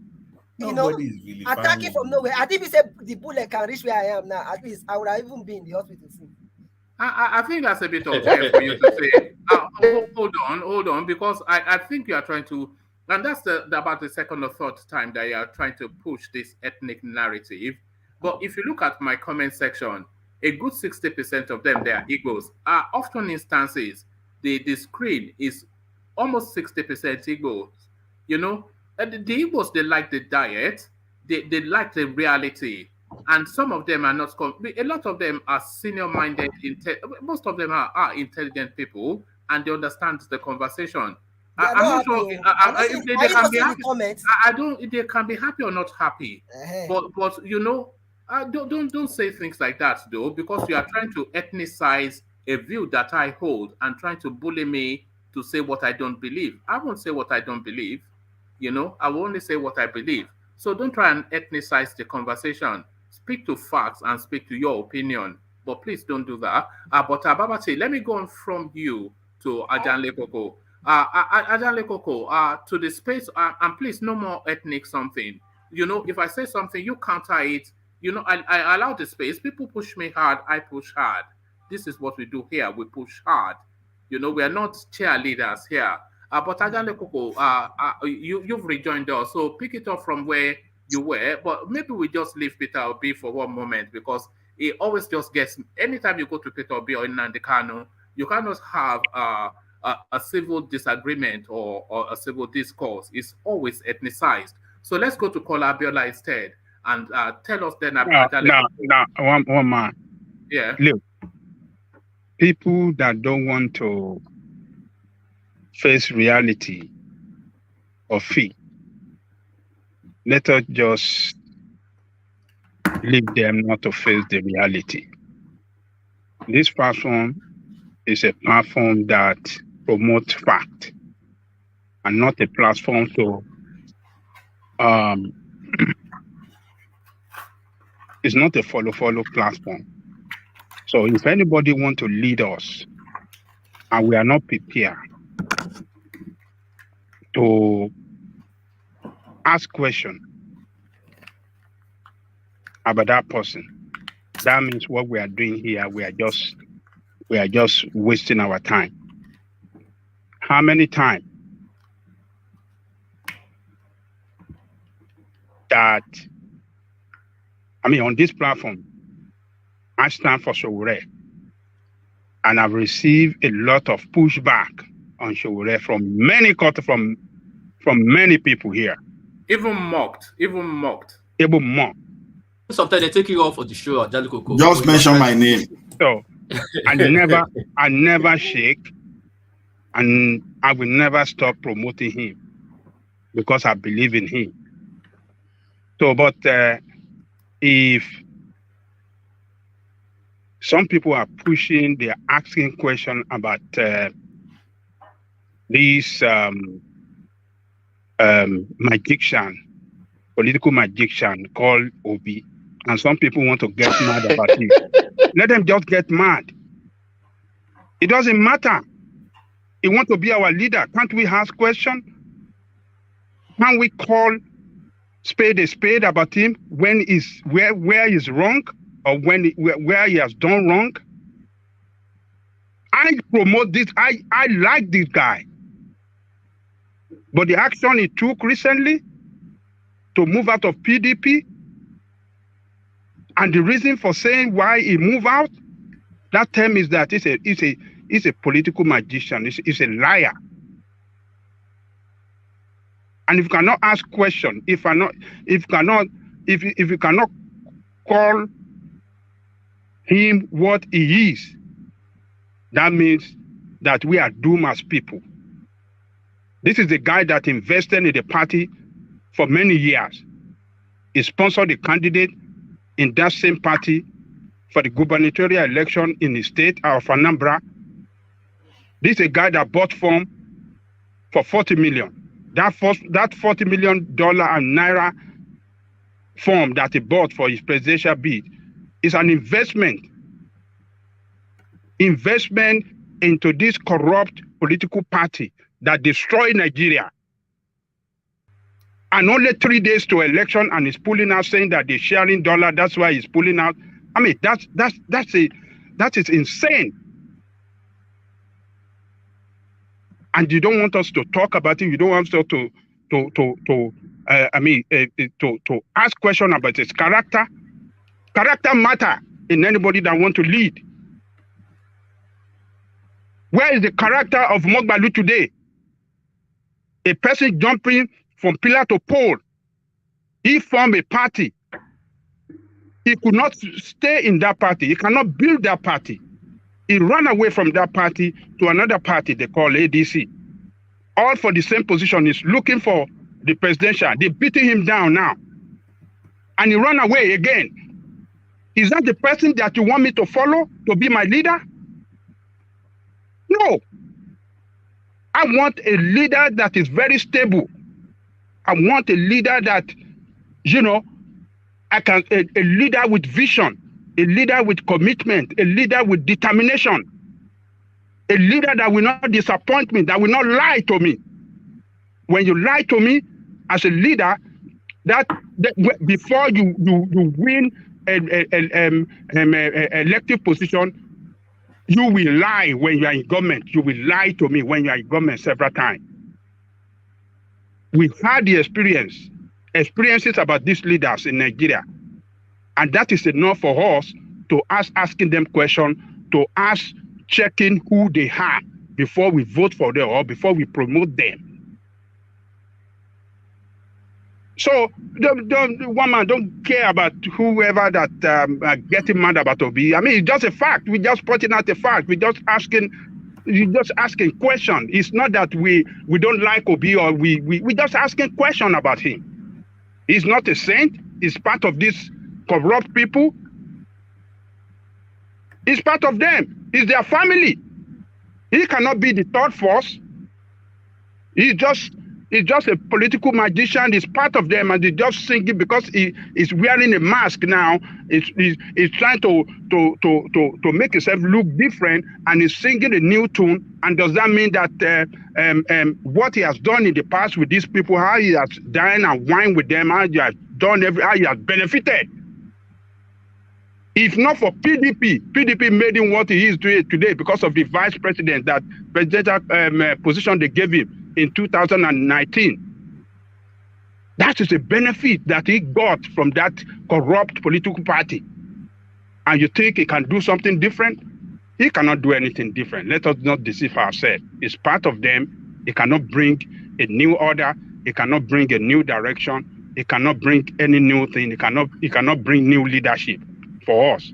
We need a new third force, somebody that is different completely from this corrupt politician, somebody never romanced with them, somebody that, yes, when he said yes today, he stand by that yes, and I can believe him, and not somebody that will change overnight. Turn things, if we say one thing today, do another thing tomorrow, and then we give reason for doing that another thing. It's just like Dr. Tude Bakari, that lied that God showed to him that he's going to be the next president, and he failed, he got 0, and he went to church the second day, the next after election, saying that, oh, it's 0 tolerance. That 0 he got, it means 0. I mean, how can you just allow yourself to be blindfolded by all these liars? No, we cannot be part of them. Let us call spade a spade. We are not Look, Ismaja with Kankache cannot get him to anywhere. They are just lying to themselves. They are eating Tuwo Kinshafi. They are eating Akpu and Uchewu and just eating all these things. They cannot yield for themselves because they are in two different parties, just like I said earlier. So thank you for that, Ajale Koko. It gets a bit wearing sometimes when we try to have this conversation. But as soon as you are, and our job is not to praise sing, or our gathering is not to praise sing anybody. We beat up Shore heavily, and I'm sure that's why he's not come here, because he knows we're around. I've sent him a voice note. So we beat up everybody mercilessly here, only because we want to really drill into their core to find out if they fit what we, so whatever we call him a poser all the time. We call Tinubu Jagaban of GBT. We call Atiku a looter. We call Buhari a yam head. So everybody gets a beating. So why should Peter Obi not get a beating? You know, so come on. Why can't he get a beating? This money. We ethnicize it immediately. And I mean, I'm a Yoruba man, but I never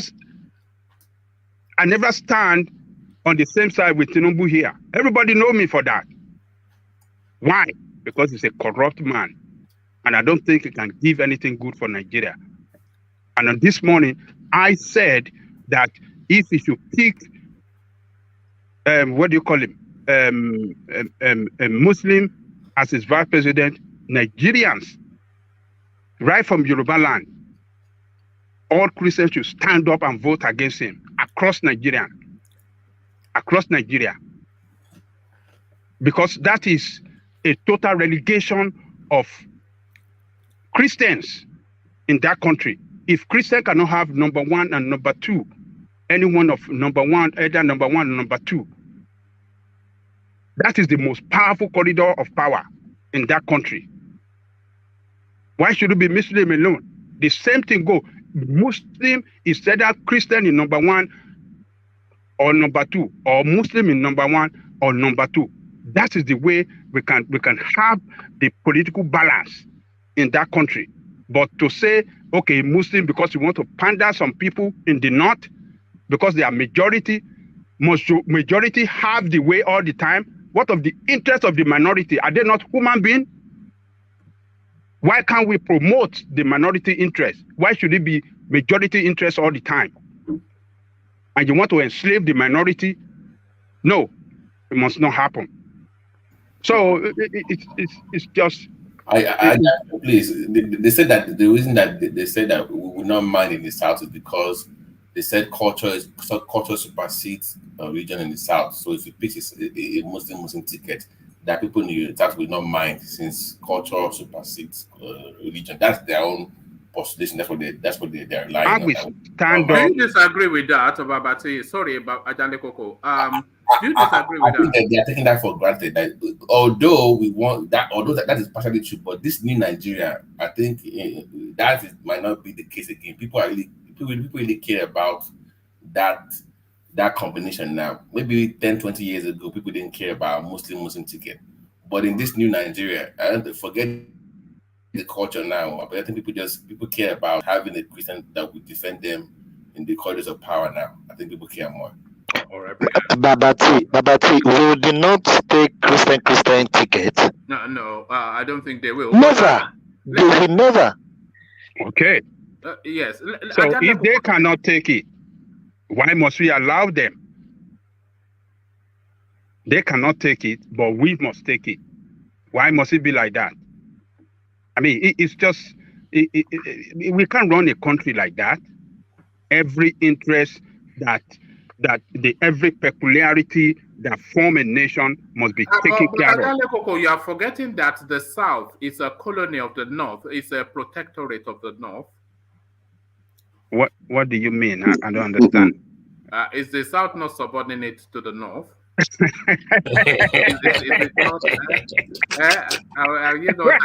want to ask Ajale Koko a question. Ajale Koko. Yes. You see the point you just raised now about Muslim ticket, because we are permutating about some presidency chance and all that. This was the point we tried to talk about.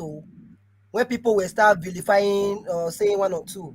It's just a permutation we are permuting. We are not proposing any special candidate here. Like now, you came up with the idea of Muslim ticket, and you said that it will ruin Tinubu chance, even in Yoruba land. Without I being said able, I will push for it. I will campaign for it. I will urge people to vote yes, for Tinubu if definitely. it should make that decision. Yeah, and many people, even some pastors in Yoruba land, even normal people, are even see saying the same you are saying right now. But somebody came here on this platform, say Yoruba will vote Tinubu, irrespective or whatever, 100%. Tiobala, it's a shame you were not here in the earlier session because we discussed this at length. And because Tinubu has narrowed to 4 names, as far as we're aware: Shettima, the ex-governor of Borno State; El Rufai, Ganduje, and who was the third one? The one Bagudu. You know, so those are the 4 names who are Northern and Fulani and Muslim, more to that space. And what we were discussing then is that the Christian Association of Nigeria has said that nobody should do a same religion joint ticket. But the permutation is that Tinubu, by virtue of him being from Yoruba land, he will likely hold on to Yoruba space because the Yorubas, as much as they are Christian or whatever, they are first Yorubas and they will want their son there. So the Southeast, is too convoluted a political space for Tinubu to hope for anything. Whatever he'll get there, he will still get there, but it's not going to get much there. So his politics will be to the north, and there are Christians in the north, yes, but the predominant religion in the north is Islam. And the Northerners, they are more fervent about religion than any other space within the Nigerian space. So he has to make the calculation or where he makes the most loss and where he makes the most gain. So if he goes for a Muslim ticket, he will take some losses off the Christian South. That's absolutely no arguments there. But there will be elements that will hold firm for reasons of tribe. So that one is also not arguable because the Yorubas, everybody, just like the Southeasterners are arguing fervently for their son, the Yorubas also want their son on that seat. And they will look the other way, a lot of them, Christian or not, that they just want a Yoruba man on that seat. So he makes that calculation, but the North, they are very fervent about religion. So he has to look for somebody that comes with voters and also comes with religion. So that makes it a Muslim ticket. I don't think any permutation puts a Christian there. Simon Lalong is the only one, and they've already dismissed him. One, because he was sympathetic to Amechi, and they don't really trust him. And 2, he doesn't really bring voters, and it doesn't bring anything to the ticket other than religion. But for the play in the North, where the dominant religion is Islam, he needs that religion to play because he needs every vote. So he has to go for a Muslim. No question about that. Oma, what of Babache Lawa? But for like Babache Lawal is not. It doesn't have a constituency now. The only thing, he was just the secretary to the federal government before he was sacked for stealing money. Before you give back the floor to Ajele Koko, the point here is that even from Yoruba land, people will vote against Tinubu. No, have we not discussed that in the permutations?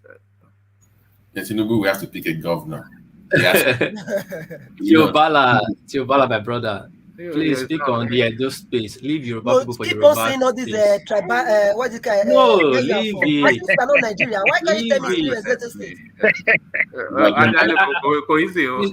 like you are telling Yoruba what to do. If you are telling me hold on. If you are telling me Binima what to do, I will answer. I will listen to you because we are from same state. But you can't be telling one man, Ajale Koko, Thomas, how that state will be wrong. It's wrong. I don't understand. Why? No, he's entitled to an opinion. He's entitled to an opinion. What is if you go to the comment section, there are Yoruba people there. They say they want to vote who they want to vote for. Not because Yoruba, they are not society to anybody. Oh my God. All right. You are in this space now. If anybody attacks you, is attacking me, I will stand for you first. Same that Jalagoko and one more will stand for their own people first. I stand for what is right, and I think I playing independent of it. One is playing independent. No, I moderate, so I cannot be. I understand, but that is reality. Because you said it to Tioba and you hurt me. I don't understand. What have I done wrong again? No, all right, settle down, Teobala. You are really picked up on. Look at that. One man, hold on, no. This is what I just said, though. That if Tinubu make it Muslim ticket, some Yoruba people will vote against Tinubu. That is what I said. What have I said wrong? Hold on, Teobala. Don't use that as your permutation. Don't. Let me tell you why. There'll be a lot of Yoruba people that will vote against Tinubu for reasons of picking a Muslim ticket, but it won't be a significant amount of people. At least some. What the Yoruba people want is to have a Yoruba president.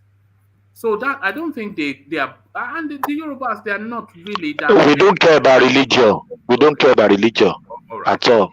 Okay. If that is the case, if people don't care about religion, if people don't care about the competency of the nation, meaning, I will say it now categorically that some part of this country are the major problem of Nigeria. The Yorubas. I cannot mention if you know that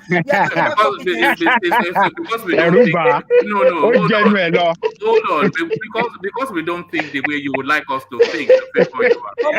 What is there? Why can't you hold on. Because we don't think the way you would like us to think to favor you. That is why we are the problem. You see, that's No, you are saying if that is the case, then a tribe in the country is the major problem. Because we are not thinking the way you would like us to think that favors you, therefore we're a problem. No, one man, look at what I'm saying. And that's not a phobia. Forget about some man now. Everybody is peculiar to themselves. Let me tell you, I've said this so many times on this platform.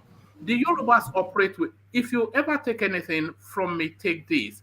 The Yorubas operate with stealth and guile. They always have done, always will do. Stealth and guile. This is what got them to where they are, and this is what will continue to get. Stealth, it's a very unique and peculiar sort of people. You have to be Yoruba. Nigeria is dying because of tribalism. All right. Tribalism have killed us in that country. Let's call it, my dear brother. I'll call it now. No, why would you be scared? You're expressing your opinion. Is anybody stopping you? Leave Osibajo, who is good enough to be Nigerian president. Now, when to go and vote money back. Right, okay. Tio. All right. You will. The penny will never drop because it's a closed mind, you know. And Igbos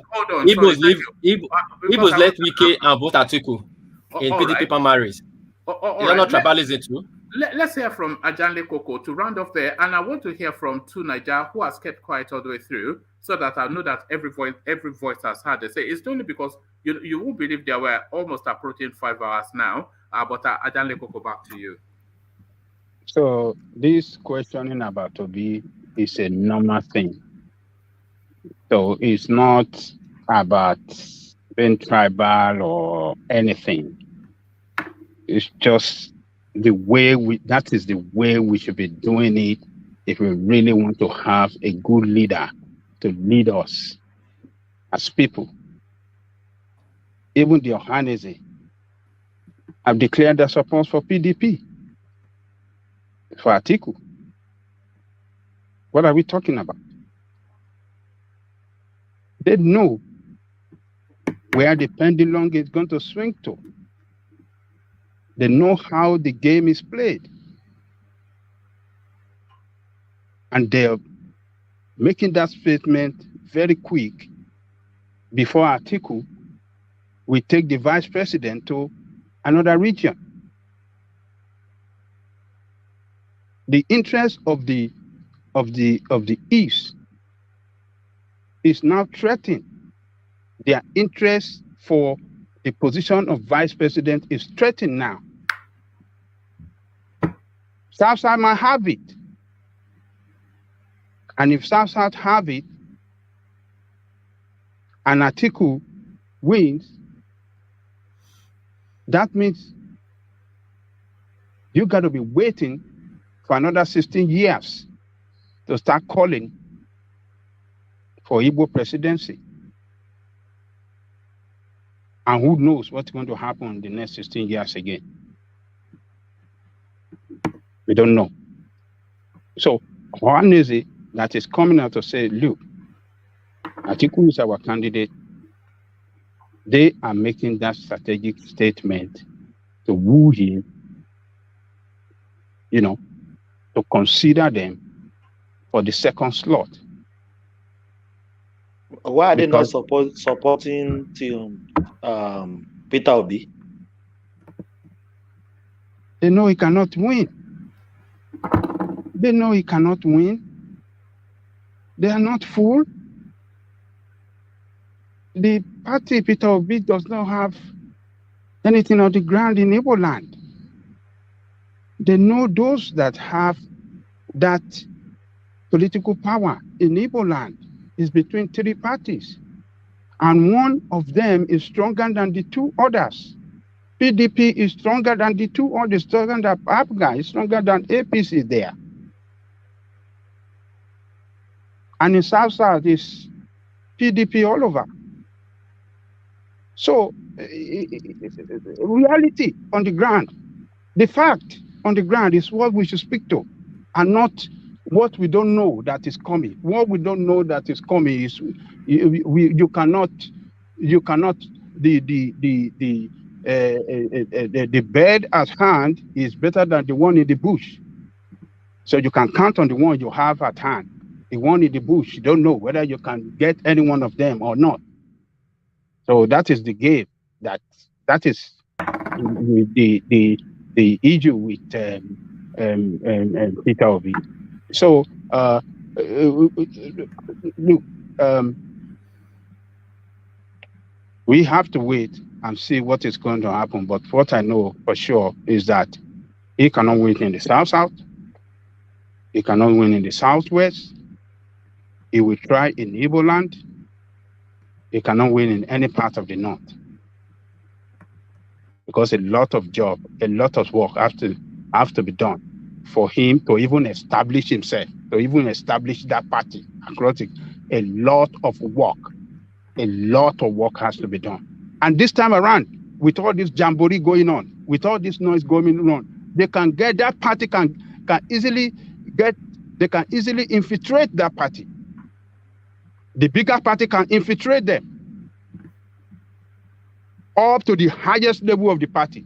They will infiltrate them. They will have their men planted there to feed them information of what is going on. And they will work against them right from inside. Because this is a party with no structure. This is a party that is struggling, all comers. Who is the enemy? Who is the friend? Who is committed? Who is just looking for money? Who is who is the spy? Everybody just rushing into. You don't know, and they are desperate too. They're looking for people, so they will gather everybody around up to the top echelon of the party, and every secret, every move, every strategy move they're trying to make, the stronger party are getting information about it, and they will work against them and bring them down. That is the way it works in politics. Yes, even in PDP and APC, they will plant some people that will pretend committed to the party, all in an effort to get information of what their strategy, what strategy are they trying to play out, to use. They do it. So in this party that we are talking about, don't you see what happened to Showore, the way they tried to hijack his party from him? He had to fight for like almost 3 years before he got that party back. So it's a lot of, look, this is not, it's not urgent work. Election and winning election, putting party in place is not an easy thing to do. It requires people of like minds, people of the same ideology, people they trusted, trust people that trust each other, that know it because they have been coming a long way. Those are the real committed members of the party. But in this situation, we find ourselves with the Labour Party. They don't know each other. They don't know themselves. So there's a lot of work to be done. So this is not about trying to pull down a candidate or trying to put that, but we are just talking to fact. We are just talking about, to experience. Some of us that participated in this, that know the way it works. So this is what play out there. So, but our brothers in the commentary section and everywhere, let's just face reality. That is just it. It's not about anything against any candidate, but we as the people. Oh no. So sorry. I want to hear from. I was just waiting for Ajahn Lekoko to round off, then hear from 2Naija, and then round off. We're 15 minutes from 5 hours, and I think we are. Can I speak on Abiola's son as well? If you are going to be extremely brief. Okay, brief. Okay. Abiola's son, I think he has taken a very right decision for not joining any one of these two criminal parties that we have, APC and PDP. He demonstrated right there that, yes, Nigeria needs new set of leadership. And if you want to be among the new set of leadership that want to save that country, you don't need to romance with these people. Yes, they are rich, they have everything, but let us go into new party, and go and start to see how we can develop and raise new set of leadership, and that is the only way that we can save that country. Not by some people that jumping from pillar to pole, singing new song as if they are saint, as if they are savior of the country. No, but new party, PRP is a good party. As I commend him for joining that party, and let's see how he's going to do his own campaign. I'll see how he's going to carry out his own campaign. Let's see how he's going to form alliance with other party. So he has done good, and people that love PRP, Nigerians, if you are in the north, if you want to change the leadership in the north, go and join PRP, go and participate, go and be part of it, and let us see how we can do it.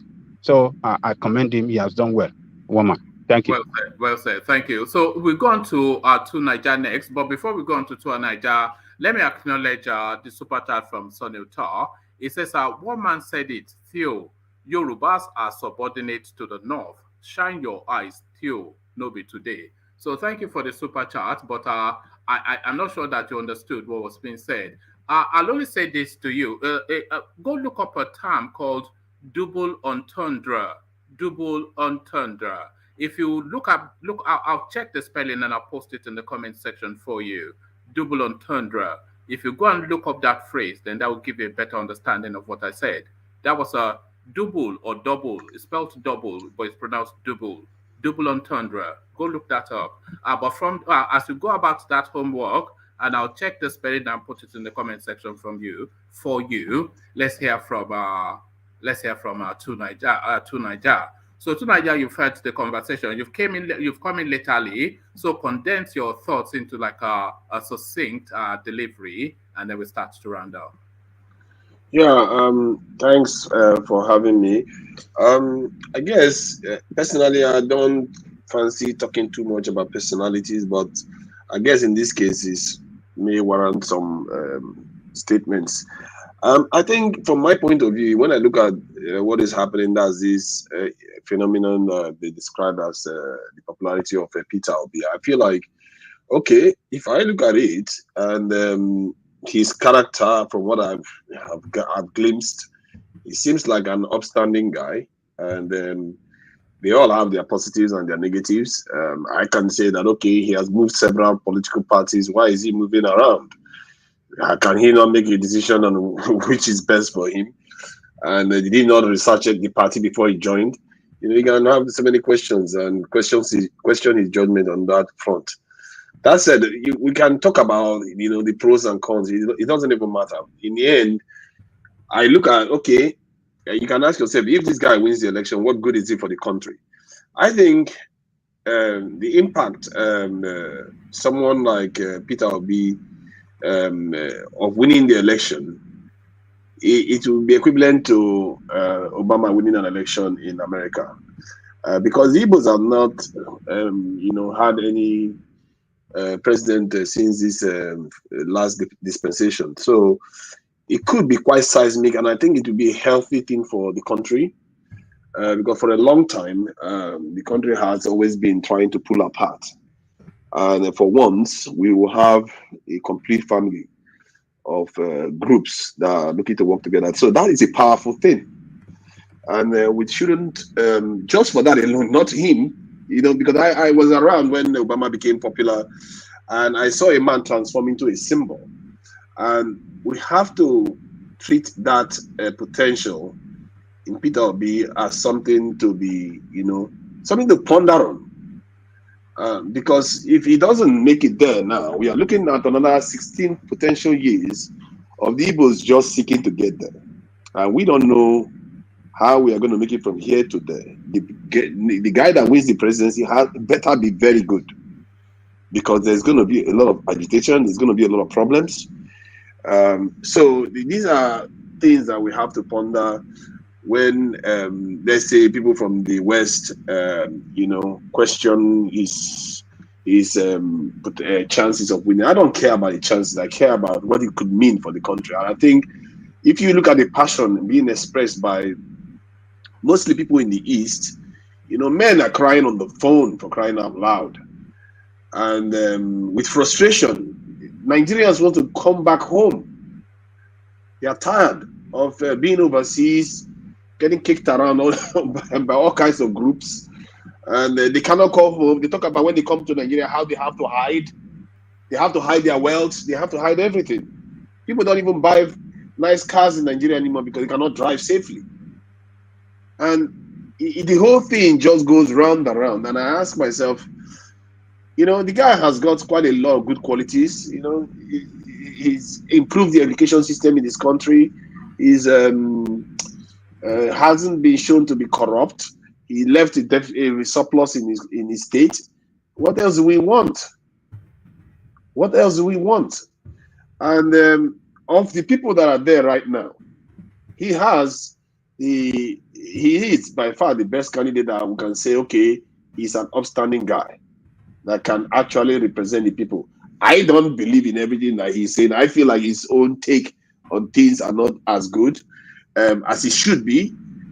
And I fear he might be of, all kinds of, he might have other people's interests at heart. Because just 3 weeks ago, he was turned down the street. So we don't know all the pictures, but I see from the point of view of Nigeria itself, that his presidency may not be the worst thing to hit this country. He may not be at all. And if Bola Tinubu goes ahead to win, that is another 18 years of another Yoruba man running, I think 16 years or 8 years, altogether 16 years with Obasanjo, potentially, of being president, or a Fulani. Another again, Fulani again, potentially. Now, why is that a bad thing? Why is that a bad thing? Because there is a group in Nigeria that hasn't been there before. For a long time, not just now, for a long time, even before then. So you see what I mean? And that is something that we seriously have to consider, because we know about all the agitation in the East. And if you can, in one swoop, kill this off. So you concede that it's an ethnic narrative. Oh, there's a significant ethnic narrative in it. However, he also has a right to have a base, because there has to be a base of every candidate, isn't it? Atiku his base is the north, Tinubu's base is in the west, and Peter Obi's base is in the east. He has the privilege of having that, but The question again is for the country. What does this mean? You know, I tell you, if Peter Obi wins that election, there are people that will be in tears. There are people that will be fainting. That tells you the power. Who are those people? Who are those people? Mostly in the East, of course, but there are also people that will not be in the East that will be doing the same, because especially if you love the country that you are from, because they understand the power of bringing the country together once and for all, where these arguments will not be paralyzing the progress of the country. So I think that's where I look at it from, and sometimes we have to, you know, keep that in mind, because sometimes even today I was telling people that, come on, you have to start making your demands now, and you have to, you know, ask him about what he plans for security, ask him about you know there are two narratives in the East that's really holding equal measure in terms of sway. There is a strong narrative of secession, and there's a letterly narrative of our son must be president. So which flip of the coin should people align with? The son of the president. That's why I say it's good for Nigeria, and it's good for, it's very healthy for our people, not only in Nigeria, West Africa. If they have succeeded in the Biafran narrative, how will this opportunity be presented to Peter Obi? To Nigeria, you got to admit they've done some damage to themselves as well with this IPOP narrative as well that damaged their presidential hopes. Oh no, I think the Biafra one, I've said it before, that is one of the worst things that has ever happened to them. As a matter of fact, entirely, even from the very beginning, because it was always meant to be a disaster. It was never going to work the way they planned it. And I don't understand how they thought you had a chance in the first place without the South. And the whole thing has been, and then the Kanu came along again. Sometimes I wish, I fear that some of these people, they just come around to come and mess with the people. Sorry, how long ago was Nnamdi Kanu? When was it last in his full pump? Nnamdi Kanu was in his full pump barely 12 months ago. Yeah, calling everybody a fulefu that did not want to break up Nigeria, and that was the only thing you heard from the East. Exactly, and what drives it is this sense of marginalization. That is what is driving those 12 months later, they want to be president. It tells you. I saw a guy. I saw a guy that man, it's so funny. Inherent hypocrisy. Yes, exactly. I saw a guy that I have never seen call for anything to do with Nigeria at all. He's always calling Fulani, all kinds of names, talking about breakup of Nigeria. He wants Biafra and all the rest. Then today, he's shouting, Peter Obi. It tells you without even waiting to draw breath. You just see from the furthest of extreme, because wanting to break up the country is the far extreme, and then from there you go to the furthest extreme without pausing. And it's the same thing. But it tells you what's going on in between. What is going on in between is the sense of marginalization. And that's why I think the power, what that means to a lot of people in the country, which is at least 30 million. Is it only them being marginalized? Significant. Don't absorb them of that stuff. No, don't do that, because also I'm thinking from the point of view of Nigeria. To be fair, I said it just now. They themselves have done themselves a lot of harm. Do you see why some people are somewhat dismissive of the whole thing? Because you are right. You cited. Thank you for what you just said to Niger, because I'd said it severally earlier, and people just throw stones at me. That a lot of the people that are now the Peter Obi must be president, a large number of IPOBians. So Peter Obi has a mass of followership.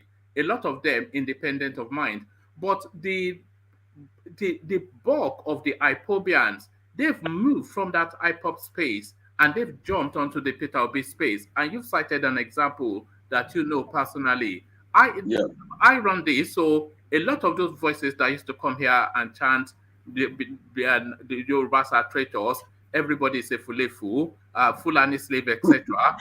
All those voices that used to come here and do that, just about 6-7 months ago, They are the same voices now that are telling me that Peter Obi must be president. Yeah, and when I try to point out the irony of it, the hypocrisy, they just say you are tribal or something. Just a minute. If I may respond to that.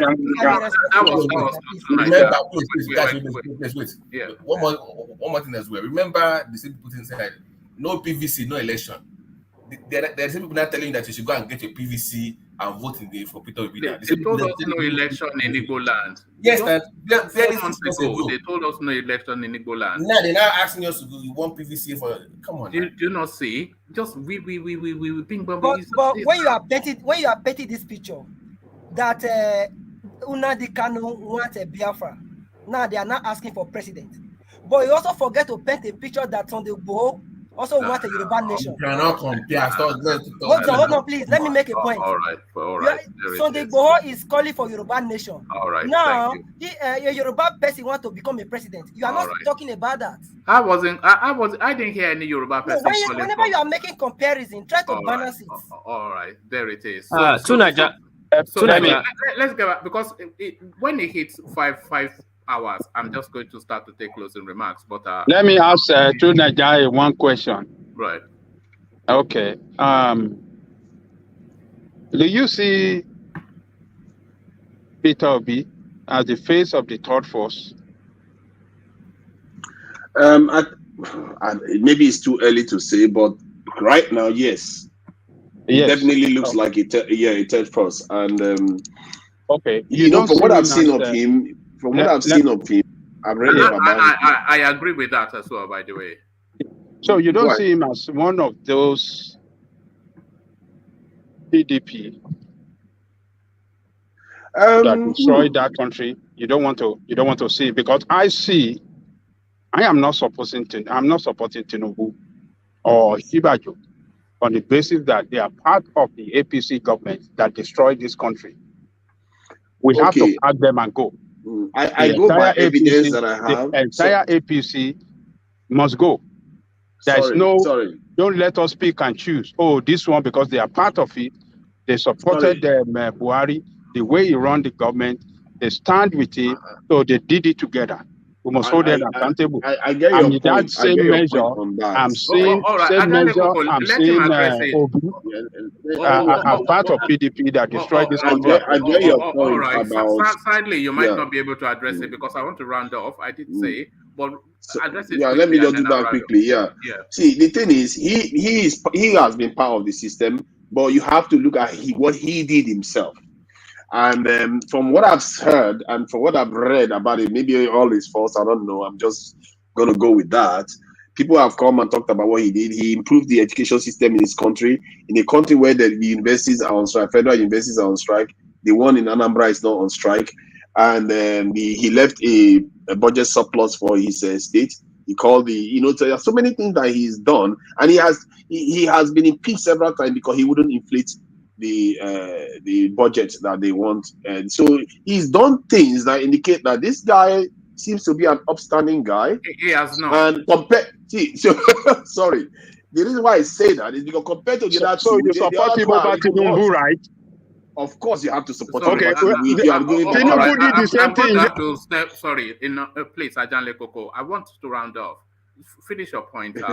In terms of character and in terms of ability to deliver at this time, Nigeria has had a leader for the last 8 years that is not a great communicator. I don't know. Tinubu may be a great communicator in his youth. At this time, we don't need somebody that might be going to the UK for treatment. There are so many reasons. He might be very intelligent. I think Tinubu is an intelligent man, and he's a great achiever. But at this time, and what Peter Obi could represent, if you put all that together, you can sum up that maybe, just maybe a good thing for him to win. You see what I mean? So that's all I'm going to say. I don't want to take too much of your time. All right, brilliant. Well said. Apologies, gentlemen, but I do want to round off. 5 hours is sufficient enough time for us to have had those conversations. So round off to Sektola under Najalekoko. We start off with the engineer who I suspect may have left us. Engineer, are you there?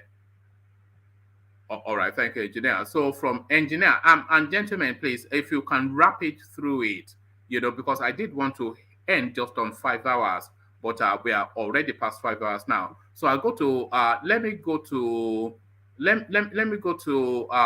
Thomas. So I'll go to you, Thomas. So Thomas, closing remarks. Oh, thank you, one man, for having us. I will just say this. One politician told me, he said, at the end of an election, that is when you prepare for the next election. So I'm telling Peter Obi, it's unfortunate for him. He should come back come 2027. Thank you, one man. May God bless everyone. Thank you. Thank you, Thomas. So from Thomas, we go on to Babati. Babati, the routine. All right. Great intense debate. All I want to say is, no matter whatever you position, we are all doing it to help Nigeria grow, to help Nigeria develop, and hopefully we get a better country later on. Let's not get angry, get too emotional, and just to do the fact, like one man would say, let's be objective and stay clear of emotions and make logical, summations on the platform. But anyway, than that, nothing much to say tonight. Just like, subscribe. Good night, everybody. See you later. All right, brilliant. Well put. Thank you, Babati. So from Babati, we go on to World Peace. World Peace to you. I greet everybody. We don't reach the end of the hour. I greet one man. I greet Ajali Koko. I greet everybody here. I greet my brother Tiobala. I beg, make everybody go get their PVC. Election don't reach. We could go start it. Vote all these people who don't like out. If you want to vote Abi, okay. If you want to vote Tinubu, okay. If you want to vote Atiku, okay. But as I see him, get your PVCs first. So I see him. Good night. All right, brilliant. Well put. World Peace on daddy duty. So well done, World Peace and his little man. He's well behaved today. I'm not hearing him crying. Has he gone to bed, World Peace? No, he's drinking milk. You have to give him milk to all right. food. With milk and nappy. Yes, yeah. I know that routine. All right, thank you, World Peace. Keep up the good job. From World Peace, we go on to Ola, closing remarks.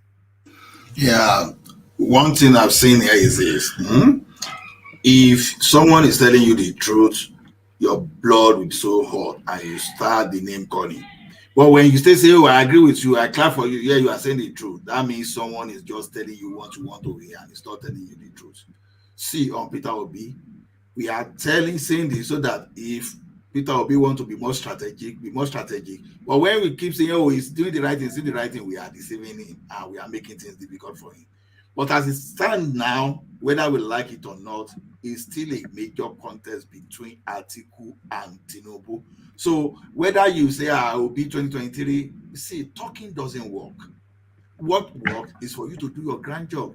The grand job is what we want Obi to do. When APC were destabilizing JEJ in 2023, they were using Lai Mohammed. They were doing both on internet and doing it on ground, not only internet. That is the difference.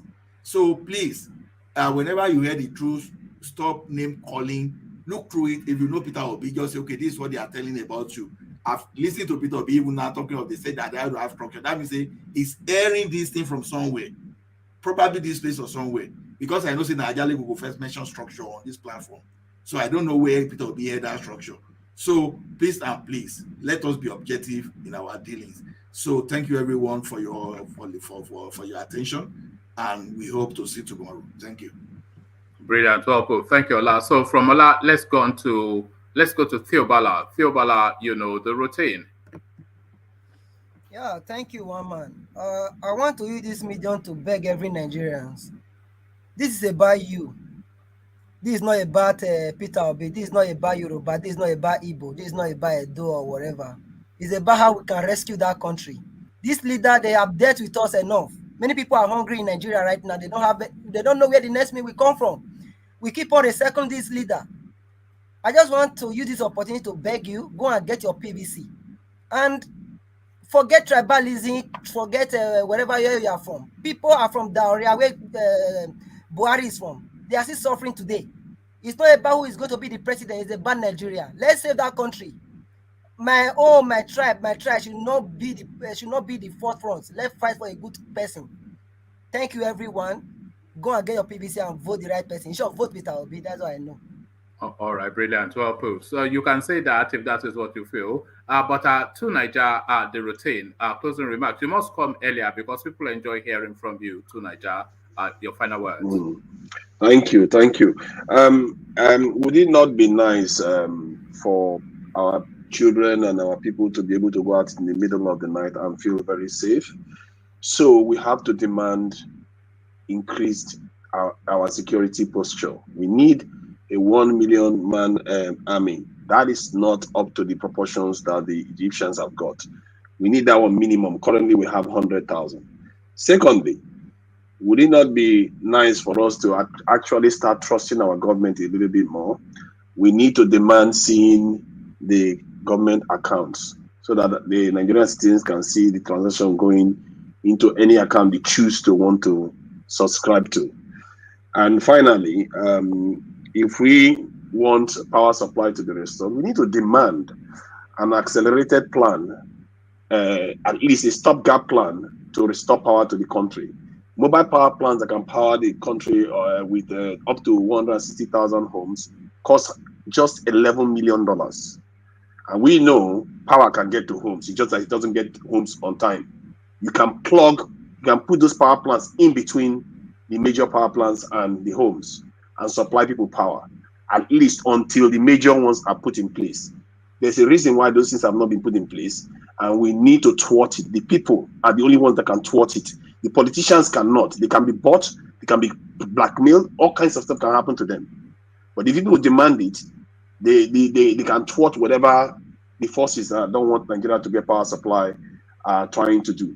So then the final, I think that was the final one, the one for electricity. Those three, if we get it right, the rest can be taken care of by Nigerians. Our education system, all that, because now people can pay into the education system, people can pay, can feel secure in their countries. Nigerians can return home and not worry about hiding that they are going to be kidnapped and stuff like that. They are not going to be building houses in Ghana anymore. So this is what I say. We should demand stuff from our leaders. This is the time to demand it. After all, that's what gave NSAS the success that they had. They made their demand and they got them all. Now they want to get into office. That's when we have to make demands. Thank you very much. All right, brilliant. Well put. So that's why we say you should come earlier, because a lot of the things you were saying, I wanted to push you on them. What's the time as well, because you come up with these psychedelic ideas and you want to be like oh God, psychedelic. Don't worry, next time I will have you, but not today. You escaped today. It's good I came late then. Yeah, don't worry, because I would have wrestled you to the ground, but don't worry, I'll save you for later. Thank you. So that's to Niger now, an evolving voice within the platform, but the voice that you all come here to listen to, the mighty one, Ajanle Koko, the final word. Thank you, woman. And let me thank everybody that came on the platform today. Your contribution are quite meaningful. And I hope that you will come back tomorrow so we can do it again. For our people listening to us, wherever you are around the world, please click on the like button as we are winding down. Do it right now.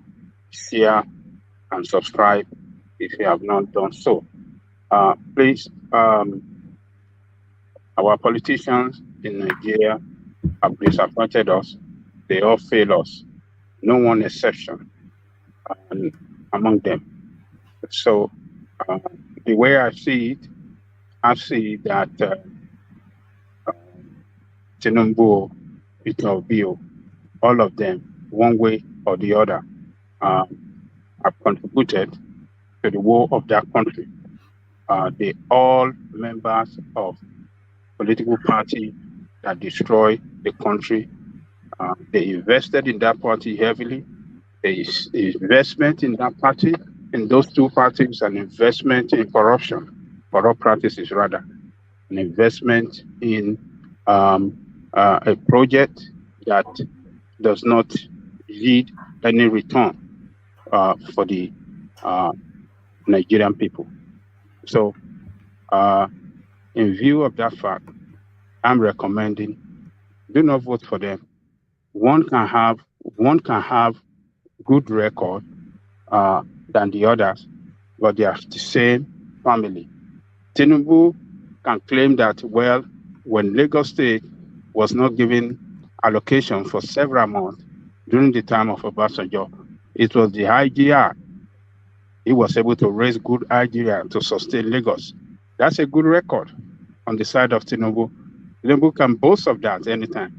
No country, no other state has ever done that in the history of that nation without the subvention of from federal government, and they financially sustain themselves. That's a good record on the side. So does that mean that because of that record and some other thing that he claimed that he has done for Lagos State, does that mean that yes, he's fit for that position now? No.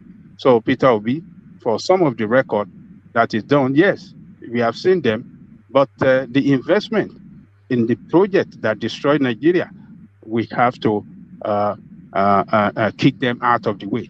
And the only person that stands clearly away from them is Omoyele Sowore. So vote for Omoyele Sowore, vote for AAC. If you see any other party you want to form, maybe Tinubu, maybe Abiola Boy in PRP, if you want to consider him or any other smaller party, vote for them. Let's have new leadership that can change the direction of that country. Other than that, let me thank our people at the commentary section, the strength of the platform. They are the strength. It starts from the beginning to the end. They're chatting, they're doing everything. I thank you all. I thank Brother Alexander Gomez, the chairman, board of trustee, one man went to more, Alexander Akashi, Asgugu, everybody. My sister Boxman, thank you so much. I thank everybody. Yes. I'm not sure if you are seeing your screen, but Bong Small, she has a request for you. Sing for us. Okay. Okay. I will sing for my sister Boxman. What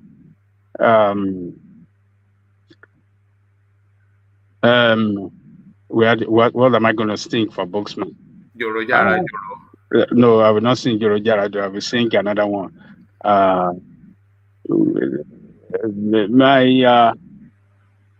me think.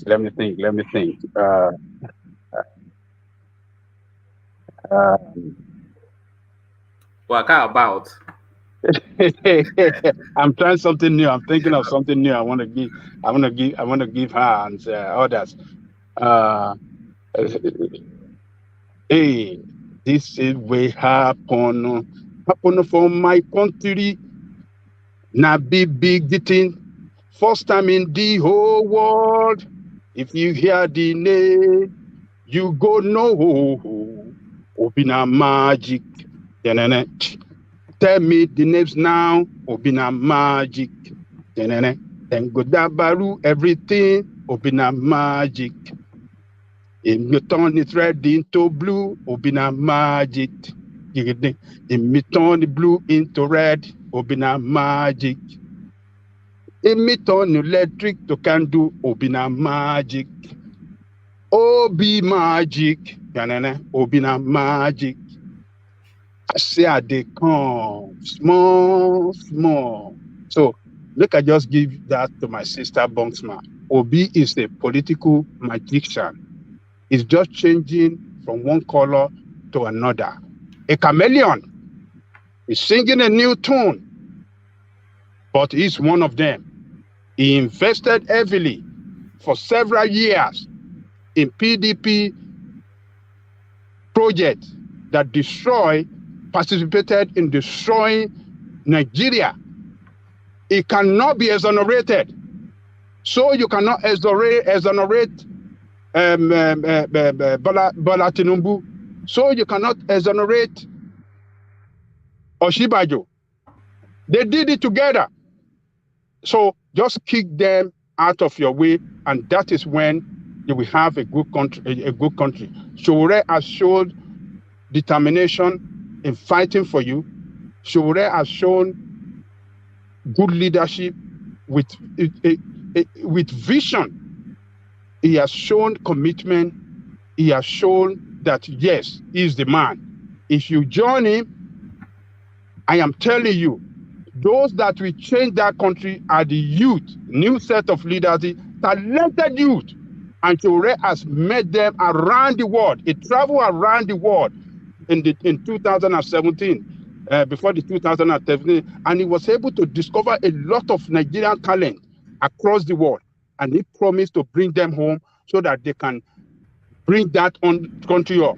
And I know if you give it to him, if once Traore can be seen as the #1 leader, that will trigger bigger change across Africa. And that will spread to the whole world. Black people will rise again, and we will rise again. And people will know that, yes, we are back. We can shine again. Vote for Traore. We can shine again as Nigeria. Vote for Traore. We can shine against our black people. We can shine again as one of the greatest people in the world. That's my submission right here. One man. I really thank you, the driver of the platform. Tomorrow, I believe you're going to bring a big news for us. Atiku we announce is vice president tomorrow. We are expecting to see who's going to bring, but you will inform us. You will bring it in a big way, and we will join you and trash it out.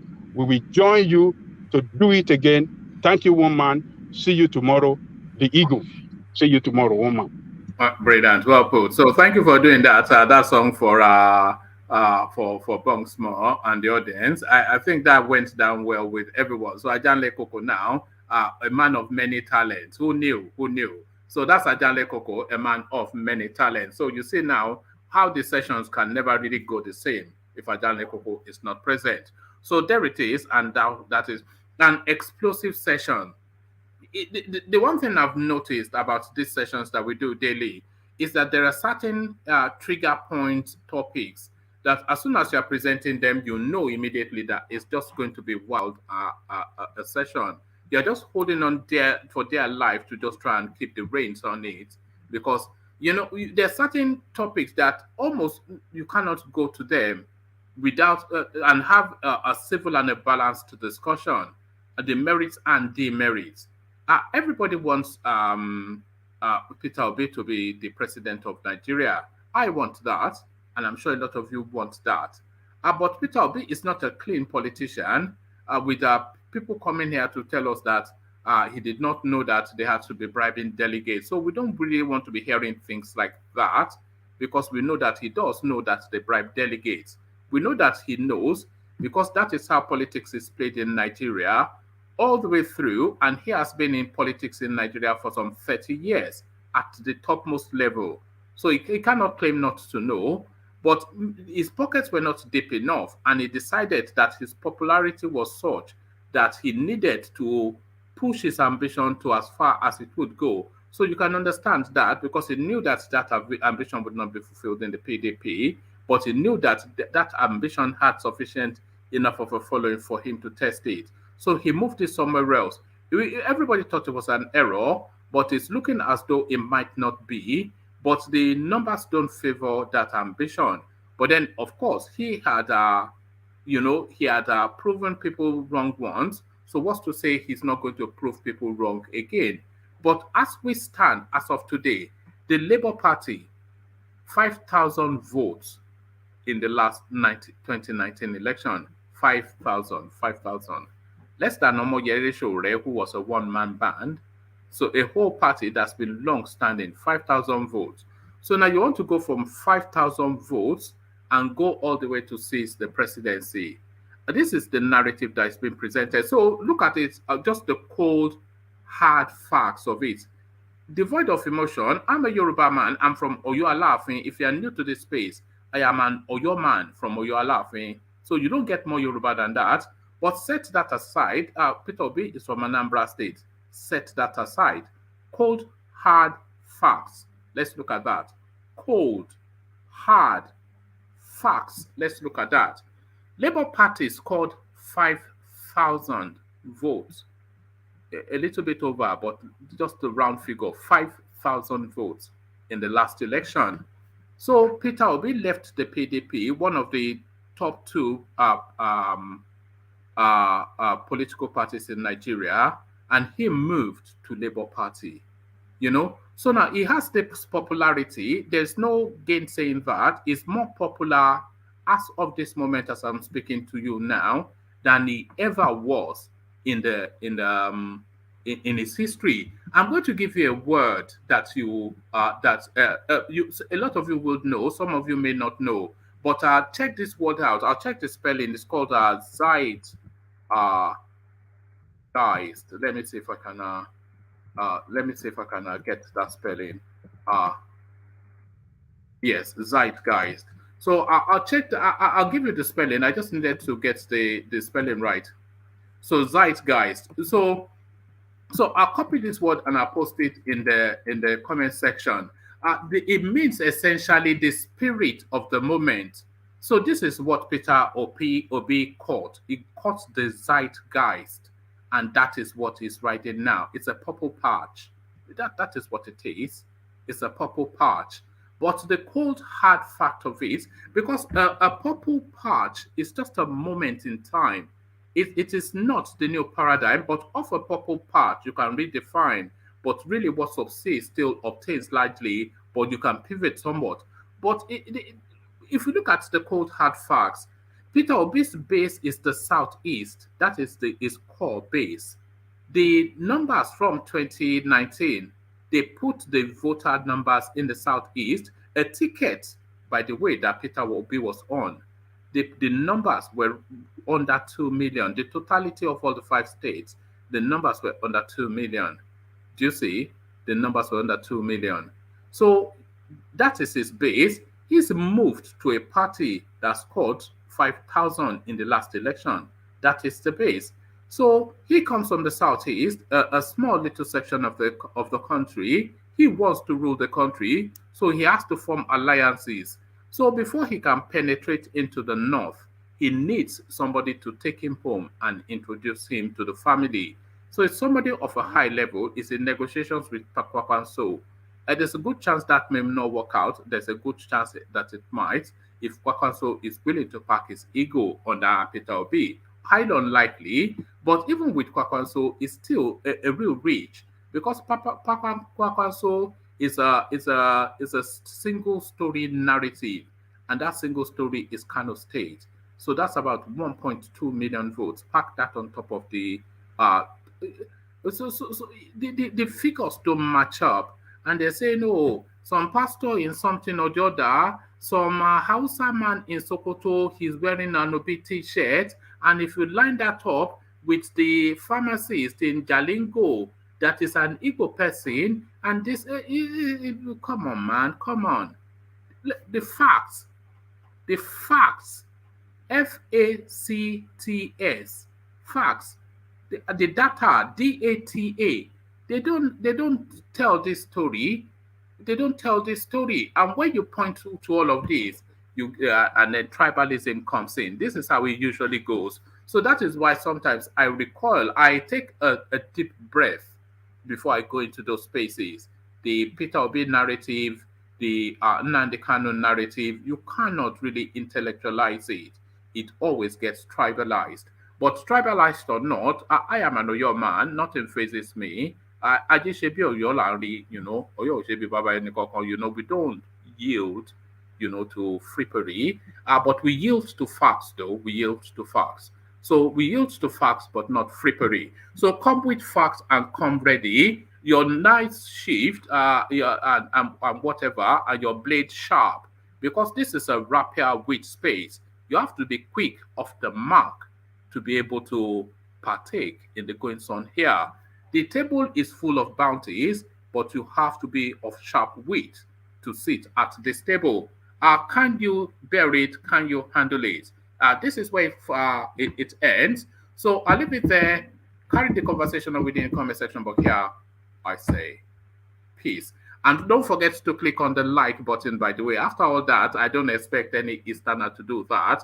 But if you have a balanced mind, then click on the like button. If you're not already subscribed, click on the subscribe button. The ego departs. Peace.